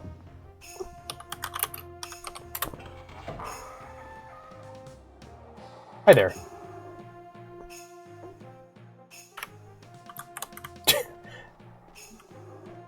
I also knew the password. I remembered it from a review I saw. You win. Yeah, that was... Well, you gotta tell it to shut up. That's hilarious. Also, that looks like a penis. Nilfaga, I hate your fucking Lich Cave. And apparently hates me too. I'm showing up with the fucking powder and marrow of liches on my knuckles, woman. You better speak, and speak clearly.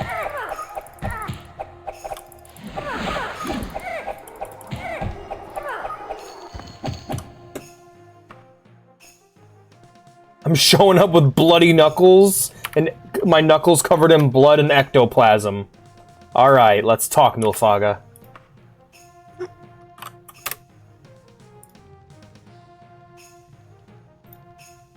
United through thoughts and counsel. United thoughts and counsels equal hope and hazard in the once glorious enterprise joined with me once. Now misery hath joined in equal ruin. Eternal, eternal ruin. I tell the door to my soul to shut up. O my child, why wouldst thou not listen? Thy ear, thy glorious mortal face, thy throat and thy arrow. Oh, the misery. You leveled up pretty good for this. Yeah, I'm level 20. I'm pretty maxed out.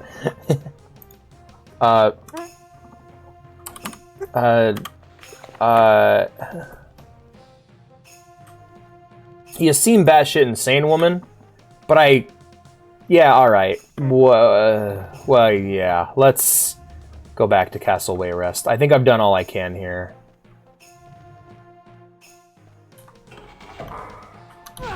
Fuck this. I'm not even gonna bother. I'm just leaving. Nilfaga, this place is a death trap. Get out of here, girl. You deserve better. We are gonna need to stop by Rothgaria still, though. She's more sane than you are. You think so? Probably. Probably. But is she more sane than Bullet? I have yet to see men outsmart Bullet. Actually, before I leave, let's save. Let's shake. Let's save. I need to get my hands on that text-to-speech, man. Yep. Travel by boat. Yeah, travel by boat down the Rothgarian mountains. I mean, she got the fuck out of Daggerfall. That's fair. To be fair, I don't think she could handle it. Her son's fucking ghost screaming for vengeance. Probably the right call to get out of there. Hey, Penny, what are you so upset about? I hear you singing your Penny song. A song of suffering and smallness. You okay? You upset because it's snowing outside and you can't go out and eat the snow? Poor Penny. She tries her best, but she's only 2 years old. She's got a little brain. I love my cat. Penny's such a good girl. No, I'm good, thank you. Right. Well, here we are in Rothgaria. I can't remember why I came here. Oh yeah, I wanted to hit up the Mages Guild. Here's my friend the cow. Hey, we got a Mages Guild here. Excellent. You're probably going to tell me some dumb bullshit about how I got demoted, right? No? Alright, cool. Thank you. Thank you for having the restraint that no other guild here has had. I don't like the creepy wall faces. Hello, you got quests? What do you got? You got spells. Thank you. I will take some spells. Open. Take that. Yes. I will also take...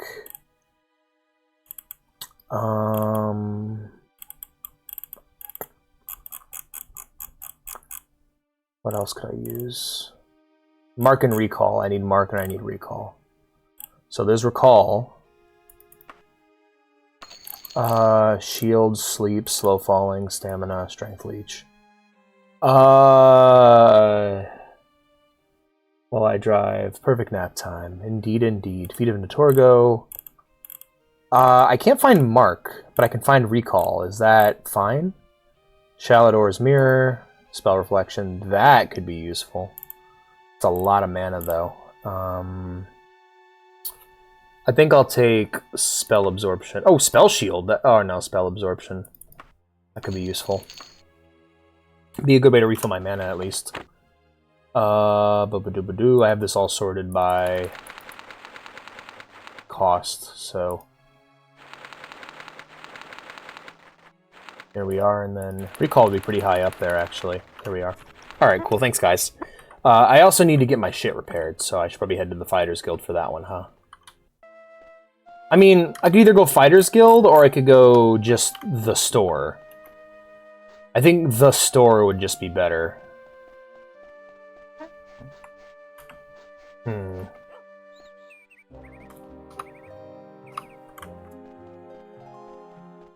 Yep, we're back at we're back in town, and we're just doing some shopping.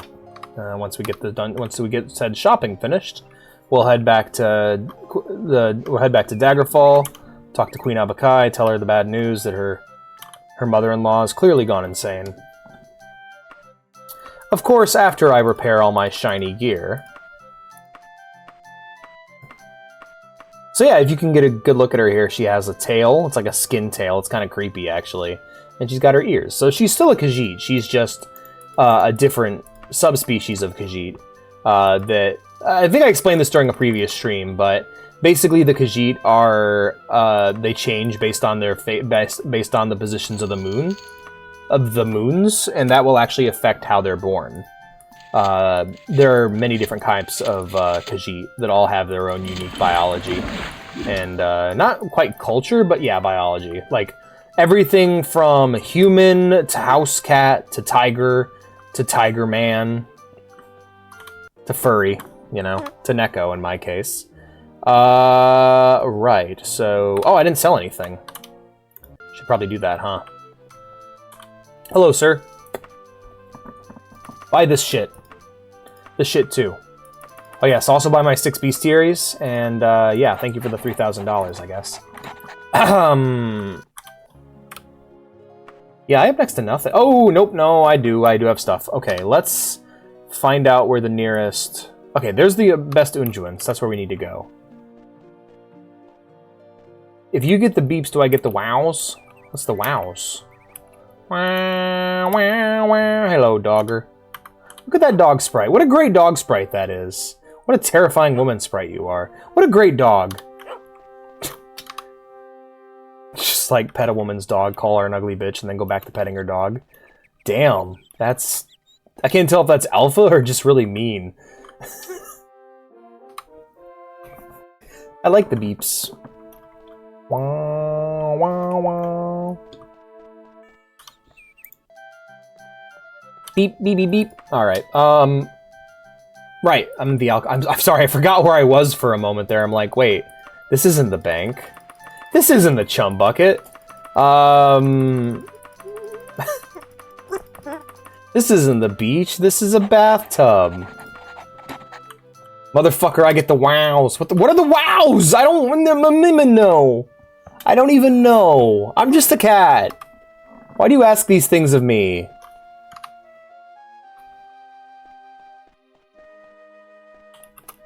I'm just a teenage cat. Doesn't quite work out that way, does it?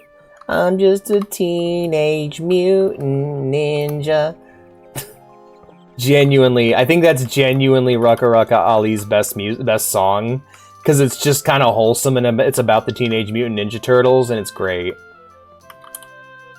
And it's not like uncomfortably racist.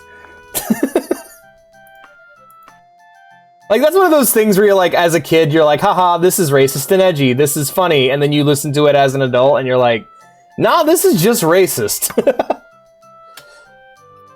Oh, man.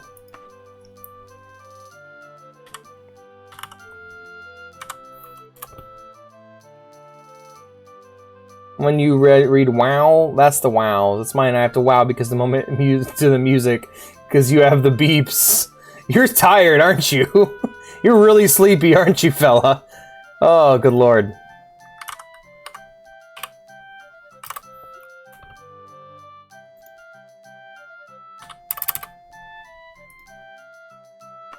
Three zero zero 20000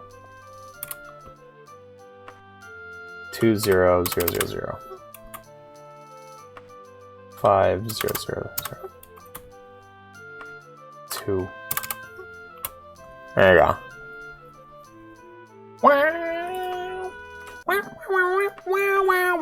I'm doing it on purpose now, I'm sorry. I apologize for my transgressions. Where are we going? Daggerfall, right? Yes, Daggerfall. The daggers when they fall. I don't know, I didn't play it.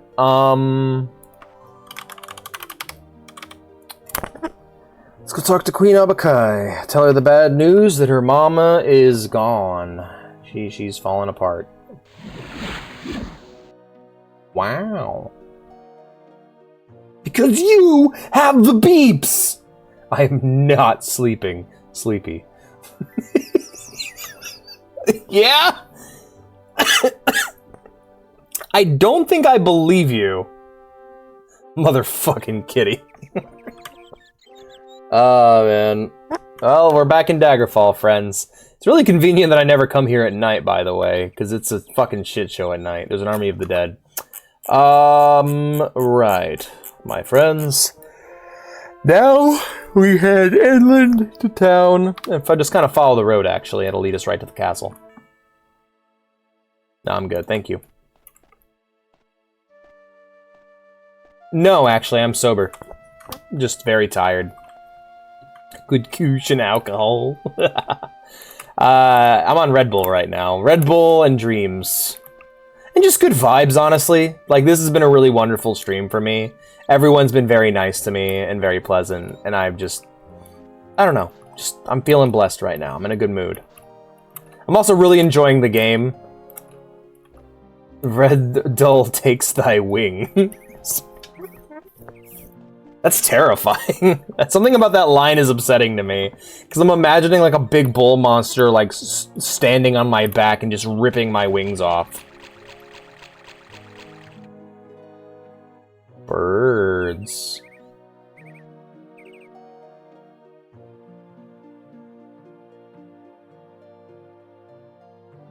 Anyway. The parentless house. You wrote Rebdul. Not even Red Bull, it's Rebdul. I read that as Red Dull. Like the idea that it's just this evil version of Red Bull. Hey, can I come in? I hear a zombie. Did you hear that noise? It's creepy, man. Oh. Lady Bridwell. Gwenora, Bedvere, Garecroft. Okay, you guys are generated. Queen Abakai, my lady. I confess I doubted I'd ever see you again. Your news that Nothaga is still among the living does my heart much good. Here's your sapphire. Thanks. I'm probably gonna go sell it. Later. You beat the hey man, you beat the parentless house. What can I say? Oh shit, yeah, I did beat the Orphan of Cause. I should probably post that somewhere, right? My first attempt at that fight, I beat him. Like, I'll be honest, it's a lot less cool than I remember it being. It's a lot of back dodging and, like, very careful gameplay. I thought it was... you bum ditch. Yeah, you bum ditch is good, though. I like that. But no, yeah, I totally beat Orphan of Kos on the first try. I rewatched it, and I remember it being a lot more intense than it looks like. Because what I was basically just doing is... I would just backstep around his hitboxes, let him finish his combo, and then beat on him for a minute. And then, after he hit me once, I would use, like, 3 blood vials, wait, back up, let him do his combo, and then beat on him. Like, I played it super cowardly. I was actually kind of shocked when I rewatched the footage. I did record it, though, so I should probably upload it sometime. That'd be fun. It was a really happy moment for me, honestly. I'm like, yo, this is that shit. People talk about this fight as being broken. I wanna make sure that I can do this. And I did it. I didn't know I was gonna beat it my first try. Alright, receive a letter from Queen Abakai. Visit her at Castle Daggerfall, learn what she wants. Go to Castle Necromogan to recover some missing letters.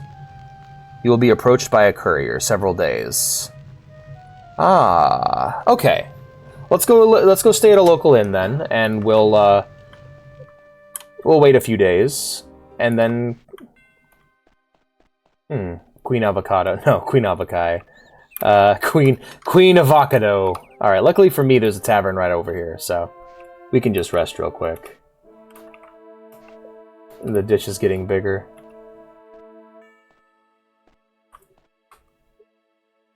Yeah, it took me a moment. I'm like, did Pansy realize what he just did? Uh-oh. Whoa. Whoa. Yo, Mr. Dunmer. I would like a room for 7 days. Thank you. Yes, 23 is a bit rich for a room, but... Why does every inn have this? It's that weird little outdoor area. Like, why? Every inn I've been to has this. It's the pee area. It's where we go out to pee. Right. What day is it, actually? It is 7:47. Alright, 7:47 in the morning. Let's rest for 24 hours. We're gonna rest for 24 hours and head outside and then do it again. I would like to see the sun. Yeah. You just go out. It's like that Anthony Hopkins movie where he's like a fucking mental patient and then, like, he ends up, there's a fucking yard where they just get to walk outside, and it's just like that, where it's 4 walls tightly, but they get to look up and see the sky. That's what it is. That's their yard time. Fucking inhuman, man. Sorry, I really like prison movies. Like, there's some of my favorite movies are prison movies, just because the genuine, like, because you don't need to make shit up for prison movies to be terrifying. Play the darkness, like the first-person shooter. Yeah, man, I was planning on it. I don't know, Halloween or sometime, or whenever I get a system that can run the damn thing. It's a fucking console exclusive. I don't want to play the 2. I don't want to play Darkness 2 until I've played 1 yet, you know? The Arms of Darkness. Yeah, the cool tendrils. Your fucking Venom symbiote powers. I remember seeing, like, the fucking symbiote tendril arm in the Venom trailer and just thinking, oh, it's the Darkness. Cool. Neato.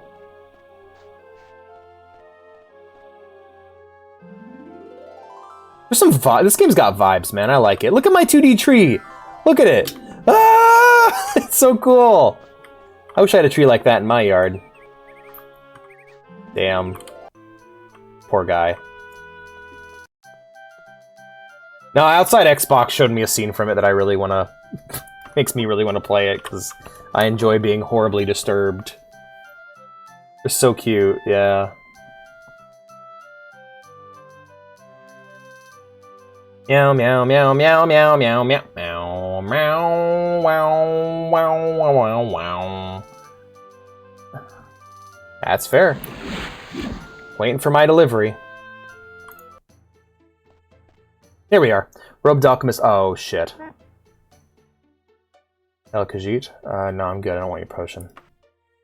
Waiting for a letter, actually.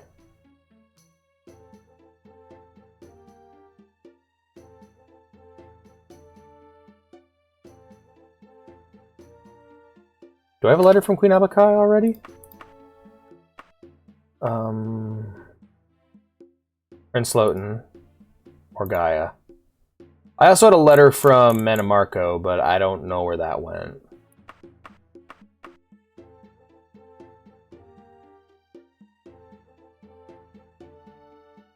Yeah.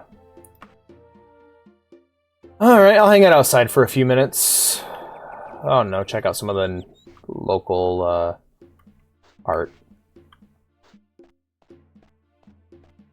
I like Daggerfall. This area is nice. Beep beep beep beep beep beep beep beep beep beep beep beep. So many Bretons though. Not enough cool fantasy races. Like I like this guy. You know how special this guy is? It's like he's a fat Dunmer. I cannot think of another fat Dunmer in the entire series. But he's one of them, and that's awesome.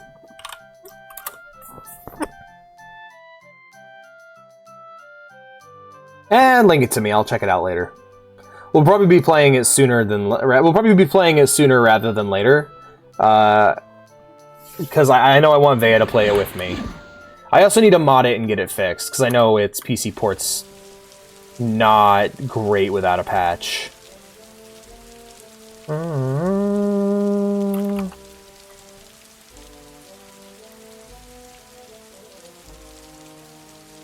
It says several days. So I don't know how many days that is.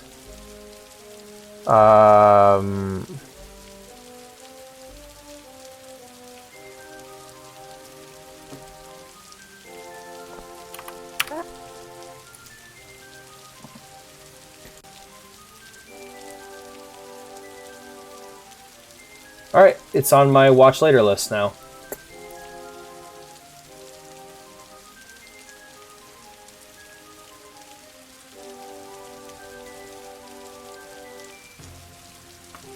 Yeah, that's kind of a bummer, by the way, that's... Do you know how long... Like, I was waiting... Like, I was following a group of people that waited so long for that game to come out, and for the takeaway to be, don't play it, is a bummer, man. It's bad. But, like, the first one's bad. By the way, have you played D4 yet? I've played and beaten D4, but I haven't touched Deadly Premonition. D4 is good. It's just a time waster. Oh, is it like D4, Dark Dreams Don't Die. It's a spin-off game in the same universe. It feels like a parody of a Telltale game. That's the way I would describe it. It's really cool and weird. It's also a Kinect game, but you can play it on PC with a mouse and keyboard. So it's not a Kinect game. It's weird and cool. Kind of like Deadly Premonition. Yeah, it sounds like it's a, I don't know, when you say it's a time waster, my first thought is Shenmue 3. D4, Dark Dreams Don't Die. You can find it on Steam. Here we are. Stalwart young woman wearing the livery of Daggerfall presents you with a letter. Turning sharply, she mounts her horse and rides away. Thank you. That's what I needed. I was waiting on that. Dear Feline II, I need your assistance once more. Your valor and discretion were invaluable when you last served me in the matter with Nilfaga. Please meet with me at Castle Daggerfall when next you pass through. Abukai, Queen of Daggerfall. Hell yeah! Got another audience with the Queen. Let's go talk to the Queen. Oh, Queen! You're no Baron Zaya, but I mean, I don't know. Good news, I bought a game. What'd you buy?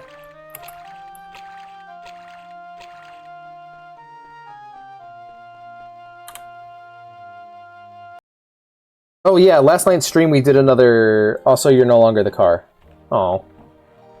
Damn. Oh. Yeah, of course. Yeah, I hear a zombie. I hear a fucking... I hear him.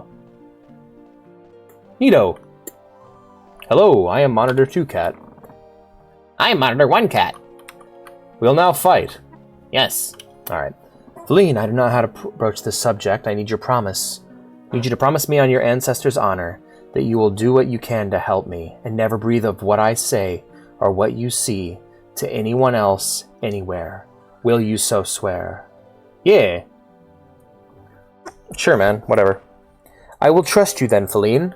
The matter concerns my mother-in-law, the Dowager Queen of Daggerfall and widow of Lysandus Minisera. As mistress of the household finances, I have noticed that she has been paying for the upkeep of a fortress called Castle Necromagon, complete with a large platoon of soldiers. A short while ago, she has disappeared with a wrapped parcel of papers and came back days later with empty hands. She has recently left again with another parcel of letters, and my spies have verified she has gone to Necromagon. Castle Necromagon. You will have to trust that my suspicion of her activities is justifiable, for I am not in a position to offer proof. What I need for you to do is go to Castle Necromagon and find that parcel of letters or any other information about her activities there. Good luck. Concede. I could have swear I heard of that before. Alright, well, onwards to Castle Necromagon. It's only 3 days away, so that's good. We'll go ahead and save our game here.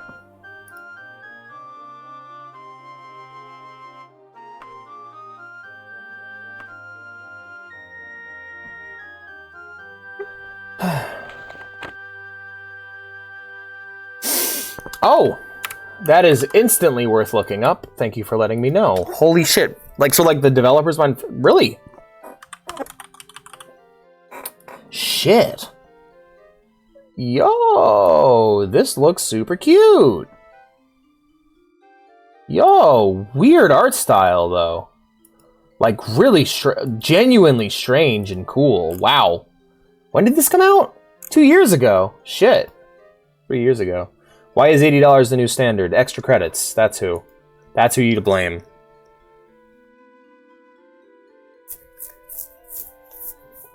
It's probably 80.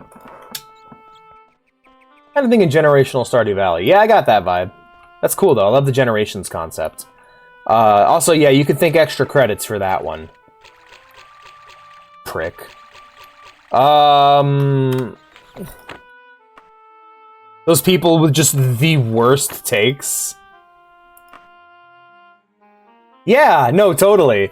They made a video about how games should cost $80, and then like 80 fucking extra credits is just the king of bad takes. Just the worst takes I have ever heard on games. To the point where I genuinely would love to sit down and parse through their library and just find the craziest, batshit insane opinions. Also, from extra credits, is You shouldn't be allowed to play as historical factions in historical games because it might upset somebody.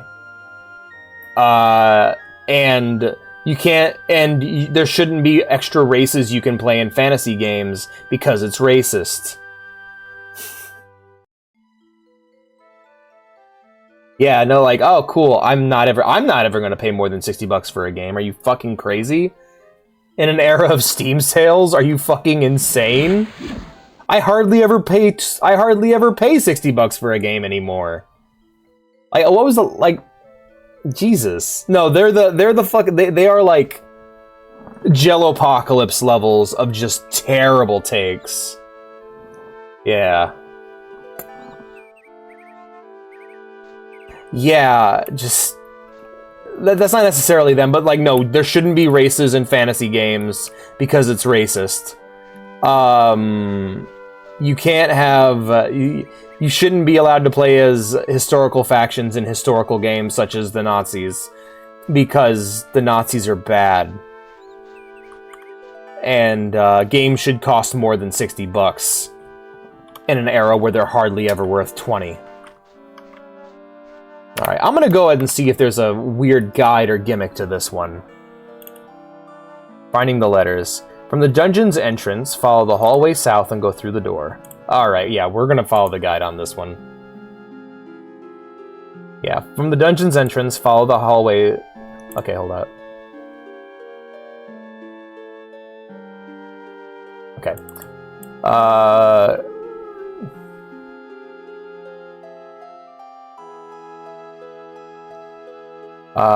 Dungeon's entrance, follow the hallway south and go through the door.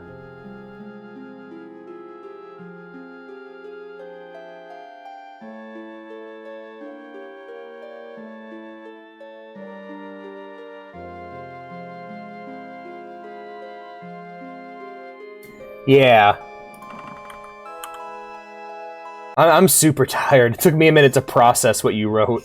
Sorry. Go south, vampire. Hello, vampire. Welcome to the south. Welcome to the family, son! I'm just gonna take gold. I ain't fucking with nothing else. Alright, head south and go through the door, it said, right?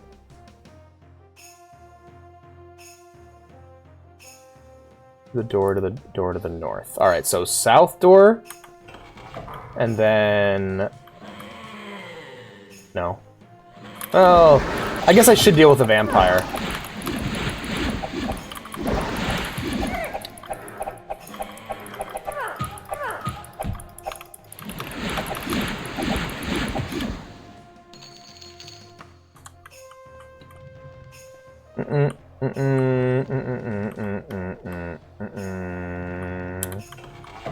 Alright. Next stop. Turn right and head up the eastern corridor until you reach a large room with 6 smaller rooms. There are several treasure piles in this room, one of which will lock the door if the area you've touched. To unlock the door, pull the lever near the door to the southwest. What the fuck? Okay, let's break this down. Turn right and head up the eastern corridor until you reach a large room with 6 smaller rooms. That we'll start there.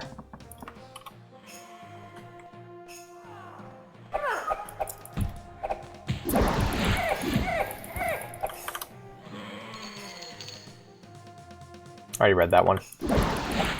Good story, by the way. Most of these I've read and are good. I do enjoy the books in this game. Except intelligence. Yeah, I'm working on that one. That one's tough. There's no enchant to increase that. Yeah. Well, her last like 8 levels are going to be just increasing that.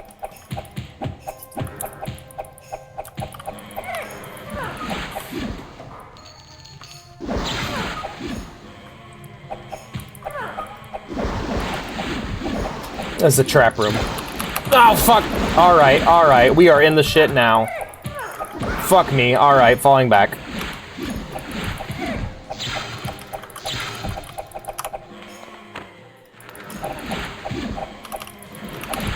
Oh shit, I'm keep casting spell absorption. Belina's Balm. Got some spells, motherfuckers, I'm out of MP!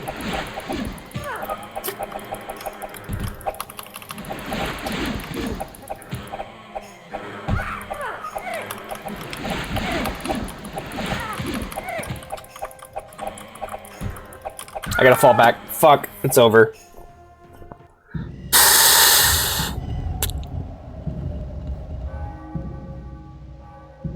Yeah, welcome to level 20, right? Holy shit. Whew! You ain't touched her in so long, you and Snow White and Snug the Boast. What the fuck are you talking about, Panseep? Holy shit, that's horrible. That is the worst interpretation of... Oh, Jesus, that's awful. That's pretty good. That's awful.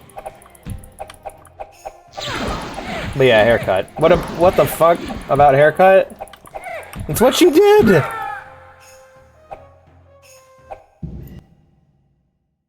Oh, nice. I'm glad you got a haircut.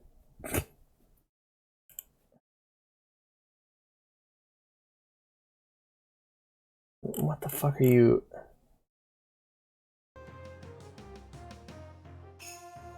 Welcome to the family, son.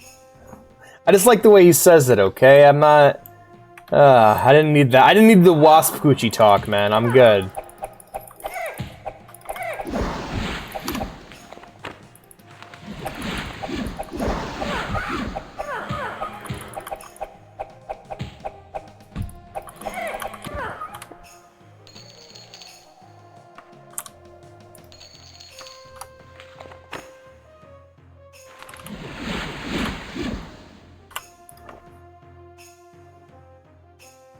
But yeah, haircut. Well, good on you, man. I'm currently taking minoxidil and using DHT blockers. So I'm growing in. Basically my head's growing a bunch of extra hairs. I'm waiting till spring to cut it, pretty much.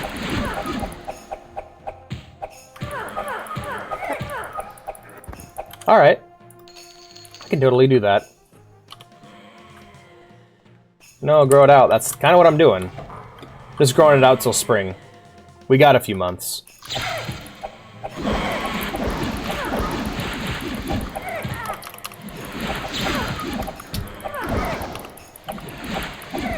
I'm sorry, not spring, summer. I'm waiting until May. I'm gonna trim it in May. Jesus.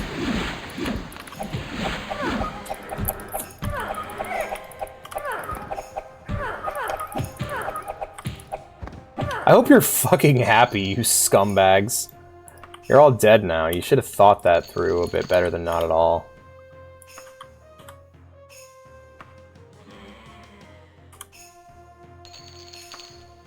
Give me your money. I went full Mr. Krabs there for a second. Become a shaggy kitty. Oh yeah.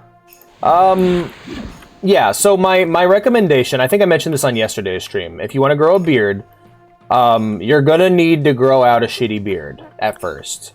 Grow it out as long as you can and then trim it. And then long as you can and then shave it. You need to basically keep growing it out as far as you can and then shaving it in order to turn your blonde hairs into your dark hairs that will then start to look like a decent beard. Right. So, let's stop right here and read the next step of the guide. There are several... One of them will lock the door. To unlock the door, pull the lever near the door to the southwest room, which is one of the possible locations for the letter.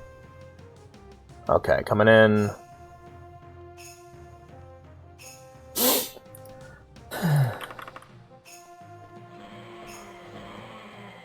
Alright. Fuck me! Oh, god damn it! Shield up. Spell absorption up. Belina's Balm.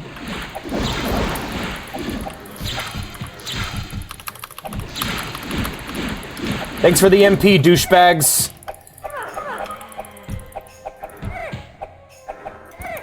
Yeah, we all be getting that. Yeah. You know what, actually, genuinely, you know what helped me grow my beard out? And this is such a silly little story, but sometimes all it takes is one cool guy. One cool guy that you look up to having a beard is enough for you to give it a try. So, I got fired from my job at Walmart at the time. And I'm like, you know what? Fuck it. I'm buying a PS4. I'm buying The Witcher 3. I've been wanting to play this. I was going to build my PC first. but god damn it, I just really want to play The Witcher 3. So I bought my PC, I bought The Witcher 3, or I bought my PS4, I bought The Witcher 3, and I started playing The Witcher 3. And before I would shave every day. I'd just run the razor on my face and I'd shave every day. And then I just didn't.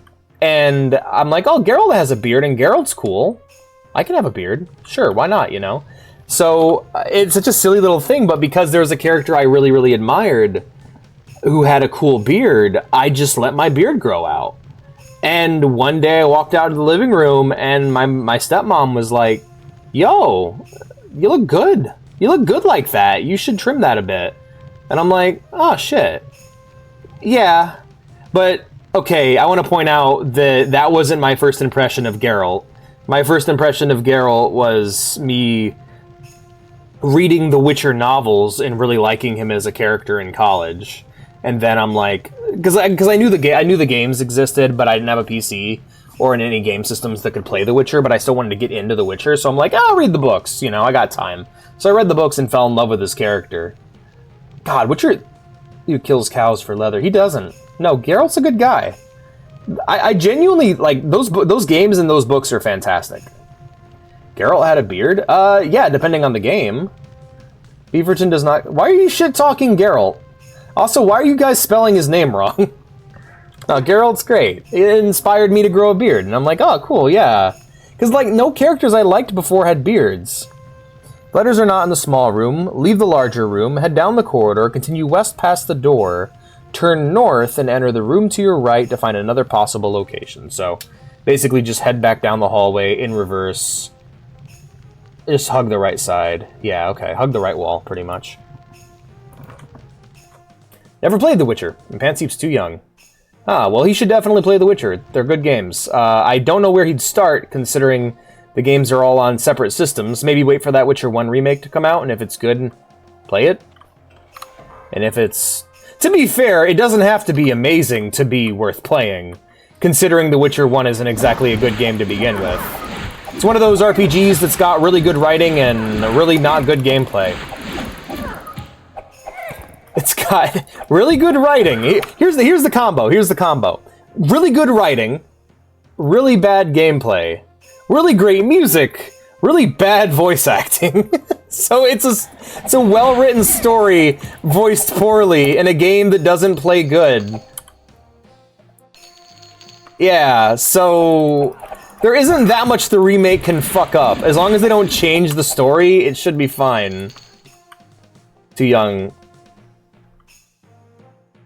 They're all on Steam, yeah, but he doesn't have a computer, so... I should stop doing what I'm doing and actually look at the guide. Okay. Leave the larger room, head down the corridor, and continue west past the door. Enter the room to your right to find another possible location. So, another possible location could be right here on the floor. Maybe? Holy Tome, Potion to Teleport, Steel Broadsword. No, I mean, I'd recommend it. It's a damn good fantasy series, and it's very fun.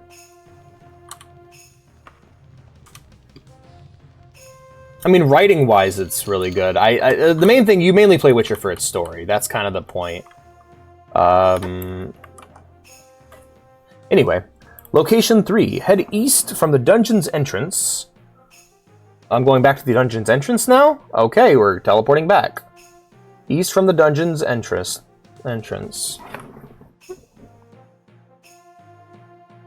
Yeah. To be fair, I'm just saying you should play The Witcher because it's a good game, or you can just watch me play it. Like, I'll be honest, I don't think The Witcher 1 is worth playing. It's worth experiencing, not really worth playing, if you catch my drift. So, watching me play it might actually be a better way to enjoy it. Okay, so, head east from the dungeon's entrance to go through the door in front of you, jump or levitate over the pit on the floor, and continue until you come to a four-way intersection. Continue straight past the intersection until you reach a wall. Look at the ceiling above the pile of bones to find an opening. Climb the wall or levitate through the opening to reach another possible location. Okay. I love that levitation's always an option. That's really cool. Alright, and now we're gonna climb the wall. Hey, there it is. The letters are badly burned, but some words can still be read. Let's read them.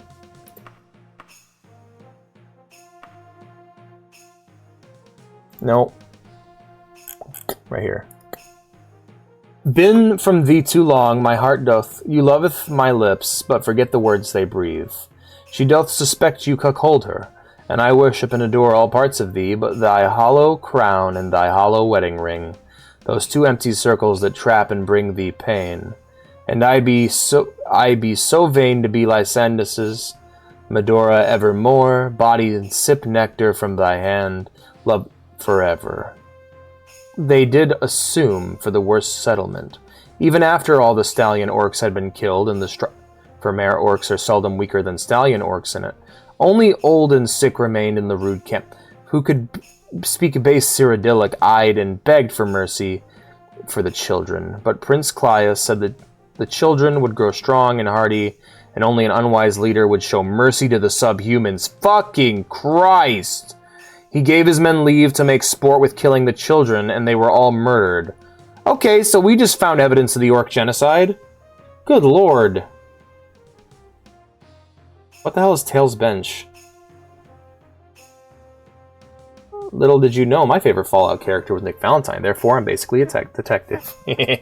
I also like Nick Valentine. He's my favorite character in Fallout 4. Like, to be fair, he's the fucking coolest. Like, that's one of the few... I was talking about it at the beginning of the stream, but it's very rare that Bethesda comes up with original concepts in the Fallout games that don't suck. He's the rare example. He's really awesome. In ways that I cannot pen, I witnessed it, my lady, and though I beg your pardon, your father did great evil. Shame of mine that I didn't say no, shame to all. Shall abandon mine responsibilities, you and together, the rest of the world be damned, let me put this Bettany behind. I shall crush them at Crignane, during dead, no one will suspect that a king would give up.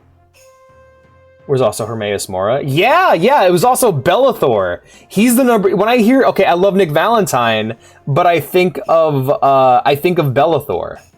But from Bellathor's shop in Skyrim. What the fuck, Panseep?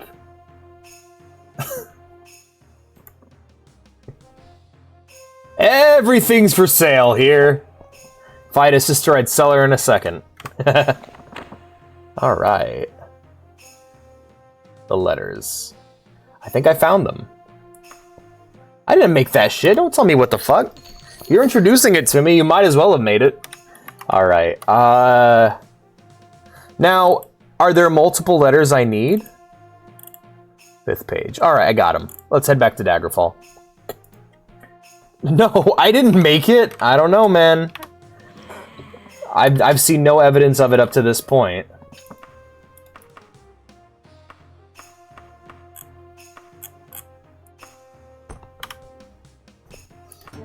I'm jumping out the window. Guilty! Guilty, guilty, guilty!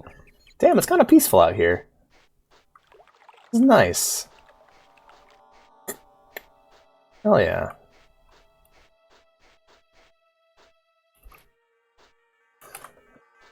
No, that's not true. But okay. Let's go back to Daggerfall now. No, don't go. Stop. Ah, he is wonderful.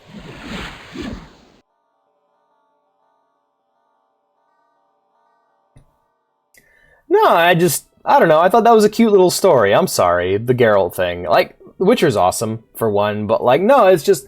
I hadn't had any characters like that, where, like, the only other character I liked that had facial hair was fucking Kratos. And he barely had facial hair at the time. He had the goatee. 2016 hadn't come out yet, so beard Kratos didn't exist. All we had was clean-shaven and spindly goatee Kratos.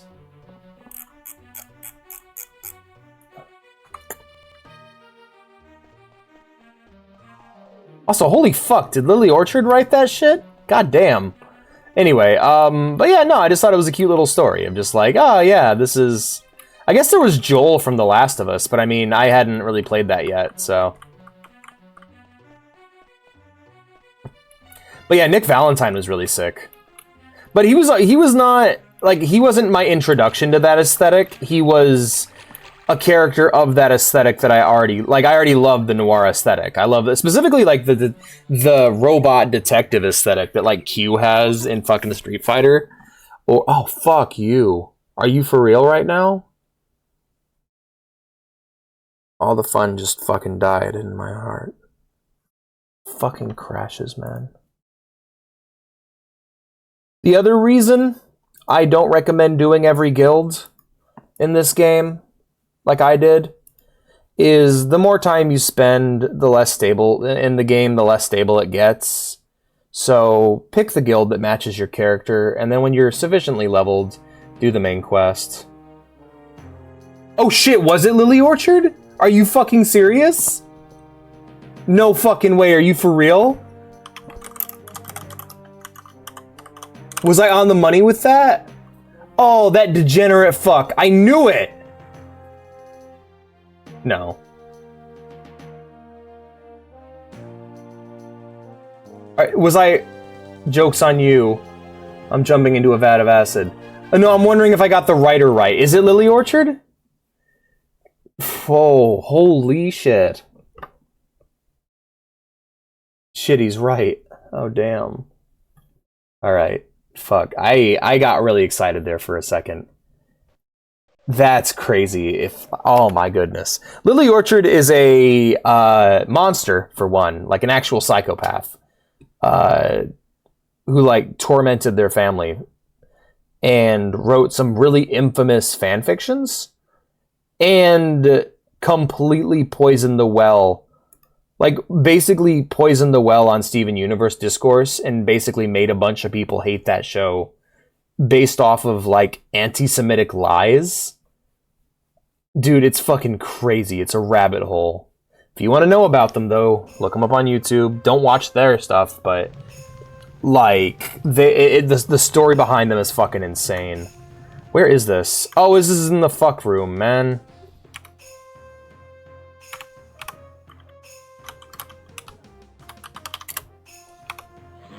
Let's head east. Let's head east, east, east, east. Hop.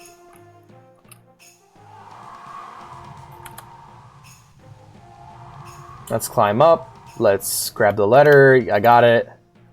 I am very badly burned. Yeah, read it. Cool. Alright, let's get out of here. Dropping a quick save here, and we're getting the fuck out.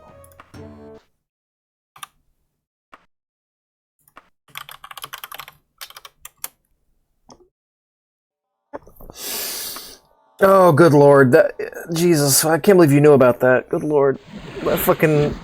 I was not expecting to have that imagery flash through my mind about that fucking Tales fanfiction you just mentioned. Like, I had never heard of it. I was clear, but there's still shit that can shock me and disturb me to this day. I remember when I learned about Sonic High School, I just laughed. I thought that shit was hilarious. But, like, that, what you described sounded nightmarish. Yeah, sure, whatever. Yeah, I did it. Alright. Yeah, right. Yeah, that's totally how I wanted to hear it. I had to look that shit up. Did you? Your Sonic fandom's leading you down a dark path, my boy. My boy. I don't know, did you guys ever have that where, like, a fictional character inspired you to do something different that ended up working out well for you? Because, like, there's a lot of stories of fictional characters inspiring people to do cringe shit, but every now and again there's a positive one like that. Pens? Pen seep. That's what happens when a pen explodes in your pocket.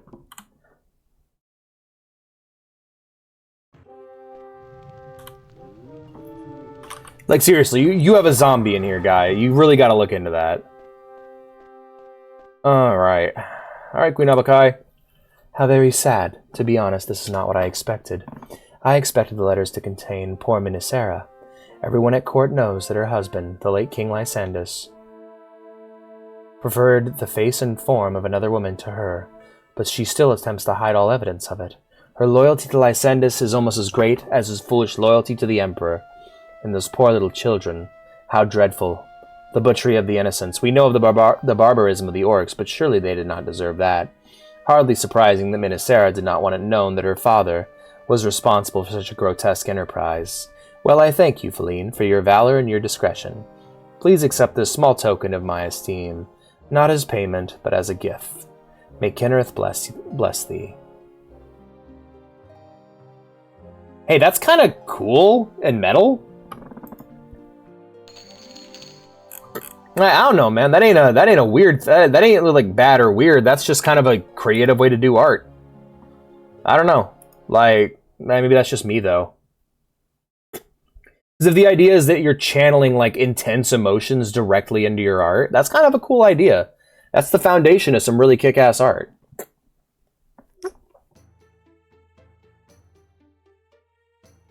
What time is it? It's like 2 in the morning, right? 1 in the morning. Fuck me. I need to stay awake for another, like, 6 hours or so. I'm gonna do something different here. Yeah?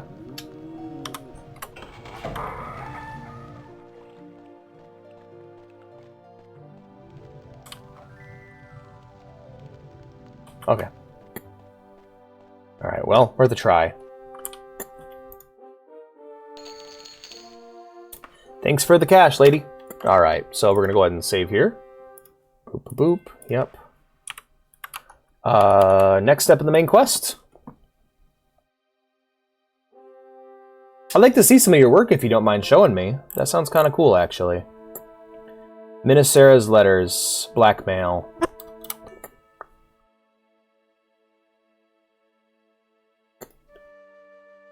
Prince Helseth at Castle Wayrest. Talk to Prince Helseth at Castle Wayrest. Come back after one day and take a letter from him. Alright. So, we gotta go talk. We gotta head to Castle Wayrest, which is in Wayrest, I'm assuming. Yup. Alright, let's pop out my paper map and see where the Wayrest be. Also, my friends, thank you for being here for this late night stream. I appreciate the audience. This is really nice. Alright. Ah, yes, that's where Wayrest is. Excellent. Perfect. I'm gonna do this with every Elder Scrolls game I play, by the way. Using my paper map. Banasa. What? Well, I got my paper map here, and I think it's really neat that I get to use it. Alright. Well, Queen Abakai, I must... bananas. Yay. Ow. Alright, guys. Well, we're heading to Wayrest.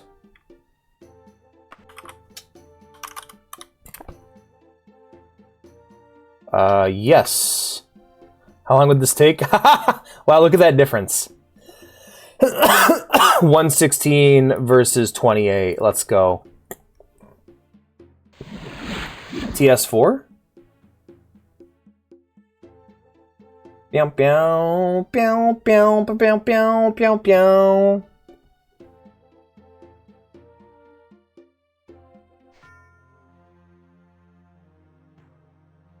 Ah, The Sims 4.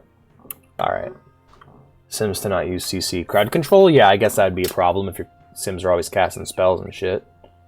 Shouts for help nearby. It seems that a fire Trinoc feeding off the sun's warm rays has lost controls and attacking townspeople. Will you try and stop it? Yeah. F9. Let's go ahead and save real quick. Where's he at?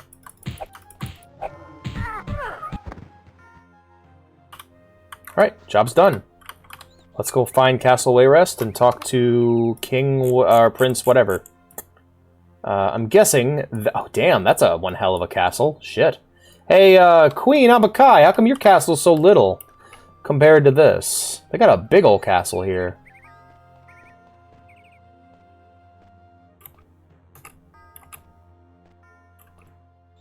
Fire truck. Yeah, gotta fight the fire at your truck. I mean, to be fair, when I was modding Skyrim, I had to scroll past a lot of mods that, like, quote-unquote, improved the Flame Atronach. People are thirsting for that fire booty, not gonna lie.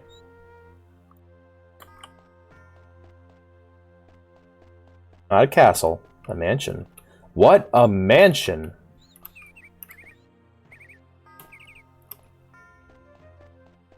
I want that one road that I can look all the way down and see that... okay, I guess I'm not going to get that.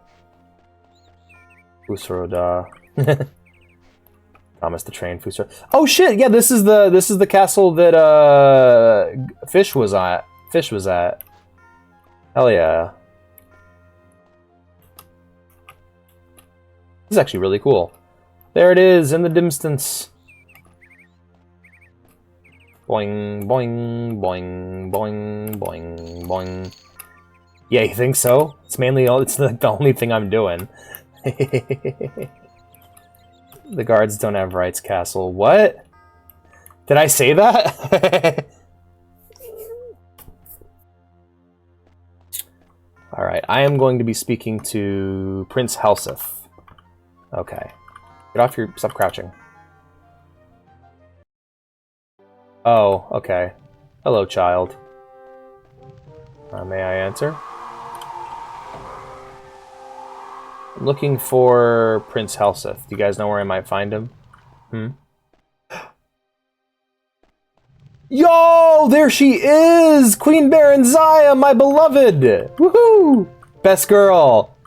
And second best girl. Morgaya is pretty cool. But nah, man. Queen Baronziah, she's the shit. Where the fuck is this little princely twat? Prince Elisena.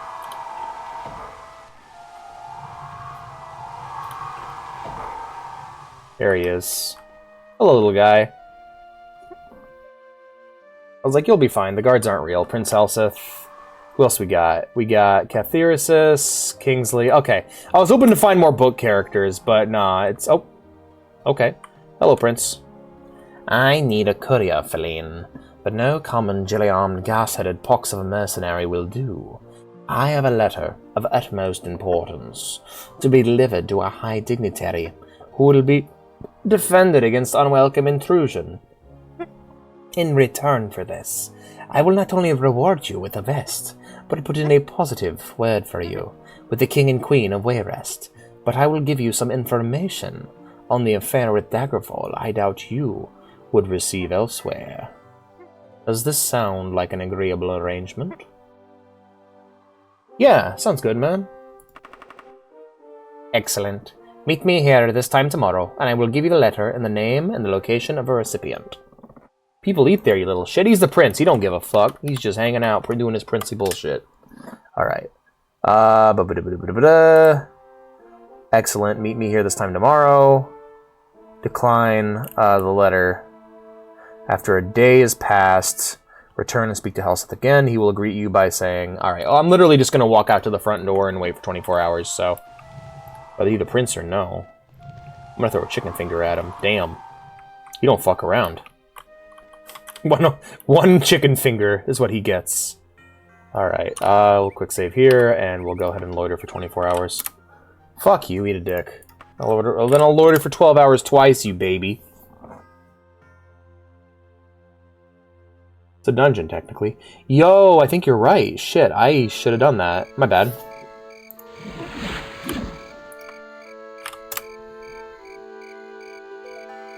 Yeah?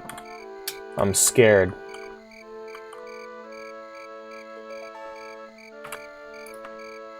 So scared that I'm gonna quick save. I'm gonna load my quick save and go back in there and rest for 24 hours. And then I'm probably gonna wrap it up because I am fucking exhausted. I don't know. Let me down the rest of this Red Bull and finish this quest, and then we'll see where I go.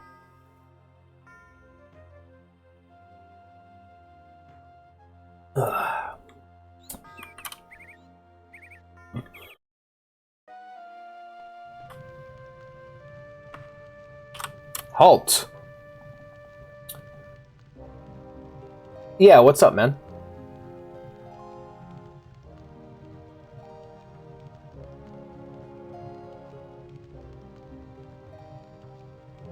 Red Bull. I don't know, like Monster is like, it's got many different flavors. However, I get sick of those flavors so fucking quickly.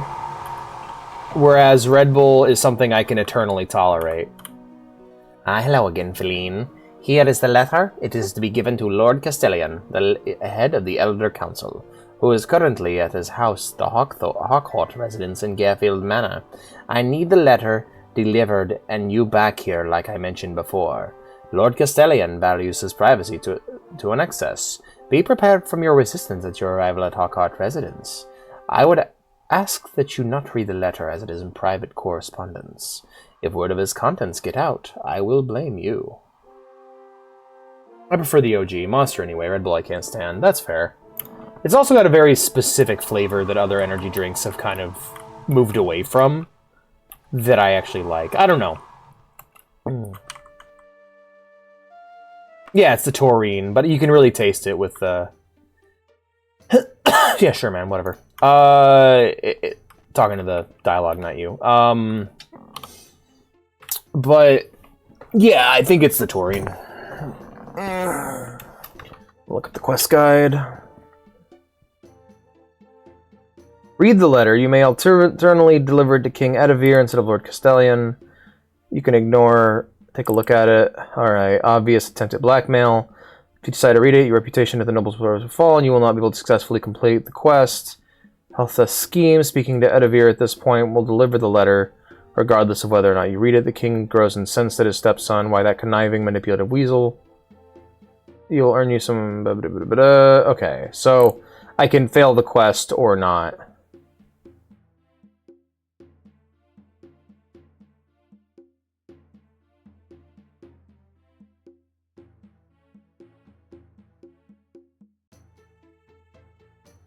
Okay, so yeah, we'll go ahead and deliver that. And I can also read what it says on the wiki. So once I deliver it, we'll go ahead and read off what it says. You know what, actually? I think I'm going to go ahead and wrap it up here. Thank you all for being here, friends. I've had a really good time today. This has been a very enjoyable stream, and it's really what I needed, and I appreciate all of you. So thank you all for being here. I hope you had a wonderful time. If you're new here, which I don't think anyone here is, but if you're new here and you haven't done so yet, be sure to follow. If you want to see more from me, or if you just want to hang out, be sure to subscribe, or be sure to join the Discord via the link down below, or the link in chat if it is there. Thank you all for being here, and I hope to see you all tomorrow, where we're probably going to be playing some Final Fantasy XIV. If not, then that's okay. If you want to support the stream and help it grow and help me achieve my goal of replacing my currently busted mouse and keyboard, be sure to subscribe. Subscribers get access to the special subscriber channel. They get to join me in voice chat, and they get to watch my streams ad-free. So those are pretty good bonuses. All that being said, we're going to go ahead and find ourselves someone to raid. You were on that YouTube spiel. Yeah, that was yesterday night, though. I don't know. I guess I would just...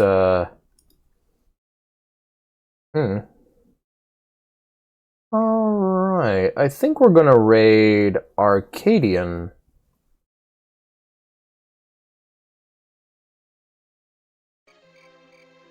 Ooh, really cute pixel art VTuber avatar, hell yeah. Alright, we're gonna go ahead and give them a raid, and I will see you all tomorrow. And that way... Take care, everyone. We are going to complete this quest. Because Master Heart Residence is where we need to go. Master Heart Residence.